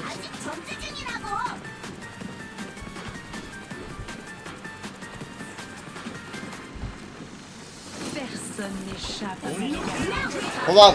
What?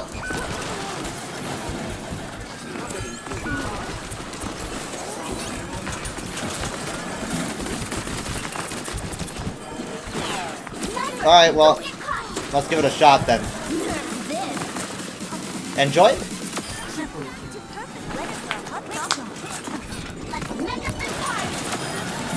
Oops! Sorry, you got my way.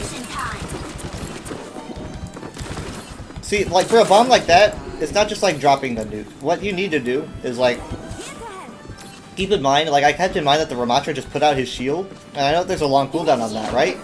So I know that he's not going to have it for when he sees my bomb go over his head. He's not going to be able to do anything. He just used his shield. So I put it over, and I knew that everyone was also turning the corner, right? So that's a lot of people there. But I probably should have swapped up people, though. Nice shot. The sooner this is over, the sooner I get to see my play. I'm sending this on screen. I'm kidding, I'm kidding.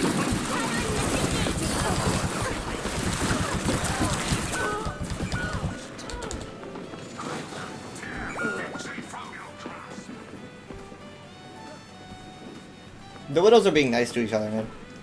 They're being nice to each other. Can you believe it in my Overwatch?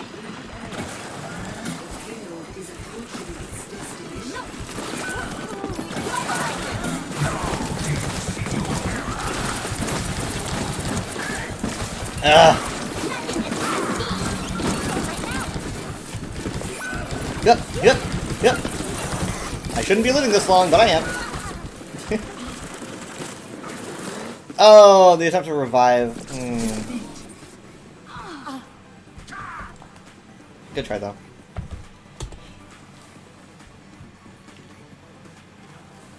play of the game. Wow. Nerf this. No. I was gonna say fuck you and watch this. I'm not gonna do this. I have no respect for anyone that says Keck. I refuse to even interact with them.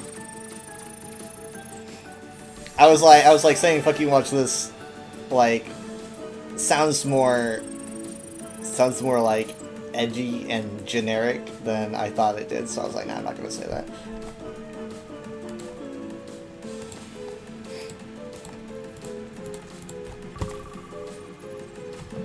But I mean, it's true though. It's like, watch the play. But also, it's like it doesn't matter if you've got play. You know, like all things aside, it really didn't matter that I got play. That could have been a team wipe, right? And it wouldn't have mattered. Like I wasn't that great of a tank in that round, all things considered. I shouldn't have played D.Va like that whole time. It was not worth me getting that bomb. But it is quick play. It's not really worth saying or mocking someone over it.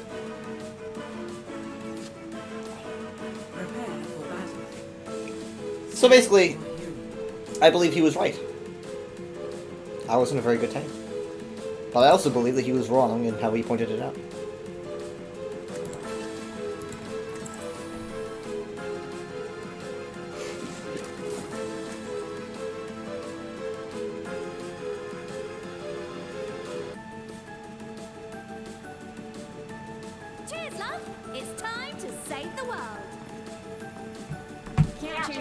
by following all the rules. Hoi.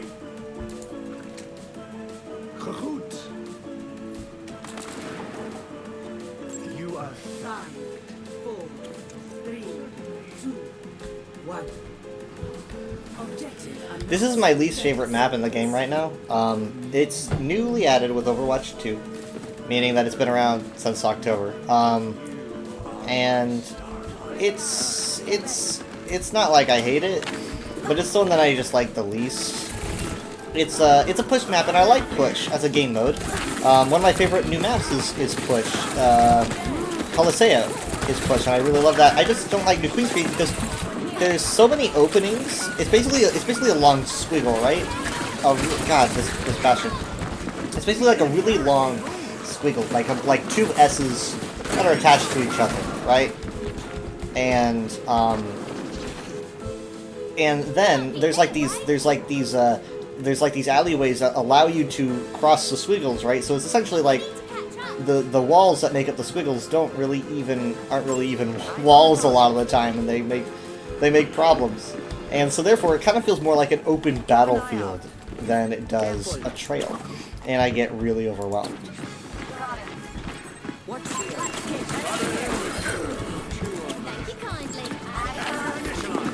Pings, man, life changers.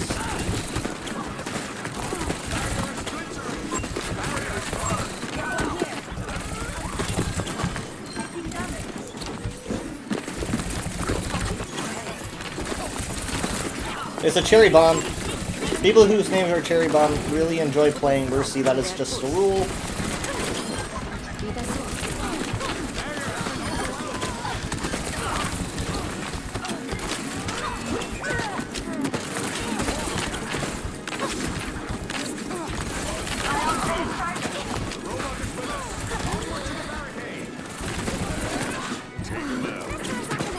Oh, nice shot.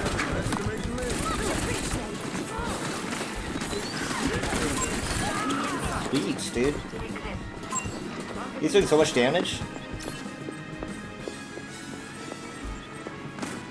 Tom Beansons.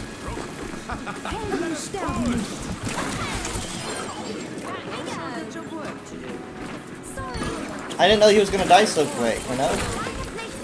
He like died right there. I was just trying to get a super cool bomb.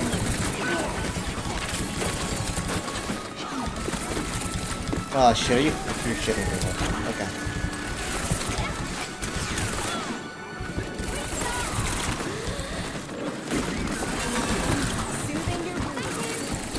I'm sorry, I need a support, man.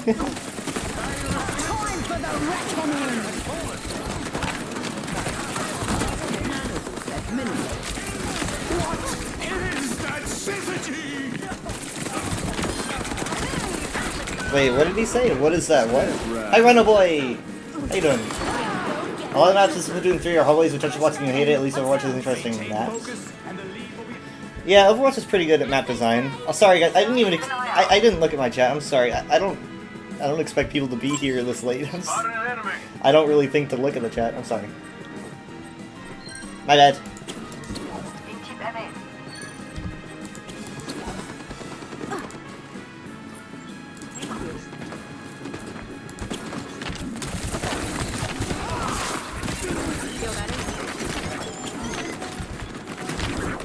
Boom. Nope.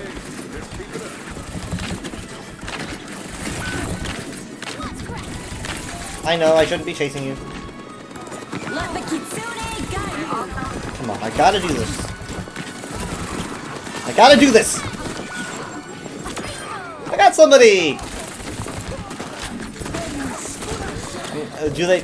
Like, they don't know if that was my target or not. It wasn't. But, I mean, I guess my target was just in general everybody.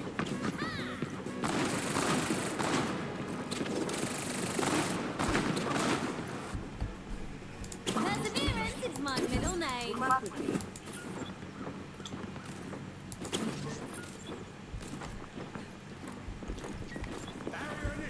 enemy in my sight.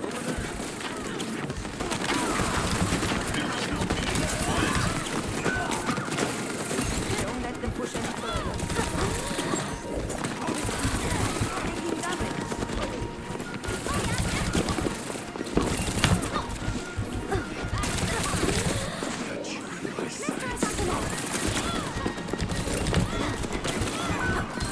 Not the hallway! I don't want to be in a hallway with you. I'm gonna die. Good fight. He doesn't have it coming.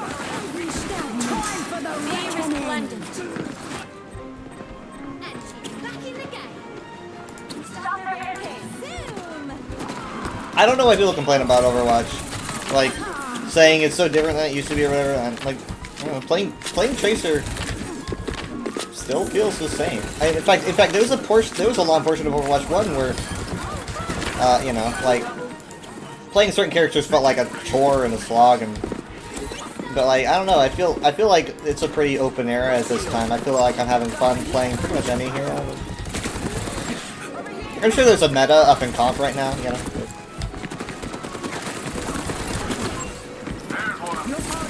No! No!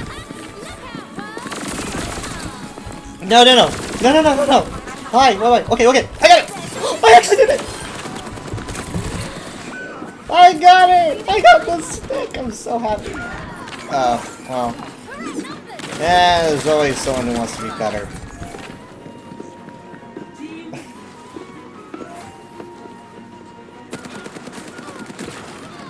Watch where you're dodging. She still plays for me. Okay. Yeah.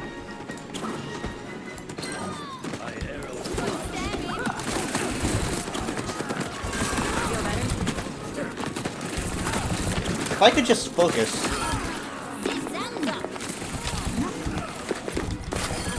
I'm drinking Mountain Dew. Doesn't that have like caffeine in it? Shouldn't I be like hyper focusing?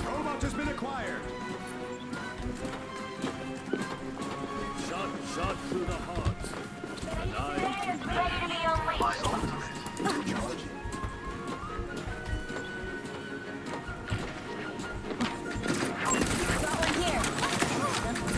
And Come on, he was over there.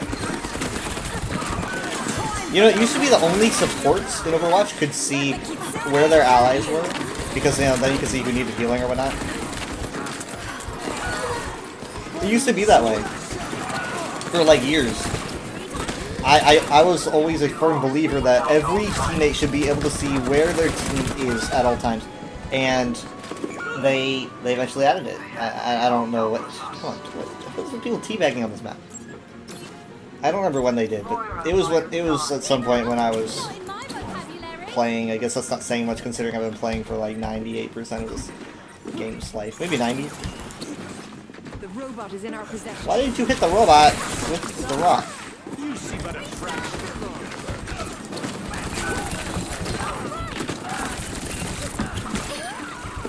Good job. the robot has been taken.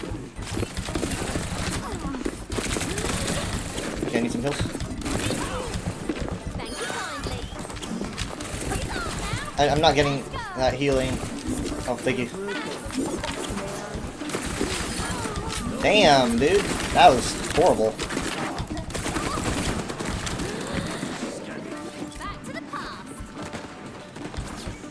Recall is such a cool idea for an ability. I was right about to Q, man. I was right about to Q. I got way too confident. I'm sorry.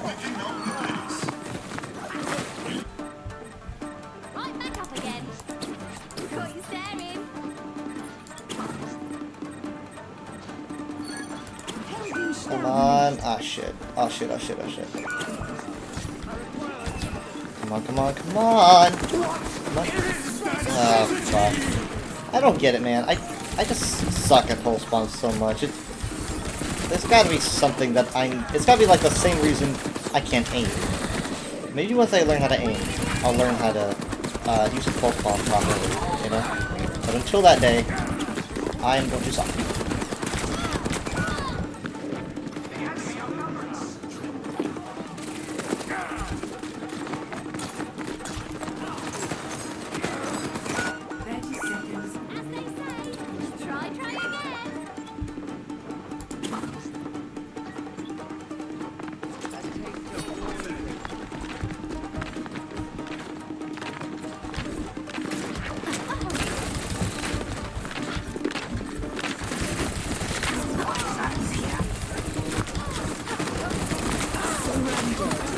The license is in. Visor is in. Oh my god, I'm not doing anything in this fight, and... Ah man, she has the cloud skin that I want so bad. But they had it for like 2 days, it feels like. I get jealous anytime I see it. It's the only skin I really have.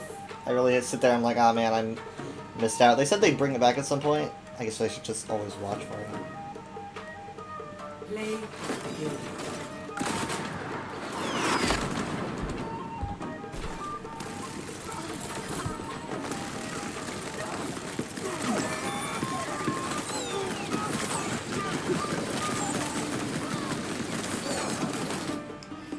Oh, that's actually pretty good.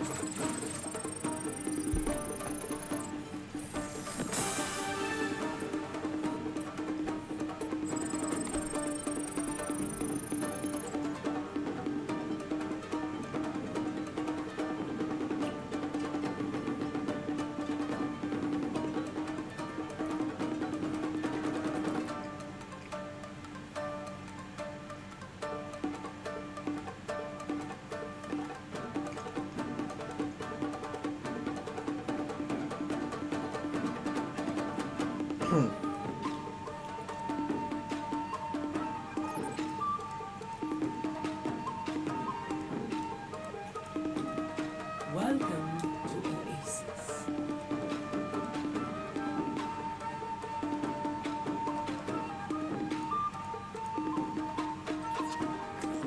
Prepare for battle. Select. Let's see, if I want to win, who should I play as? That's how Overwatch works. If I want to win, who should I play as? Not Widow. I am no good at Widow. You know that is all I have left. An old wound. I wronged someone dear to me. The path to redemption is trying.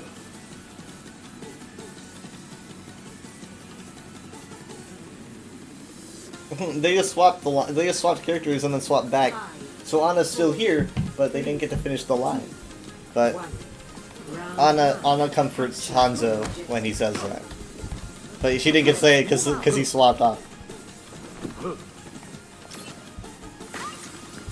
Engaging the enemy. Hey! Look at how much damage I have. Good. I'm so good at this game. Come on, man. Just jump in front of my arrow, please.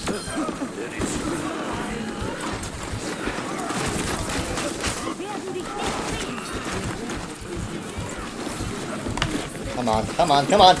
Come on! No, no, no, no, no, no! My internet just cut out. My internet just cut out and came back. I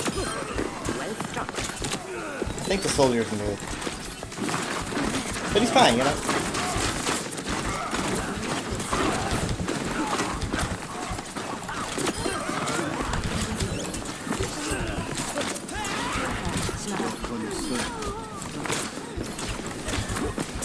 Why? Why are you trying to kill me, brother?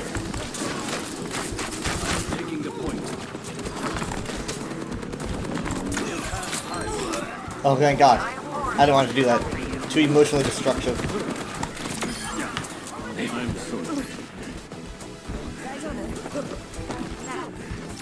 Okay, so I almost have dragons now, you know? And so let's see here. What do we got? What do we got? What do we got? No, no, don't go through here.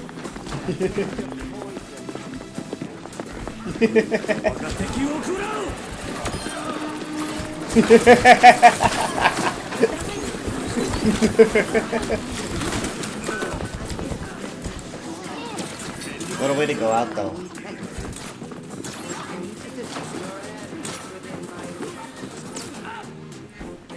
The arrow returns to the quiver.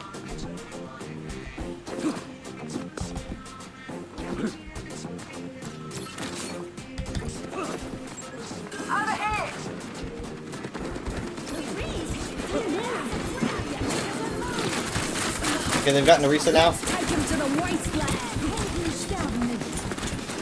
God, he's so close to dying. He's down, he's down, down. Sorry, I got a little bit too involved. So. Dragon's in?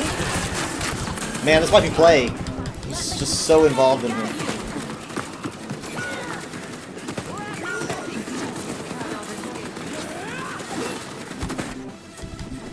I will persevere. So basically, for this daily, I need to win a DPS match. You know. I also wouldn't mind getting the ultimate endeavor. Whoa! That was pretty. Did you see that? That's pretty good. I don't usually encounter players that I've encountered before, but I think I've encountered this Genji before.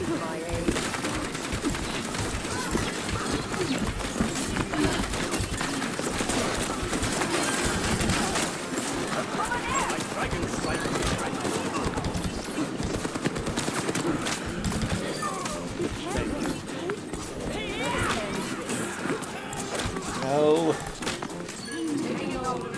Good work. You have my thanks. Alright, I'm going to do it again. Alright, we're 10% away from this cap. Alright, here we go. Hopefully, they probably hopefully won't use this passageway because it takes longer. So I'm gonna kind of... What the fuck? Why would you take this pathway? It takes longer! No, no, no, no, no, no, no!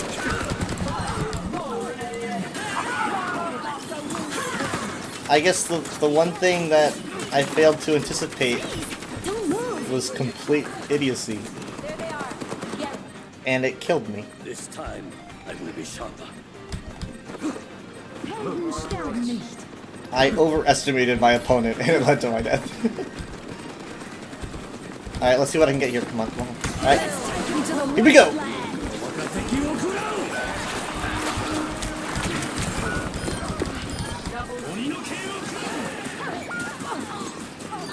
This is depressing. Oh, Coolest is in! Oh no! Oh! No, wait, no, we can't win this fight. We can't win. Okay, so we lost the fight. Where are we at? We're at halfway to Blizzard. We could definitely get a Blizzard within 40%. We can get one. Okay, we just need to keep that in mind. And oh god, we're gonna have a Kitsune Rush to help us out.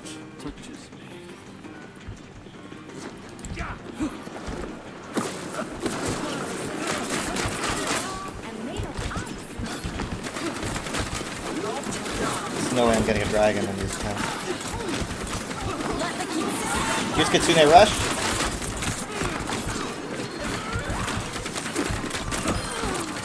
Mercy's down.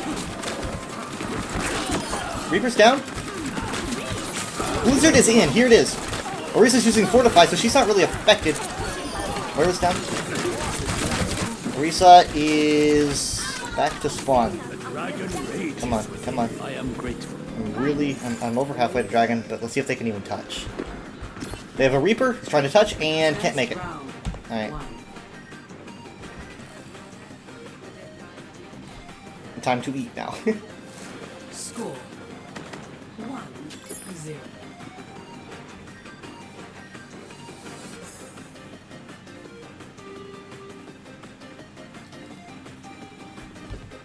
Think you can keep up? The gift of knowledge.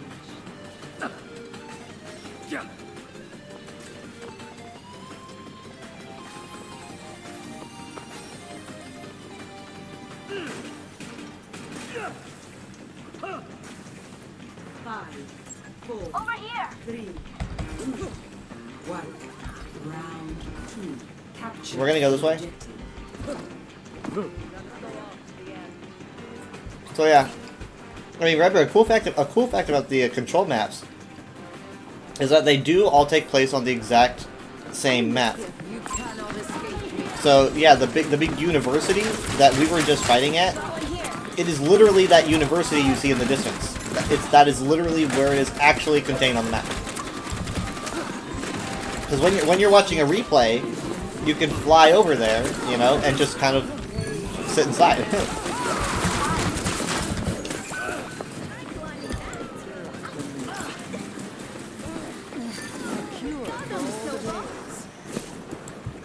I found it interesting. It is not my time yet. So yeah, there it is over there, and then I forget where the other one is. I forget where the other one is, but pretty cool.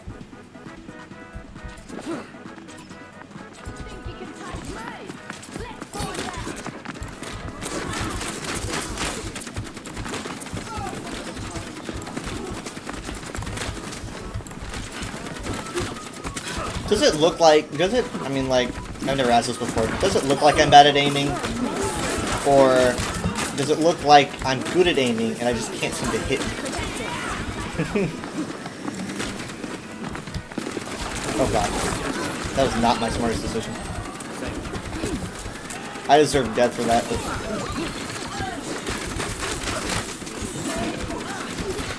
So, Overwatch, you know, not just a shooter, it's also a strategy game, real time. And at this point, it's like, you know, I have an ultimate, and the question is, how do I use it? Where do I use it? I'm gonna hold on to it because I feel like we've really got a grip of this fight. I mean, grip is being lost and then regained. So the strategy is like, when do I use this ultimate and how? And I'm going to hold on to it because we're winning this fight, right? There's no need to use this. We seem to have the upper hand. And so if I hold on to it, oh, hold on, we're not gonna lose it. Oh god, he's getting so close. Oh my god, he's so slowly approaching me with that blade. It's like Vader at the end of Rogue One. Okay, alright, now this is gonna be, this is like a better time for me to use it. Unfortunately, I was massacred by the Moira, but...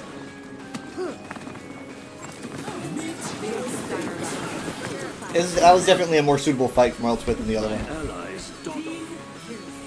Okay, but now I've got my ultimate for re-engage. So I'm gonna have it for when we regain the point, if we do, hopefully. And then we can just kind of carry it from 99 through overtime. But we need to win that point. I can use this ult to earn that, but I need to do it right. Alright, this might help. Well, it at least... Oh my god, that's huge. We gotta capitalize in this. They were all running to point, but the Mei put up a freaking wall. And they all just ran right into a death trap, trying to avoid the dragon. The dragon did not do, like, much damage at all, but they were so afraid of it they moved. And they couldn't go anywhere. They were boxed in. Amazing wall.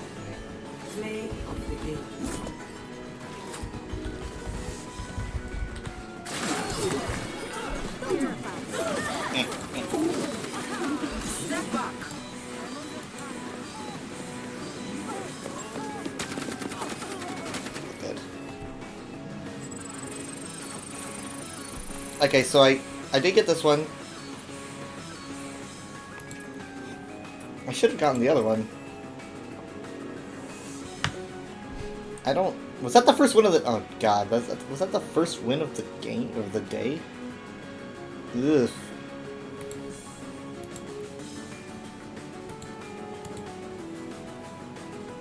Sometimes it be that way.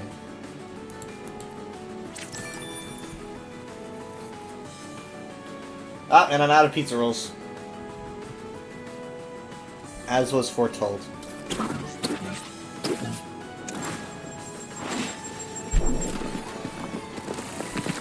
We get to see, actually no, this is just when the soldier died. We don't get to see that.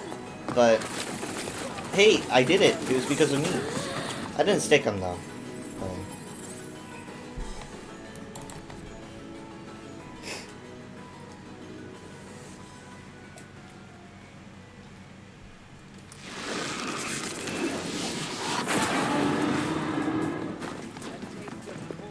This was really fun. Like, they were all flailing around. They were like, where do we go? What do we do?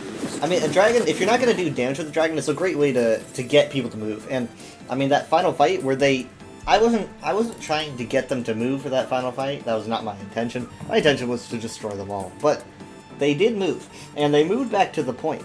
And the Mei geniusly thought, well, they're going to be heading back to point. So I'm going to block them off so that they all are in the exact same place. It's pretty much a grab at that point, because they're all in the exact same location. And then they get antied. And then it's like, then they just get destroyed. I thought ninjas had good reaction time. And it just had good reaction time. Alright, so I wanna go and see that really quick.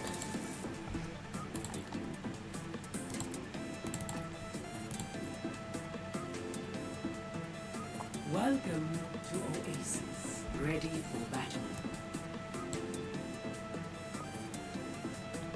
Let's see. Here I am thinking, I use a Sonic and I'm like, I'm just gonna try to kill as many as I can, right? So I use my Sonic to see how many there are, and I'm just like, I'm gonna try to kill as many as I can. That's my intention. I do not, but things still work out in the end.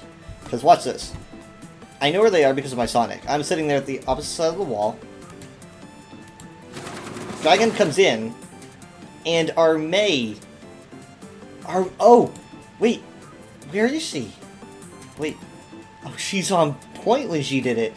So she sets it up so she's in here and she locks them out. She locks them out with the man-eating dragons. And so they can't go anywhere. Their first thought is, let's just go through the doorway back to point because we're all gonna die.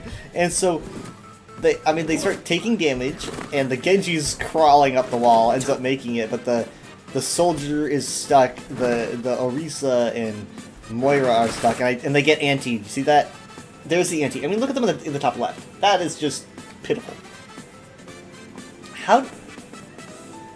Wait, how do they get... Oh, they get antied by the Rampage. Okay, so Rampage goes in, antis them, and Moira is killed by the Rampage, and then Orisa and Soldier are just kind of followed up. Like, I get the Soldier, and then Mei, on the inside of the doorway, gets the Orisa, and at that point, you know, that's just... let the bodies hit the floor. Mercy does not know what to do. That's it. I mean, she's like, what? And that's a glorious play, though. It really is. But yeah, thank you guys so much for watching. Real good, just 8 hours. I think I went 8 hours. No, I didn't go 8 hours last week. I went 8 hours the week before last week. Yeah, I mean, like, and I got a late start too. I got a late start. But I think I'm going to raid, I want to raid Locke, but I don't want spoilers. So I'm gonna raid, I know, maybe I will. Let me see, let me just get a look at I don't know what Locke is doing.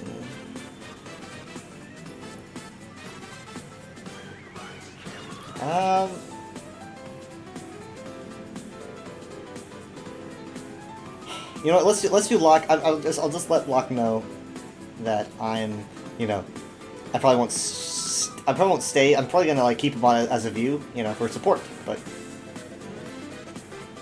you know, I don't want spoilers. It's always hard trying to be, you know, the guy that knows it all, but also wants to experience the thrill of learning slowly. That's a constant battle when a DLC comes out. Alright, let's get this ready. I will get the raid ready for Locke. Thank you so much for being here. We will, assuming everything goes right with the Wi-Fi and all that, we'll be live maybe at 7.